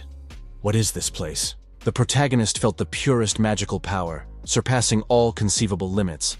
There was also a piercing aura that instilled fear in anyone who dared to look at it. This was something more than just will. Kalian bowed and said that he paid his deepest respects to the almighty Sisfanian. It was Sisfanian herself in the flesh. The protagonist thought that the mere appearance of her will would have been enough for this meeting. What made her reveal her true form? Our hero felt an oppressive magic and suffocating pressure. The next moment, it all stopped. Sisfanian said that a child had come to her, a stranger to this place. This child carried within him the memory of another distant reality. He had accepted her blessing and turned it into a dangerous weapon. What had driven the child to do this? Sisfanian explained that this was why the young man had been summoned here. A powerful beam of light connecting the earth and the sky aroused considerable interest among the people. Arson said that it happened at the very moment when it was time for the prince to undergo the initiation ceremony. What was going on there? Nothing like this had ever happened before. Jan was worried about Prince Kalian's safety. The Duke suddenly approached his son and asked if he was really worried about this boy. Jan asked if his father shouldn't be inspecting the estate. The Duke replied that he had only just returned. A girl approached the Duke and introduced herself. Her name was Veronica Manisel, and she was Elon's granddaughter. Rachel Grace, Elon's daughter-in-law, was also nearby. Sisfania approached the prince, touched his face, and said that she would look into everything. At that moment, images of fighting knights appeared around them. Sisfanian said that now everything was clear to her. Then she continued speaking in an incomprehensible language. Kalian did not understand what was happening. He could not make out a single word. Sisfanian said that the young man had not heard her words because she did not want him to. Kalian asked if Sorrenti could be involved in this. Sisfania admitted that that was her name. Sorrenti was the queen of the gods. She had fought face-to-face with the Voidbringer during the Great War of the Two Gods, side by side with the 8 heroes of Elda. Kalian said that Sorrenti fell into a deep sleep as soon as she sealed the Voidbringer's tomb. She simply could not do otherwise. Sisfanian replied that even in her sleep, her essence continues to live on. Sisfanian asked if she was only alive because she had allowed her will to be her embodiment. The young man should consider other, more important questions that needed answers. Kalian asked when the artifact known as the Axis of Time was in the kingdom of Secretia.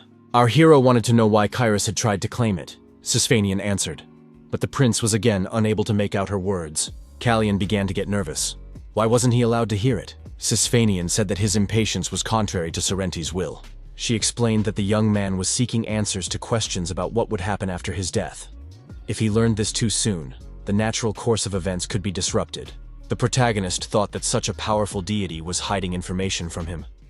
Did that mean that something had happened that required her direct intervention? Kalian decided that everything was much more serious than he had imagined. How exactly was the axis of time connected to what was happening? The young man asked if his brother had decided to use the axis of time to bring him back to life. Sisfanian replied that he was first and foremost the king, not his brother. Did the young man really think he was so foolish as to disrupt the order of things just for him? Kalian thought that in that case, Chase was not the one who had used the time axis to interfere with the flow of events. Sisfania asked the young man to show her what he had. Our hero handed her a stone. She examined the stone and said something, but Kalian was again unable to make out the words. The stone told the young man to always keep it with him. Today, he may not have found all the answers he was looking for. Sisfanian added that this was only the beginning of the journey, and that time would put everything in its place. She told the young man to come back when he felt ready for this meeting. On that day, countless carrier pigeons took to the sky, carrying their mission to their masters. A pillar of light, so bright that its glow could be seen even from the outer walls of Siegfried, shot up into the sky when Prince Kalian entered Sisfanian's empty lair. The Duke never imagined he would see so many birds in the air at once. Had they all been hiding on his land? Demiria Siegfried, heir to the Duchy of Siegfried, approached the Duke. The Duke told his daughter that it was an incredible sight and that he was in a position to appreciate it. His daughter replied that great power always attracts the gaze of envious people. The girl added that no matter where these birds were flying, their paths would cross sooner or later. It was necessary to find out which houses had dared to place their watchers on their lands and to remain vigilant. The Duke laughed and said that he had always known he had married the right woman. Dmitri could thank his mother for the sharp mind she had given her children. It certainly wasn't something he had inherited. The Duke noted that his daughter had missed one important point. Excessive caution could be interpreted as an attempt to get involved in political games. Their family did not seek power and did not elevate kings, but remained an unshakable pillar of support.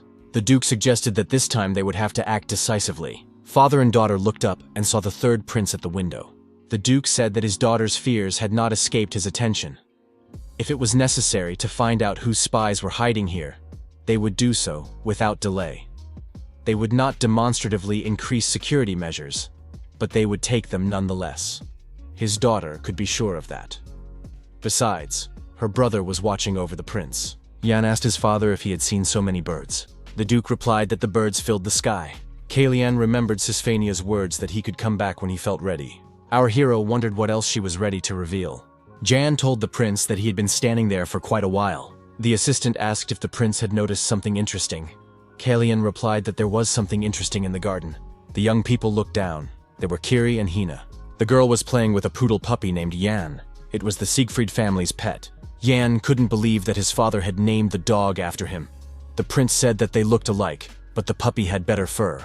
Hina spent quite a lot of time with the puppy. She liked dogs more than birds. Jan, watching the girl, said that the gesture she made meant charming. Kalian thought that the dog would need to be taught sign language if Yang really planned to keep it. Kalian asked how Jan had learned sign language. The assistant said that he had a brother, but he had died of an illness. Jan added that it was in the past, and besides, he now had a prince. Yang said that if the prince got a dog, his brothers would not be thrilled about the idea. Our hero said that in that case, he would simply move to Camillon.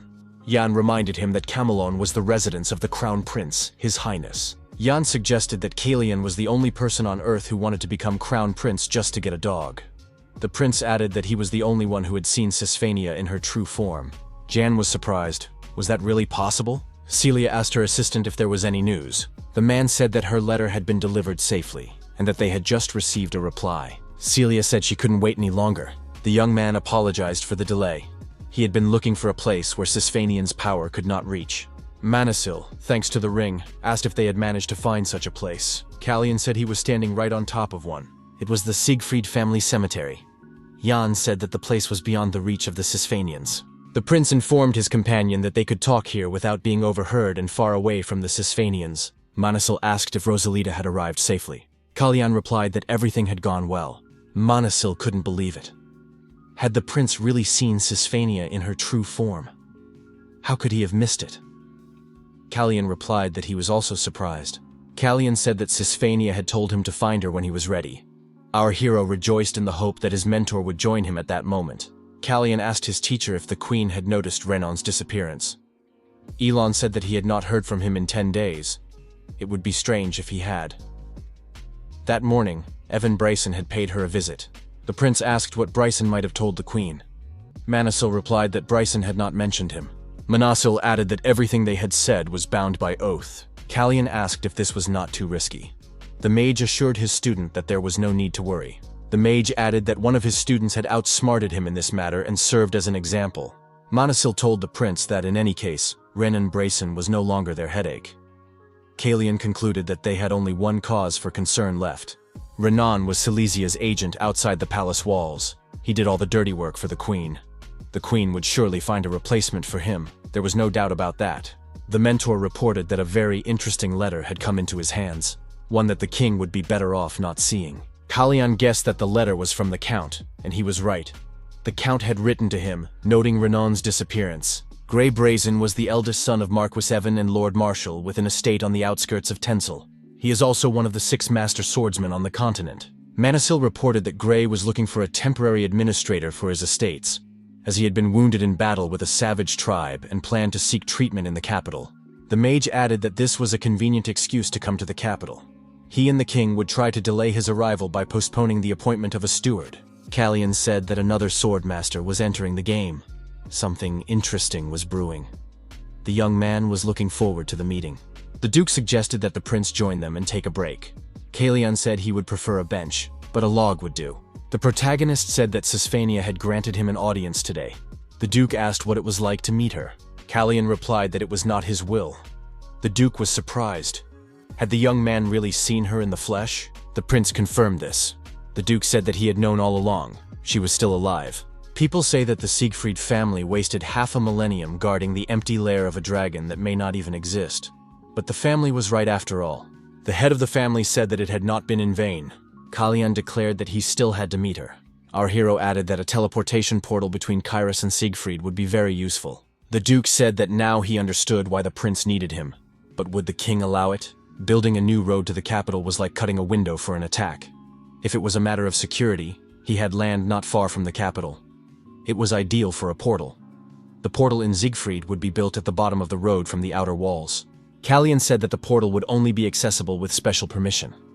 If the Siegfried's possessions were threatened, the Duke would have the right to destroy it. The Duke said he could not refuse the prince. The young man said he had one more request. The Duke was delighted. Had the third prince finally matured enough for sparring? Kalyan replied that he would not call it sparring. Kalyan showed the core and said he had created it with his aura. The Duke thought that there were no conductors here. The prince had created a magical core from his aura and was using it as a sword. The core in our hero's hands had indeed turned into a sword.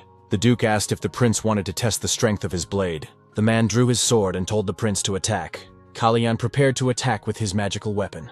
Among all those who chose the path of the sword, there is hardly anyone on the entire continent who can match the Duke's skill. Kalyan thought that, as expected, the Duke was a formidable opponent. His blade was capable of withstanding all the power of its owner while maintaining incredible speed and attack. Siegfried attacked the young man with lightning speed, but to no avail. The Duke was surprised. Just a moment. But even that was not enough to catch his opponent off guard. The prince's thin physique noticeably affected the power of his blows. However, at the same time, it made him surprisingly agile. The Duke thought that maintaining the aura in the sword must require a considerable amount of mana. Perhaps this sparring was designed to force the young man to fight to the limit, and yet he still stood confidently, skillfully parrying and responding to attacks. Siegfried thought that this guy was a real talent. The Duke couldn't understand how this frail young man had become so strong. For a real test of strength, it looked like child's play. The man said it was time to move on to the next stage. Kalyan declared that this was what he had been waiting for. The Duke said that in that case, the young man must meet his blow and moved to attack. However, our hero counterattacked his opponent and aimed his magic sword at him. Our hero's sword lightly touched his opponent's neck, leaving the Duke with a bloody wound. Kalyan thought that this was not good. The Duke said that such a powerful burst of aura was pure madness. The battle continued, and our hero held his own against the second swordmaster. Kalyan noticed his opponent's attack too late, and realized he couldn't dodge it. Our hero also received a small scratch on his face, which began to bleed. The Duke was a little taken aback when he saw the blood on the prince's cheek. At that moment, Urin burst into the room with his knights, who had come running at the sound of the commotion. Urin asked what the noise was and why the Duke had a broken sword in his hands. Why did the Duke have a fresh cut on his neck? Urin couldn't believe it. Had the Duke really lost? That evening, there was a formal dinner attended by many guests. The Duke performed a solo on the violin. Kalyan said it was an excellent performance. Who would have thought that the Duke was as skilled with a bow as he was with a sword? The Duke replied that he had been at home with the violin since birth. Siegfried said he would always be at the prince's service if he ever wanted to hear him play again. Kalyan expressed his hope that the early hour would not prevent the Duke from playing the violin again. The Duke said that the blow had struck him right in the heart. Jan was dissatisfied with his father's behavior. How could he have disfigured the prince's face? Kalyan said he was sincerely grateful for the sparring. It had been a very valuable lesson. The Duke replied that such praise was music to his ears, especially when it came from a student. Now, our hero knew how much power his sword aura could withstand before dissipating. It was the missing piece of the puzzle he had been searching for. The prince said he understood this when the Duke released that flash of aura. He still had a long way to go. The master of the house asked how the young man was feeling with the cut on his face. Kalyan replied that it was just a tiny scratch, and that he would be fine. The Duke admitted that he hadn't expected that, and had gone a little too far. The prince's sword speed was certainly impressive. But the young man tended to use his back to increase the force of his blows, especially with side strikes or when stopping after a series of attacks. The Duke acknowledged that it was barely noticeable. However, it is a very common technique among the knights of Secretia. Our hero remained tense and silent. The Duke watched the prince's reaction closely and said that it was difficult to imagine that someone trained in Kyrus would develop such a habit. The art of fencing in Kyrus is based on footwork. Balance depends on the hips, which is especially important for side strikes. But in the prince's case, it was the arch of his back that provided the rotational force. The Duke advised the prince to be a little more vigilant. People like Grey Brazen would not let something like that slip by. Callian asked if the Duke wasn't even curious about who he really was. The master of the house said that in Siegfried's domain, they the elephants valued strength. Whether the prince was skilled or a skilled pretender was of no concern to him. The man smiled and said that all he cared about was whether they would have a chance to cross swords in battle again. Callian thanked the Duke and asked if Grey could sense his aura. The Duke said that Grey had long since settled in the borderlands, far from the influence of the Brizens. Rumor had it that his father, the Marquis, had disowned him, unable to accept his son's decision to devote his life to the sword. Be that as it may, Grey was a master swordsman, and it would be easy for him to recognize the prince's essence. It was important to be prepared for any surprise. Callian thought that he would need serious preparation. 10 days passed. The prince enjoyed the fresh air on Siegfried's lands. Manasil said that some people had gotten too carried away with vagrancy. Callian replied that he needed to settle some business. The young man added that he would set off as soon as everything was finished here. He asked if Grey Brazen had left for the capital. The mage replied that he had done everything he could to delay him, but had only managed to gain 2 weeks. The mage added that he would try to do something else in the time remaining. The protagonist thought that he was a wizard and a master swordsman at the same time. A secret he had no intention of revealing to the world. If Grey Bryson, who knew nothing about him, discovered the presence of his aura, it would inevitably raise a wave of suspicion. That is why, on the morning after the banquet, our hero turned to Arsene to find out how best to hide the traces of mana. Hertz replied that there were spells suitable for this purpose that were easy to learn. With fourth circle magic, it would be no problem. Both magic and the aura of a sword come from the same source, pure mana. Arsene offered to help the prince with this matter. Callian asked what exactly he should do. Inspired by their mentor's advice, the young people began studying the circles of teleportation. Manasil asked if Rachel and Veronica had arrived yet. Ellen said that Rachel was his sister-in-law and an outstanding mage who had devoted many years to studying teleportation magic. This had saved Duke Siegfried a lot of time when inspecting his estates. Manasil was sure that her knowledge would be of great benefit to the prince. Callian said that he had invited them here because he had a proposal concerning the vast lands of Kyrus. The girls were to focus on creating teleportation circles. They should also teach the prince how to hide his mana. Callian thought that the spell itself was not that difficult to learn, but Duke Slayman was the only one who could tell if the aura was leaking. Therefore, our hero could not leave the castle until his training was complete. After countless hours spent researching and training, the day finally arrived. Slayman said that everything was perfect. He could no longer sense the prince's aura at all. Looking at the prince now, it was hard to imagine that he had ever held a sword in his hands. The protagonist believed that all preparations were complete. As he took his leave, the Duke told the prince that next time he would not be so lenient. Callian replied that the Duke should not worry. He had no intention of remaining easy prey. The third prince declared that they were setting off. Kyrus was waiting for them. The man studied the letter and said that he understood everything. So this was the messenger he had been looking for? So much time had been wasted waiting for nothing. Was this all he was getting?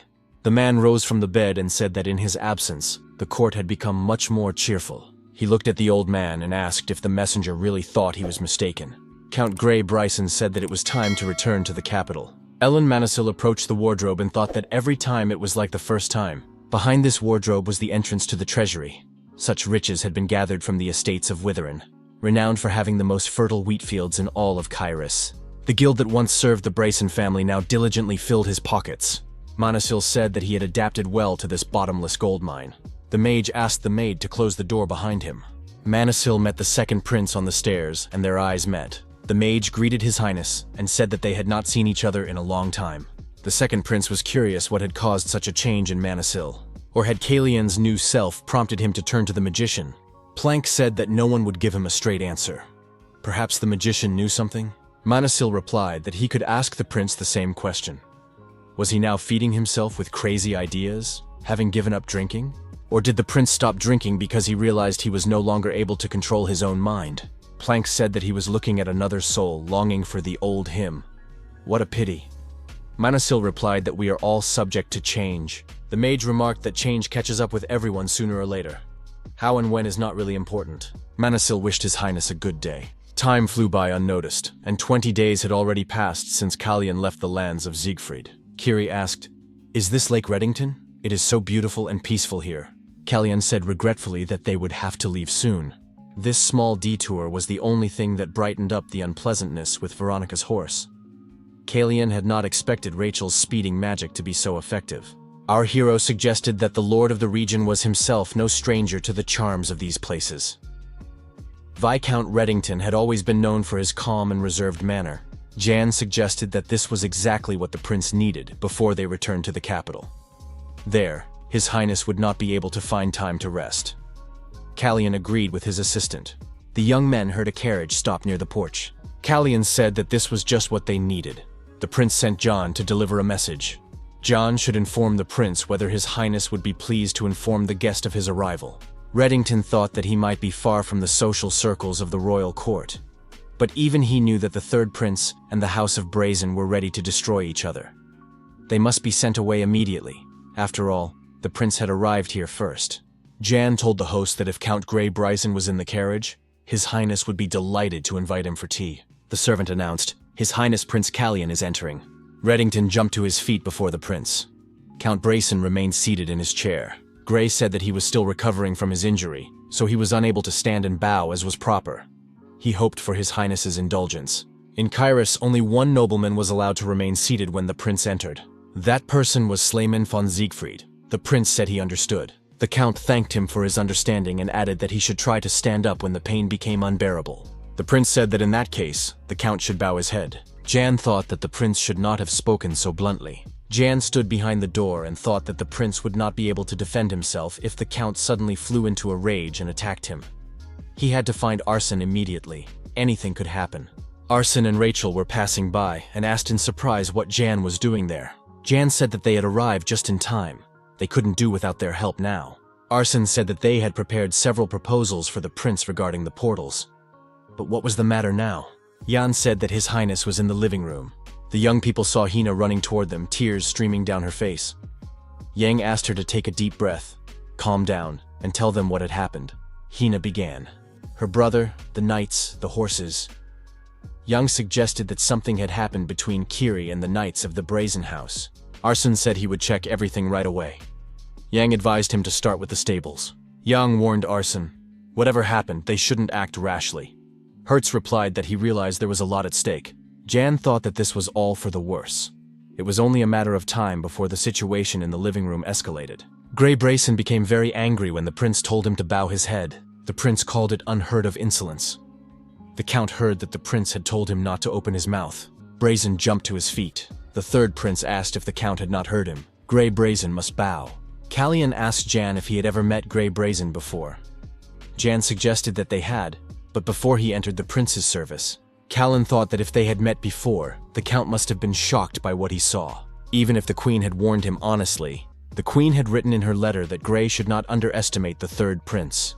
He was no longer the defenseless boy he had once been. The hero wondered what the count would do now. Would they clash in an aura battle? Or would the count draw his sword and dare to attack? Whatever the count chose, it would turn out badly for him. After reading the letter, Bryson thought that Silesia had gone mad with age. But now he saw that she had been right to worry. Could the rumors about the third prince be true? The count couldn't accept it. In this game, Count Bryson was a pawn doomed to defeat. The master of the house shouted for the count to show respect to the prince and return to his place. Kalyan thought that Reddington was an insignificant viscount who dared to raise his voice to a lord who protected the borderlands. But his bravery was wasted on Bryce. After all, the count didn't even realize that Reddington had saved him from certain death. Bryce thought the viscount was a worthless creature and decided to knock him down a peg. But first, he had to deal with this boy. The count knelt down and said that he had no idea how much the third prince craved recognition. As His Highness wishes. Bryce expressed his deepest respect for the great Kalian Rain Kyrus. The third prince said he was tired and wanted to rest, so he would leave first. The Count thought that the prince had the audacity to ignore him as if nothing had happened. Kalyan instructed the host to ensure that the Count was given proper attention during his rest. He looked terribly unwell. Brazen shouted, "Who do they think I am?"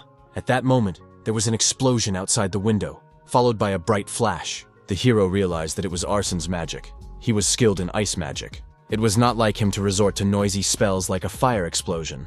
Perhaps he used it to send a signal. Arsen said he didn't know what was going on, but one thing was certain. Kiri and the prince would not be pleased. Kiri replied that he was well aware of that. The knight of the House of Brazen was indignant. What have they done? Do they even know whose carriage they just burned? Arsen declared that the knights themselves were to blame. They had provoked the young man, knowing whom he served. The knight asked, "Is he one of the third prince's lackeys?" Arsen admitted it and asked who these knights were. Grey's lackeys? The knight persisted. Does this magician even understand who he is talking to? The third prince came out to the quarrelers and called the knight a brainless dog. Arsen bowed to the prince, and the knight was surprised to see Kalyan. Kalyan asked if they would have to compensate the Count for the damage. Arsen replied that he would pay for it out of his own salary. Kalyan said that everything was fine then. He had begun to worry when he saw the gathering of servants, but it seemed that nothing serious had happened. The third prince noticed that for some reason he couldn't see his maid. The prince noted that the girl was usually always with her brother in the stables. Where had she gone? Arsen said that the knights had tried to grab the girl and take her away, thinking they had found an obedient girl for the Count's entertainment, not suspecting that she was part of the prince's retinue. Kalyan looked at the Count and said that wherever he went, there would be worms like that crawling around. Brazen saw the remains of his carriage and retinue and asked what it all meant. The Count declared that they were his knights, and that the prince had no right to cut out their tongues. Arsen replied that the knights had been stripped of their titles for harassing the prince's maid and attacking his servant. The Count called his knights brainless fools. Brazen thought that they dared to disgrace him before the whole world and all these worthless servants. The prince said that Lord Manasil would compensate the Count for the damage to the carriage as soon as he reached the capital. Brazen was angry and thought that the third prince would pay dearly for this insolence. Kiri bowed and thanked the prince for his support. Kalyan asked Kiri if he wanted to offer an explanation. The young man replied that he had been through this more times than he could count. Kiri remembered how the knights had insulted him and his sister, saying that they were giving her a chance to earn the Count's favor. Kiri thought it best to wait it out. Everything would pass, as it always did. He believed that it should hardly concern the prince. The prince told the young man that he could do as he saw fit. The Viscount was glad that the prince liked his estate and asked if everything had really been reasonable. Reddington noted that the Count was beside himself with rage. What if he decided to threaten the prince's safe return to Kairos? After all, Count Bryson was a renowned swordsman. The prince had easily recognized the Count's aura when they first met. This meant that the Count's skill was comparable to the prince's, if not superior. Kalyan decided that he could knock the Count to the ground whenever he saw fit, and replied to the Viscount that there was no need to worry. A confrontation with the Count was bound to happen sooner or later. The Viscount thought that there was not the slightest sign of concern on the prince's face. This was remarkable self-control for a young man who had just emerged from adolescence. Reddington said that there was something else that bothered him. The Viscount pointed to Kiri, and added that the servant had been running laps around the training ground for several hours. Was the prince really going to leave him there all night? Kalyan replied that the young man needed to be taught a lesson. The Viscount considered this too inhumane. The prince declared that he would not trust someone who couldn't handle such a minor task to watch his back. Our hero added that everyone must bear their own burden, and that it was time for Kiri to realize this. The Viscount understood that it was not just a matter of punishment. The magician responsible for setting fire to the carriage had not been held accountable. Therefore, the young man's fault lay not in his actions, but in his excessive caution. The prince expects absolute trust from his servants. The Viscount almost envied the young man who had been honored to serve such a noble master. He said that Grey had asked the Viscount for a carriage to replace the one that had been burned down by the servant's fault. The young man asked if the Viscount could not provide the Count with a carriage because of the breakdown. All the wheels of that carriage had suddenly become unusable. The Viscount thought that the prince already knew that this was only an excuse, and realized that he did not wish to receive the Counts on his estate, even at the cost of part of his property. Reddington decided that the prince had known everything from the beginning, and, as the owner of a modest estate, could not afford to carelessly give away priceless carriages. The prince said that he knew that the Viscount's family lived in Kairos, and although the place had a special charm, did the Viscount not long for the warmth of his loved ones? Reddington replied that he did not understand His Highness. The prince handed the Viscount an envelope and said that with this seal, he could request an audience whenever he wished. Kalyan suggested that the Viscount accompany him to the royal capital. The Viscount expressed his hope that the repairs to the carriages would be completed by the time the prince's horses were ready to travel. The queen said that Kalyan would return soon. Wherever he went, rumors followed him. She added that she could not wait to see him. Planck thought that 5 long months had passed since his last conversation with the queen, and the first thing she wanted to discuss was the third prince's affairs. He wondered why the queen was here if she missed her stepbrother so much. Silesia replied that Gray would be arriving soon. Plans asked how that related to him. The queen said that it was difficult to understand her son's discontent. He was destined to follow this path, and whims would not change that fact. He had no other choice, so he should abandon his adolescent stubbornness. Plans said that it was annoying. Who exactly had planned this path for him? The queen asked when her son would stop behaving like a child. If he thought that sarcasm would have any effect, he was deeply mistaken. Celia repeated that Gray would soon arrive in the capital and that he should keep his mouth shut on that day. The young man remarked that he barely recognized some people, and that some were incapable of change. The queen told her son not to worry too much. Planck replied that he would like to say the same to his mother, that he wanted to spare her the trouble and do nothing as she wished. Kalyan informed his mentor that Viscount Reddington would arrive no later than next week. The magician replied that this was somewhat reassuring. In that case, Pollen would not be sent to join his ancestors. Serving the prince was not easy when he was constantly getting into trouble. He asked what the king thought. Manasil replied that the king had decided to speed up the formation of the Balkans. What had happened at Siegfried's estate had made him the center of attention, which would drive Bryson crazy. The king noted that now that Bryson had been publicly humiliated, there were more reasons to worry about the third prince's endeavors.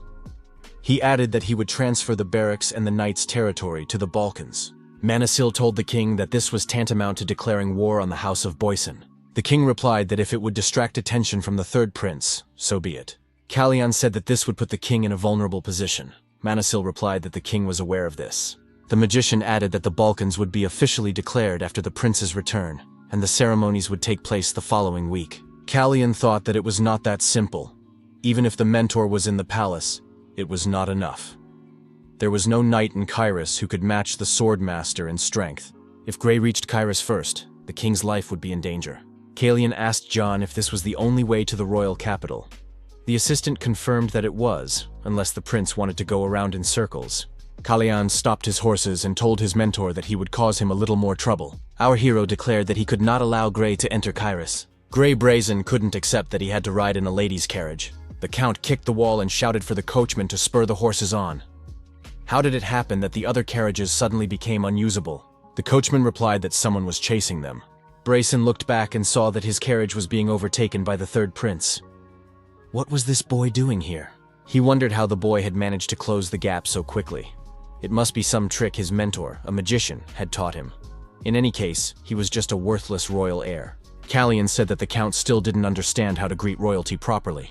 The count shouted from the carriage, "How dare this boy teach him manners!" Gray declared that today the royal family would be cleansed of the stain left by his mother. The third prince did not stand on ceremony with the count. He grabbed him by the throat and lifted him off the ground. The count began to choke. Gray did not understand what kind of power this was. The young man asked, "Where did these malicious intentions and ridiculous insults come from?" The count started it all. Our hero said that he must defend his honor. Did Gray not agree with that? The count was attacked by the prince's magic sword. He fell to the ground and begged for mercy, admitting that he was wrong. The third prince remained unyielding. The young man asked if Gray had ever wondered why his brother had disappeared so suddenly. Kalyan reported that the Marquis of Brazen had been paid a large sum to remove Renan from the road, and Renan had disappeared. The prince said that after that, an idea came to him. Should he try to convince the Marquis to get rid of his firstborn, who was seeking to take his place? Kalyan warned that he was about to ask a question and that it would be best if Gray answered wisely. What was the name of the man who had defeated him today? Gray replied that it was the Marquis Evan Bryson, his own father. Kalyan was surprised. How could a father be so ruthless toward his own son? The prince told the knights and the coachman that they knew what to say when they were questioned about what had happened. The coachman said that the count would return to his estate immediately. The knight confirmed that he understood everything. As he drove away with the count's lifeless body, The coachman remarked that it was only a minor disagreement between father and son. Kiri emerged from behind a tree. The prince asked the young man if he had been watching them. It had been instructive for Kiri as well. Kiri noticed traces of blood on the prince's face. Kalyan suggested that the young man had changed his mind, otherwise he would not be here now. Kalyan said that Kiri used to know him better than he knew himself. Kiri did not understand what the prince meant. During the transition, the prince told Kiri the part of the truth that he deemed necessary. It was announced in the city that Prince Kalyan had returned. It was said that Sisfanian herself had bathed him in sacred light at the coming-of-age ceremony. His brothers had never received this blessing. The great Sisfanian was on his side. His Majesty the King was too. The townspeople said that Prince Kalyan would inherit the throne. The servants announced that His Royal Highness Prince Kalyan was entering. Kalyan greeted his brothers and said that they had not seen each other for a long time. The young man apologized for being late. Plank said, "Welcome back, Kalyan." Our hero was surprised. Had the second prince just greeted him? This came as a complete surprise to everyone present. What was Plank up to this time? The servants announced that His Majesty the King was entering. The king asked Randell if he had read the treatise by Certea. The king added that he would be pleased to hear his opinion on what he had read. His Majesty said that the second prince's efforts had borne fruit. He had gained muscle. They should go hunting together. The king suggested going further and organizing a hunting trip. Callan couldn't remember the last time he had felt so uncomfortable.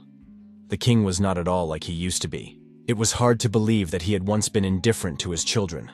What a remarkable change. The servant apologized and reported something to the king. His Majesty ordered that she be invited in. Callan thought she had been wise not to waste any time. He was beginning to feel nervous. The servants announced that Her Majesty Queen Silesia was entering. The third prince said he was glad to see Her Majesty. The queen said that Callan looked wonderful. Had he arrived safely in the capital? The young man replied that everything had gone perfectly. Celia added that she was worried that the third prince had caught a cold like last time.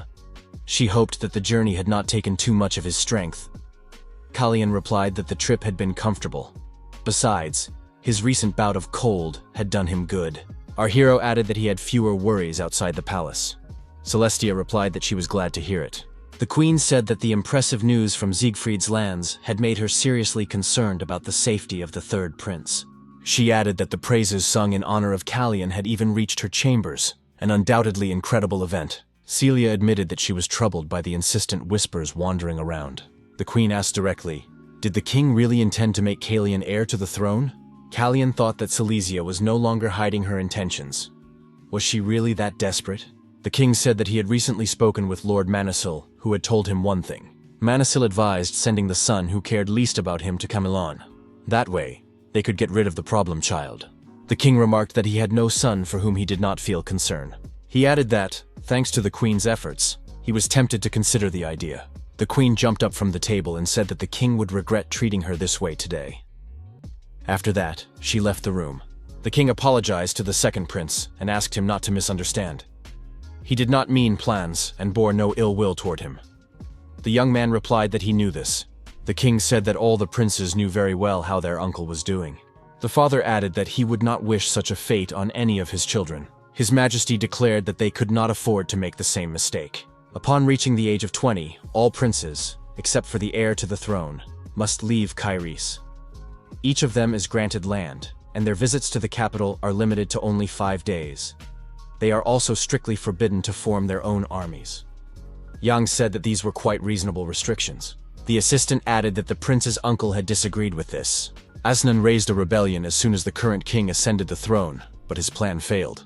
Now he is imprisoned in a tower in the most inaccessible wilderness of the Varekan Valley. Kalyan said that this was precisely why His Majesty was so eager for the princes to forget their quarrels and make peace. Then none of them would have to shed blood. Yan asked if the prince really thought that was possible. Kalyan replied that, given the current state of affairs, it was difficult to imagine such a thing happening. Kalyan saw a lone rose growing, which glowed as soon as the prince approached it. Jan showed the prince that something in his pocket was also glowing. Kalyan took the mysterious stone out of his pocket. It was also glowing. All the flowers had been cut, but this rose continued to bloom as if nothing had happened. The young man was surprised. What was this strange glow? Could the flower really be reacting to the stone? Kalyan touched the rose petal and heard a crunch under his fingers. The petal immediately crumbled and fell apart. The prince said that the rose had dried up. It was as if time itself had frozen, holding its breath, and in an instant it broke free and rushed forward. Time, Stone, Rose, Elf. The axis of time, Sisfanian and Sorrenti. Sisfanian said that the young man's impatience contradicted Sorrenti's will. The prince did not understand how he could remain patient when time was slipping through his fingers. Yan asked the prince if he planned to go to breakfast tomorrow, since he had already missed it for 2 days. Kallian, lying on his bed in his room, said he was still exhausted from the long journey and would skip breakfast. Left alone in the room, the prince got up from the bed. He sensed that someone was on the veranda. Planck said that Kallian was indeed a magician. He even jumped out of bed at every little noise. Kallian noticed that it was late and that Planck had come without an invitation. Why was he here? Planck said that a rose had disappeared from the garden. The second prince wondered if it was the work of his brother. Kallian replied that only one flower was missing. Why all the fuss? It must be very important to plans, since he had come at this hour. Planck said that his brother couldn't have failed to notice that it was a special flower. He suggested that this was why Kallian had skipped breakfast. Kallian thought that plans knew everything. It was a rose from Randall's garden. His mother was from Tencel. So our hero assumed that what he had seen was somehow connected to the holy power in his blood. Plans said he had asked Randall if he knew anything about the rose in the garden that never wilted. Randall always replied that he didn't know. Callan was surprised. Did Plans really expect his older brother to one day say that he knew? Planck remarked that only someone with holy power could prolong the fleeting life of a rose. But why did Randall feel the need to hide his powers? Kallian wondered, could Randall really use holy power? Planck warned his younger brother. He had told Randall that he had burned the rose. He added that now Kallian could pretend to be a fool for as long as he wanted. Kallian asked his brother why he was doing this. Plans replied that Kallian had skipped breakfast so that no one would notice how much it bothered him. Kallian asked why Plans was acting out of character, trying to shield his younger brother from Randall's scrutiny. As far as he could remember, they had never been close enough to do such favors for each other. Planck smiled. Did Kallian really remember? He said that no matter how powerful Randall was, he couldn't defeat him. Plans added that he himself couldn't win either. Kallian asked if he understood correctly. It sounded as if Plans had decided to help him when he realized that Randall had no chance against his mother. Kallian said that he probably understood. Plans had never wanted to become crown prince from the beginning. The third prince was left alone in the room. He remembered his older brother's words. No matter how powerful he is, Randall cannot be defeated. Flowers supported by holy power. A black stone reeking of blood, resonating with these flowers. Kallian began to understand how Randall was connected to this. He had to provoke him into making the first move. Kallian decided that by provoking Randall, he would force him to reveal himself and his secrets. The only way to do this was to strip Silesia of her power. However, time was running out. Silesia refused to believe what she had heard. What had really happened to Count Grey? The maid repeated that the Count had been seriously injured and had returned to his estate. The Queen understood what had happened. It was obvious when the reports had stopped coming in just before his arrival in the capital. Celia asked if he was really wounded. The maid replied that shortly before arriving in Kairos, he had been attacked by Marquis Evan's men. The Queen wondered why his father would do such a thing. The maid said that the Marquis had warned the Count never to return to the capital. There were rumors that Count Bryson was planning to get the title of Marquis. The Queen wondered if her father had found out about their agreement. In her letter, she had asked her brother to help Planck become crown prince. In that case, her father's title would go to Grey. Silesia was not sure that no one could have known about this. Besides, the timing was wrong.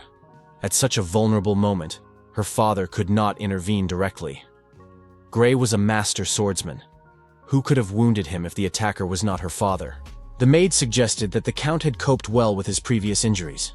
But during the attack, he was unable to defend himself properly because of them. The Queen said that medicine should be sent, and the extent of the Count's injuries determined.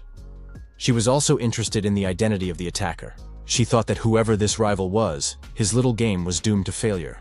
He must have thought that pointing the finger at her father during the attack was a brilliant idea. It was a pity, because she had told Grey to use his injury as an excuse. The Queen handed him the bag of money. He took it and asked how long the list was. The Queen replied that there was only one item on it. The knight said that one item was too generous. It was Tail, the deputy commander of the Fable Knights. Behind his charming mask, no one could see his true nature. In reality, he was a cold-blooded killer who took lives for a minimal price. The knight asked how he could be of service. The Queen said that a man had been assigned to accompany Prince Kallian to his coming-of-age ceremony. He needed to find out if he had crossed paths with Gray and what might have happened. She added that if Tail could silence him, he would receive another bag. The knight asked for the man's name. Silesia said his name was Arsene Hertz. He was a mage. However, she couldn't shake the feeling that Kalyan was behind it all. Rumors began to spread among the courtiers that Evan Breeson had attacked his own son. Now the Marquise was desperately searching for the source of these rumors. Moreover, the Marquis had not appeared at court for a long time. He was also absent from the next meeting. But why had the king summoned all the nobility today? His Majesty said he had an important announcement to make. The king announced that for generations they had turned away from magic, relying on the power of swords. To correct this mistake, he had decided to form his own squad of magicians. Those present were surprised. Would a squad of magicians really be stationed here in Kairis? Did His Majesty not understand how many places were occupied by knightly families? And where was the Marquis of Brisson now when such things were happening? The king added that they would be called Vulcan. The ceremony to mark their formation would take place in a week. His Majesty said that arrangements had already been made to transfer the barracks and training grounds of the Knights of Fable to the Vulcan. After that, the meeting was adjourned, and the king announced that everyone was free to leave. His Majesty told his servant that he needed some time to be alone. When he met with the king, Kalyan asked if everything would be all right. His Majesty replied that he had everything under control. Kalyan informed his father that he planned to visit the knight families. Would that be a problem? The king suggested that the third prince was going to secure his allies and asked if he considered them a threat to the reign. He noted that his younger son's actions were very bold and did not object. His Majesty said that his son could do as he wished. Kalyan thanked him. Kalyan added that he would have to avoid the Brisson family. How did the king feel about the joint hunt he had promised the second prince? Jan thought that his youngest son had finally gained his own power. Now Kalyan had his own squad of mages. Our hero noted that he was not officially affiliated with Vulcan. Jan replied that this was no reason not to celebrate. Arsene entered the room and said that he had finally found a solution to the teleportation circle problem. The principle was similar to how oath seals worked. This would allow contracts to be made for the use of the circle. Control over it would remain exclusively in the hands of His Highness, the third prince. Kalyan said that this was incredible. He was ready to discuss all the details later. Arsene needed to rest now, and they would all celebrate during the ceremony. Arsene said he had to meet with Mr. Ianisil after dinner. Kalyan said he would take care of it himself. Arsene needed to rest while he had the chance. Hertz thanked the prince and said he would heed his advice. Kalyan wished Hertz to be careful and not fall asleep on the way. Arsene, as expected, dozed off while riding in the carriage. In his dream, the third prince reminded the mage not to fall asleep. Arsene woke up with a start. The carriage had stopped. The coachman said that there was an ambush ahead, and that there were more attackers than their men. Arsene looked out of the carriage and saw that they were being pursued by a whole gang. Arsene told the coachman to speed up and not look back. He himself jumped out of the carriage. Arsene prepared to use his unique magical abilities. He told the attackers that he was the deputy commander of the Vulcan Mage Squad, and that his name was Arsene Hertz. This time, the banquet was quieter than usual. Manhwa asked our hero, "Is Arsene Hertz absent?" Kalyan said he could only guess what the magician was doing at the moment. The prince noted that early in the morning, news about Count Grey had reached the queen's ears. She would not sit idly by. Manhwa suggested that Hertz was a decoy. The mentor thought that his student was using Arsene to the fullest, probably still harboring resentment toward him from a past life. Our hero was sure that the queen now doubted Count Grey's loyalty to her cause. She was well aware that his decision to help was not born out of familial love. Grey could only inherit his father's title after the Marquise's death.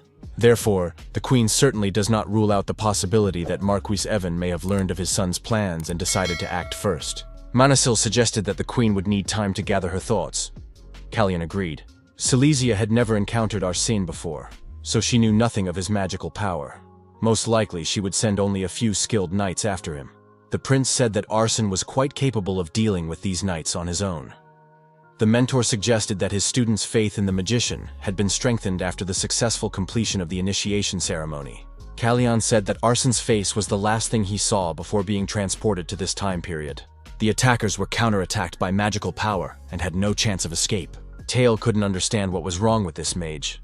Don't spellcasters need time to choose their targets and cast spells? Why was this mage throwing spells without pause? The leader of the attackers said that spellcasters were weak in close combat. It was necessary to dismount immediately and attack the opponent, closing the distance. Fear of money would not help, and this mage was worth a fortune. Tyre urged his subordinates to think about the reward for this mage's head. Arsene created a magical barrier and became untouchable to the attackers. The villains couldn't believe that the barrier had been created so quickly. Tail thought he shouldn't have taken this job in the first place. The mercenary now had no idea how to defeat an enemy of this caliber with only a dozen men. The attackers were taking damage. Tyler decided he wasn't going to die here like a stray dog. The mercenary couldn't get far. The mage was right in front of him. Arsene said that the last criminal was left. Tyler begged for mercy and said he had information and was ready to tell everything he knew. Arsene replied that he needed more specifics. Tyler showed him the bag of money and said that the queen herself had ordered him to kill the prince. The mercenary added that he had also been paid to kill Prince Kalian's maid, whom the queen had sent to him. He could testify if necessary. Arsene suggested that the prince would prefer to forget that incident forever. Tail added that he knew exactly where the Marquis got his money. The Marquis owned a secret gambling business in Kyrius. There, people bet on fights without rules, and he could take him there. Arsene said that the mercenary had almost intrigued him, but the prince already had someone who knew the place very well. The mercenary stated that Marquis Brisson had not touched a sword in many years. Tyle added that he had seen fragments of a sword, but his son Grey had tried to hide them.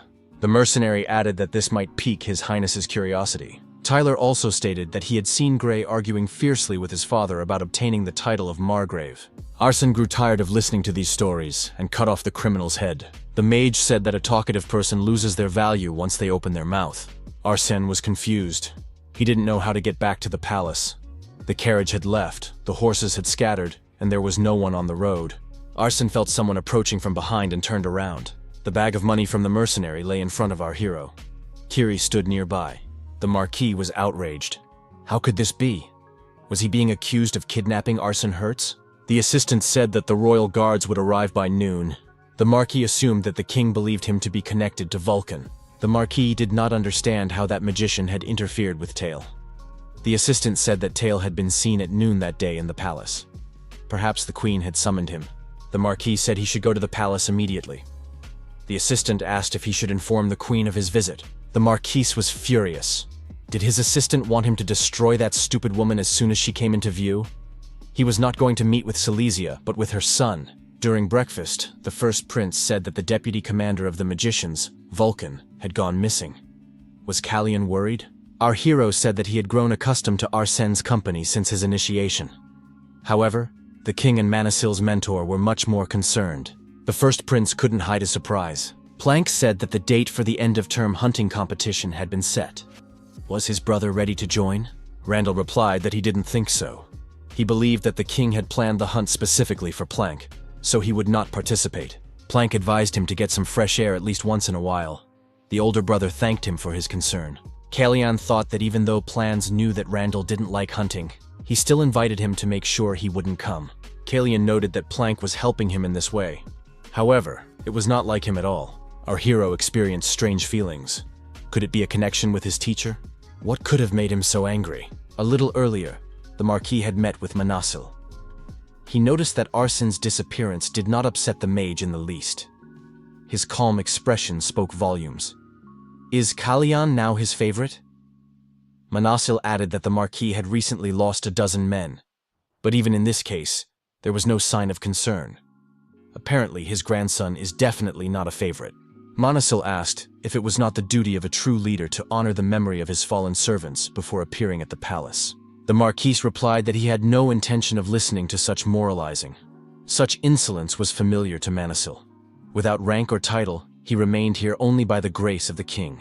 The mage said that it was not for the Marquis to judge the king's generosity. The Marquis remarked that showing favor to the mage signaled that the king's decisions could no longer be trusted. The Marquis added that as for Kalian, he had not strayed far from his teacher.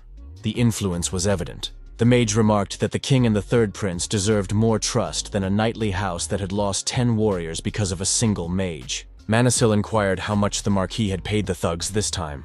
The mage added that it was probably peanuts compared to the fortune they had received from selling their own son. The Marquis was furious. Could the mage really say such a thing? Manasil reminded him that he was far from weak. But the Marquis had a strange tendency to forget things. Manasil asked how the Marquis could stand on his own 2 feet if he couldn't remember his place. The Marquis was attacked by magical forces. The Marquis felt the flames engulf him. Manasil advised him to learn to think before acting. The Marquis should also consider who he is dealing with in the future. The Marquis began to choke and grabbed his throat. The coughing did not stop. The Queen's father remarked that while this magician might be powerful, he would not last long alone. Manasil objected that his opponent was mistaken, for he was not alone. The magician asked if the Marquis had considered why Gray had gone to the capital. What did he hope to gain, and on whom did he rely? Gray would not have gone to the capital if he had not received an offer he could not refuse. For example, the opportunity to obtain the title of Marquis. Come to think of it, Renan had turned his back on his family and bet on Randall. The Marquis thought, had the Queen betrayed him too? The Marquis was angry. He had to deal with his daughter immediately. The assistant told the Marquis that a lot of time had passed. Was his master planning to visit the prince's chambers? The Marquis intended to go to the palace of Shermil to find out how Planck and his mother were getting along. However, the situation had now changed. The Marquis told his assistant that they were returning.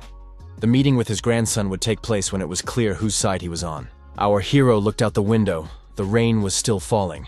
It wouldn't be long before the hunt was cancelled. Kalyan asked Planck what he thought about it. Plans replied that he had sensed the mage driving away the knights that morning. Kalyan was surprised. So Plans had sensed a surge of mana? Apparently their father had not exaggerated the second prince's skill with the sword. Kalyan asked his brother if he often communicated with the Marquis. Planck replied that he had never spoken to his grandfather alone. Kalyan smiled. Their family was so close-knit that even a hug could break it apart. Kalyan suggested that the Marquis wanted to strip the Queen of her title and have Planck take the place of the Crown Prince. Our hero added that if Planck's goal was to bring down his mother, there was no need to continue supporting him.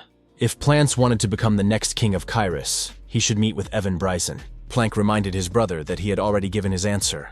Kalyan said that in that case there was only one thing left to discuss, Cilicia. Our hero declared that this time, the worst outcome awaited her, because that was the fate he had in store for her. Plans replied that he had no intention of protecting her from the consequences. Kalyan held out his hand and told his brother not to take it if he wasn't ready for what was to come. Planck remarked that their mother had gone to great lengths to pave her way. If that was the result of her efforts, then so be it. He shook his younger brother's hand. Jan was surprised. Had Kalyan joined forces with Planck instead of Randall? Jan added that in that case, the second prince had turned his back on the queen. But he shouldn't have any reason to do so. Kalyan said that Plans had not turned away from anyone. He had simply closed his heart to his mother. Unable to reconcile himself with Silesia's atrocities for the sake of his ascension to the throne, Plans hid behind the guise of a rebellious son. His body was saturated with wine, but his breath never smelled of alcohol. Planck behaved terribly toward his younger brother. However, he only demonstrated this behavior when witnesses were present. Most likely, he believed that portraying himself as a troubled child would cause his mother to abandon him, or at least stop harming others. However, Plans eventually came to realize that Silesia had already passed the point of no return, and that only death could stop her now. Jan asked in surprise why Plans had behaved this way toward his younger brother for so long. Kalyan replied that he hadn't asked. Even if there had been a reason, the only person who could have understood and forgiven Plans was already dead. It was already too late. The king was informed that Arsene Hertz had not been found on the Brisson estate. The neighboring buildings had also been searched, but there were no traces of him there either. An assistant reported that they had managed to find the prisoner in the dungeon. This prisoner was most likely Renan Brisson. Manasil, who was in the room, asked if this was really the best course of action. The king said that now was not the time to be picky. Elon had not forgotten who he was, had he? Even if only temporarily, Manasil was considered the commander of the Vulcan mages. With this appointment, the king wanted to show the power of the new squad of mages in this palace. Manasil asked if that was why His Majesty had raised the royal guard and intensified the search. When the guards arrived, the Marquis was surprised. Was he really being accused of kidnapping and holding a mage captive? The officer replied that it was the king's order and that the Marquis would be better off not resisting. The king added that those who saw only regalia and titles would consider Manasil to be just another mage until they realized their mistake through their own experience. Manasil thought that the king was aware of how Evan perceived him. The king asked, "Surely Elon became a viscount in Reborn?" Manasil confirmed this, but added that he was known to most as an archmage. The mage added, "Viscount in Riberi, Baron in Secretia." But he liked the title of mentor to the prince best of all. The king agreed to leave him the role of tutor to the third prince. His Majesty said that the title of Count of Kyrus should also be added. The king looked up at the mage and asked what was going on. Manasil remarked that it sounded very mundane, as if they were talking about the weather. Kalyan looked out the window and said that the rain had finally stopped. That meant the hunting competition would not be cancelled. Yan greeted the prince and asked if he had been outside unaccompanied again. Kalyan replied that he had taken a short walk to deliver something. Jan said that he should be grateful that the outing had happened in the morning and not at night. Jan added that His Highness should take a look at something. An assistant reported that gifts had arrived from Baron Pollen. Horses were waiting outside. The prince remarked that it was a very fine horse. The Viscount of Reddington had arrived in the capital safe and sound. Jan noted that there was a cat among the gifts. Kalyan said that it was very timely. He wondered whether to buy a dog or a bird. A cat would also be suitable. The prince took the cat to Hein and said it was a gift for her. Our hero added that cats were allowed in the Shermal Palace. They just had to be well cared for. Hina was very happy and thanked His Highness. Jan reported that the royal guards had searched Bryzen's house the previous night, but Arson was not found there. Kalyan said that his subordinate was not so easy to defeat. Arson was fine, wherever he was. The prince added that he would not let it go so easily. The disappearance of the deputy commander of the Vulcan mages was a serious problem. This problem must be dealt with appropriately. House Bryzen must be paid back in kind. It is time to go hunting. This year, the royal hunt is being held in honor of the second prince. However, the prince himself is nowhere to be seen. Could he be skipping the hunt again? Some of the courtiers suggested that the second prince's health had deteriorated. However, this was not the first time they had heard such an excuse. Kalyan asked Plank not to take part in the hunt today. The third prince told his brother that he would be in bed with a terrible cold for everyone's sake. Plank said that he really would be unwell on the day of the hunt. Kalyan told Plans not to worry. He would talk to the king so that he would understand everything correctly. Plank didn't know what his younger brother was up to, but if Kalyan wanted him to stay out of the spotlight, then so be it. Plank saw the girl running after the kitten. He thought she was his younger brother's maid. Plank became alert, because that road led to the rose garden. The girl shouldn't go there. He remembered that Randall was usually there at that time of day. He was always there with his guards. The first prince looked back at the noise. What was going on there? Randall saw the head of the guard pointing his sword at a girl. The knight asked the frightened Hina who she was, and how she had ended up there. Hina was scared, but she knew she had to tell the knight that she was the third prince's maid. The girl was afraid that the knight would not understand her gestures. Maybe she should write it down in her notebook. The knight shouted at the girl not to move and pressed his sword against her chest. One more move, and he would consider her a spy. Suddenly someone asked in surprise who these guards were. Hina looked back and saw the second prince. Plank said that these guards were not even able to recognize the third prince's maid. Could their eyesight be failing? The knight apologized. He didn't know that this girl was a maid working in the palace of Shermil. Plank told Hina to get that cat out of his sight. Randall noted that Plans had invited him to go hunting, but had not gone himself. Plank replied that he had no idea his older brother would be there, and wished him a good day. Randall said he saw an improvement in the relationship between the younger brothers. During the hunt, the king expressed uncertainty. Would this be better for his sons? He asked if Manasil could be trusted. His Highness remarked that archery requires more than just strength.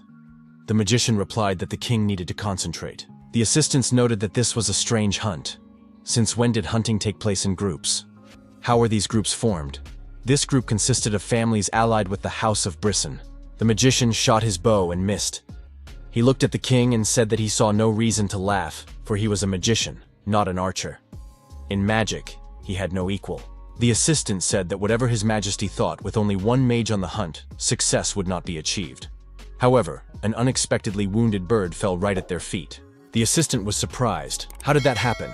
He hadn't even seen any arrows. The assistant added that it didn't count. One said that magic could be used, while the other pointed out that there were no rules against it either. Manasil wondered what the king would say about this. His Majesty replied that this would not do. Was the mage really going to hunt everything in his field of vision? Those present were frightened, as the spell could have been aimed at any of them. It was definitely a warning.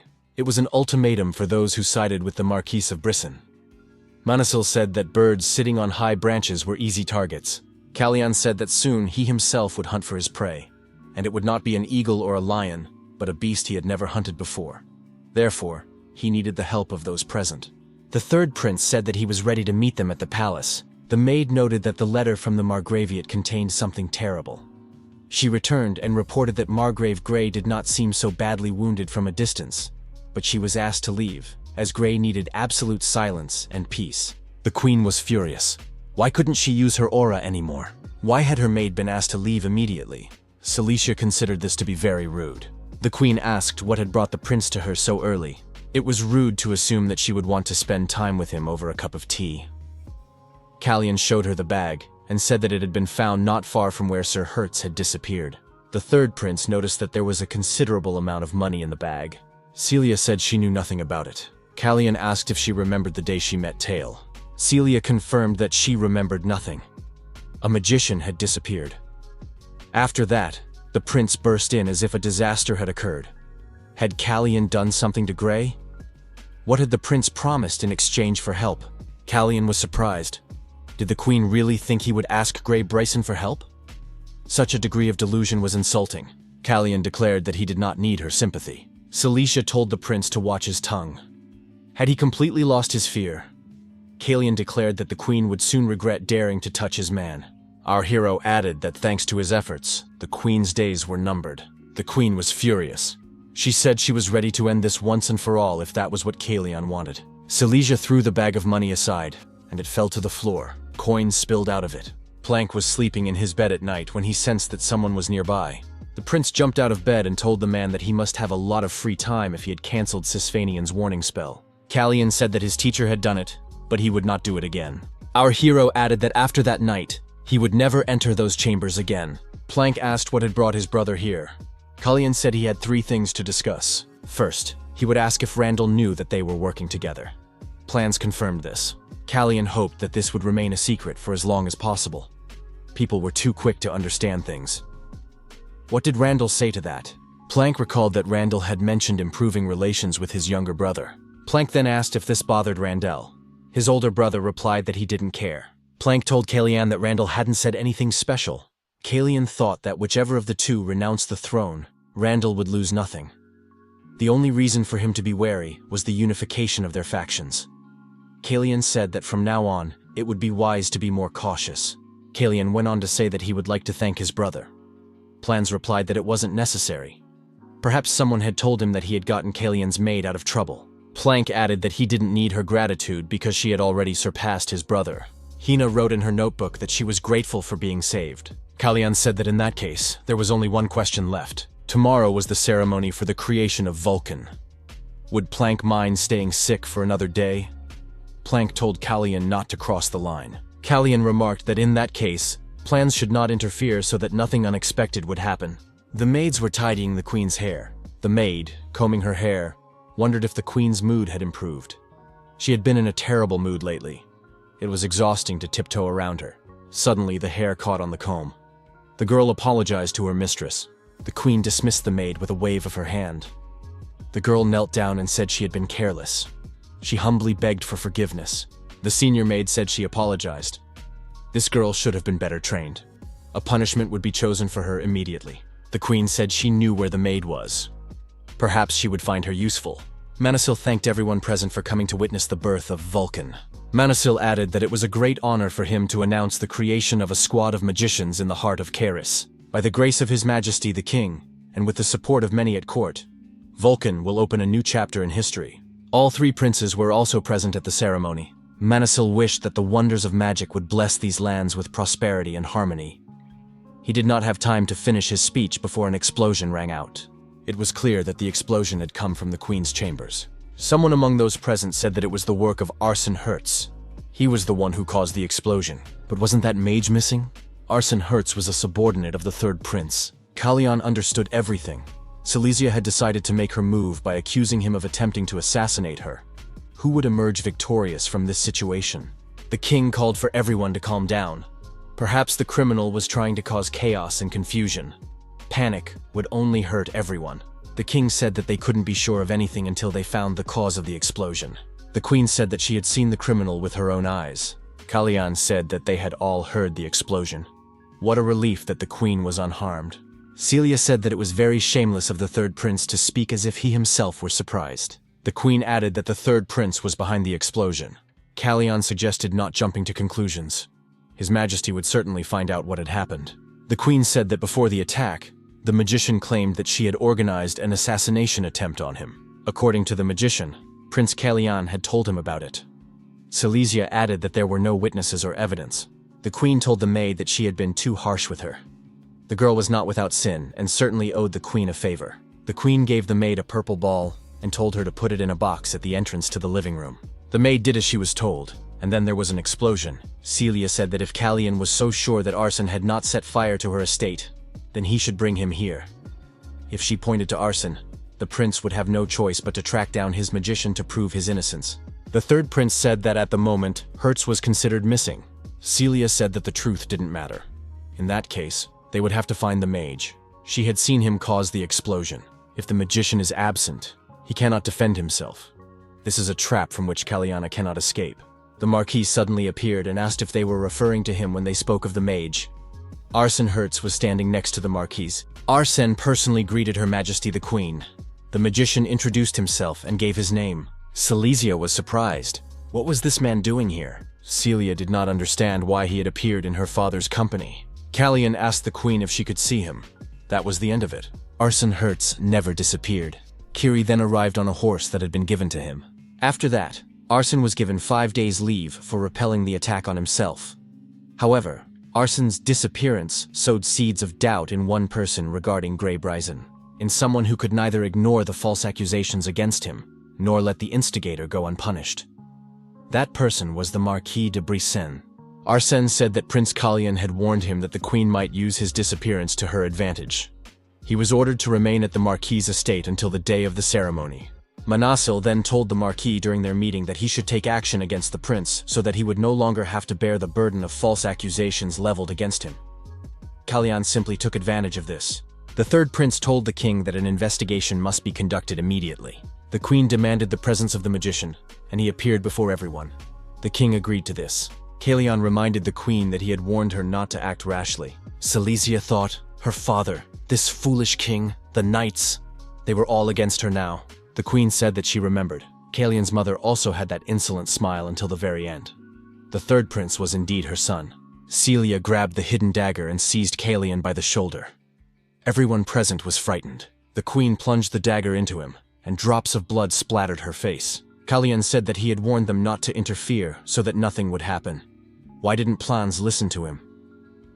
Plans managed to protect his younger brother by standing in front of him, and the dagger pierced his chest.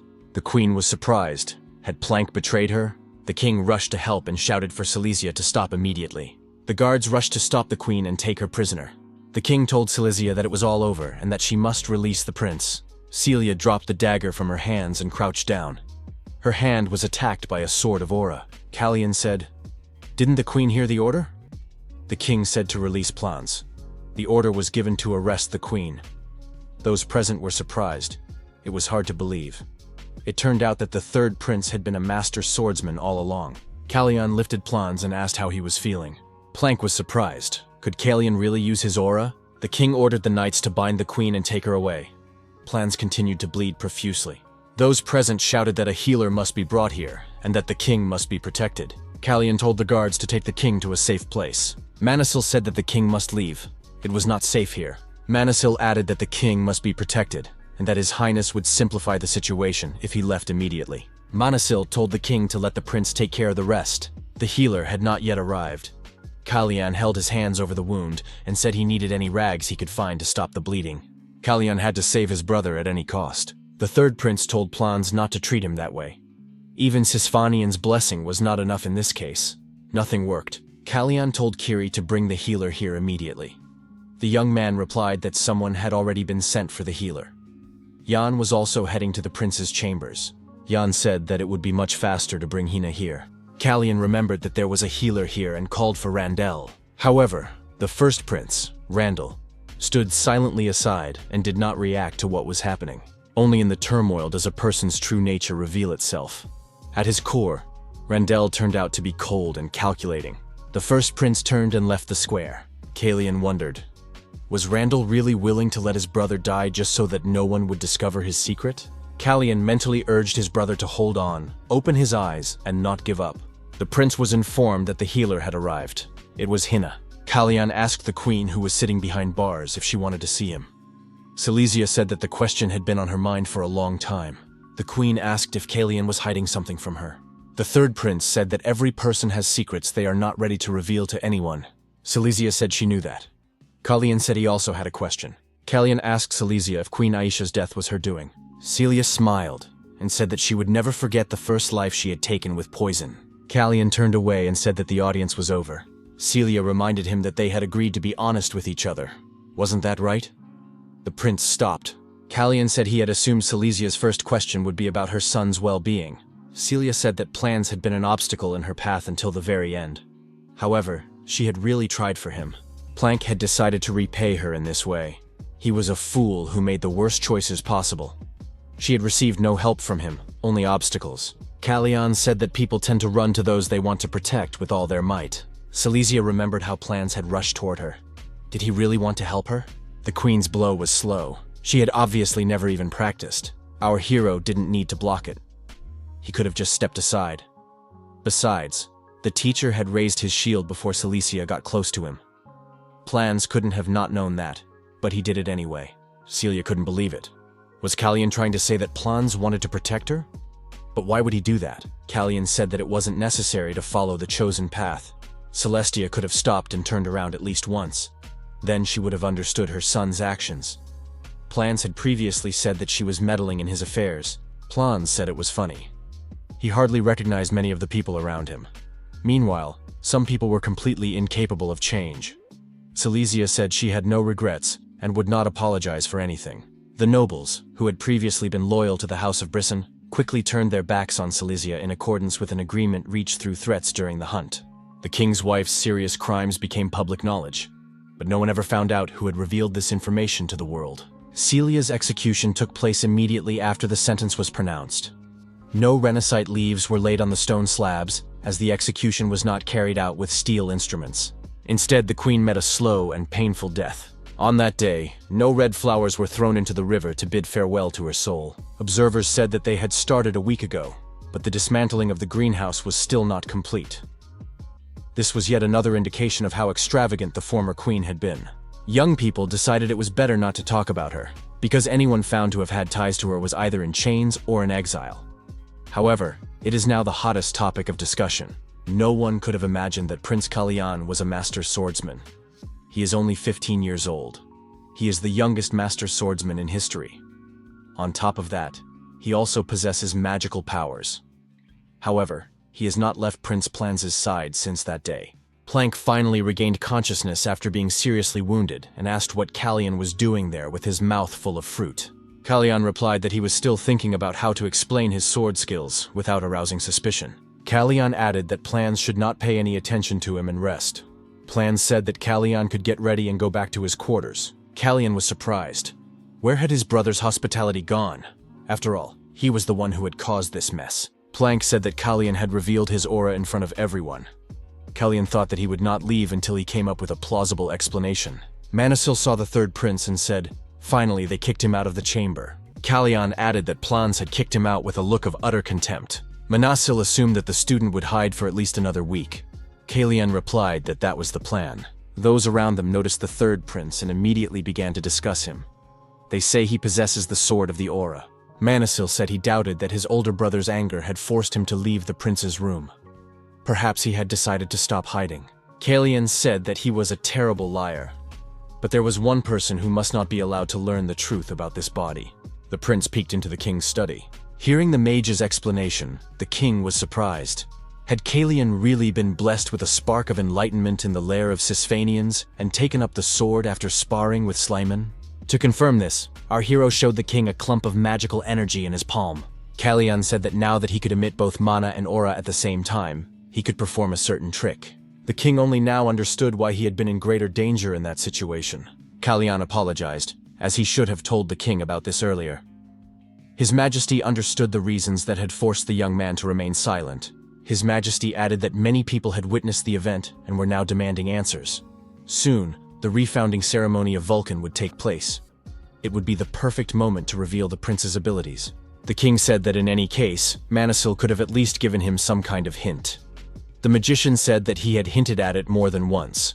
Kalian remarked that even he would not have understood such hints. The mentor said that the student had decided to side with his father. Kalian declared that he was completely impartial. Manisil said that his student was disappointing him. Now that word would spread that Kalian was a master swordsman, Evan Brisson would be watching his every move. Randall would not stand idly by either. The king remembered that Randall, the first prince, had been terribly reserved that day. He did not regard his brother as family, but only as a rival. Manisil summoned the king. His Majesty asked if they had been discussing anything. The magician suggested that the king had overheard everything. A week later, the king announced the official creation of the Vulcan Mage Squad. The founding ceremony was held again. The king announced the birth of the 6th Master Swordsman on the continent. Meanwhile, the Brisson house closed its doors, hiding from prying eyes. The prince was told that a lot of time had passed, but even his body would not be able to withstand it if he did not rest. Plank trained hard and often. However, the scent of flowers that Silesia had so enjoyed no longer lingered in the air. The coming of spring heralded a new beginning. His Majesty was congratulated on his birthday. The king said that he was truly pleased to receive so many congratulations. His Majesty said that spring was the season of new beginnings. This day should mark the start of something new for each of them. A man hiding his face under a hood approached the third prince. The young men met face to face for the first time.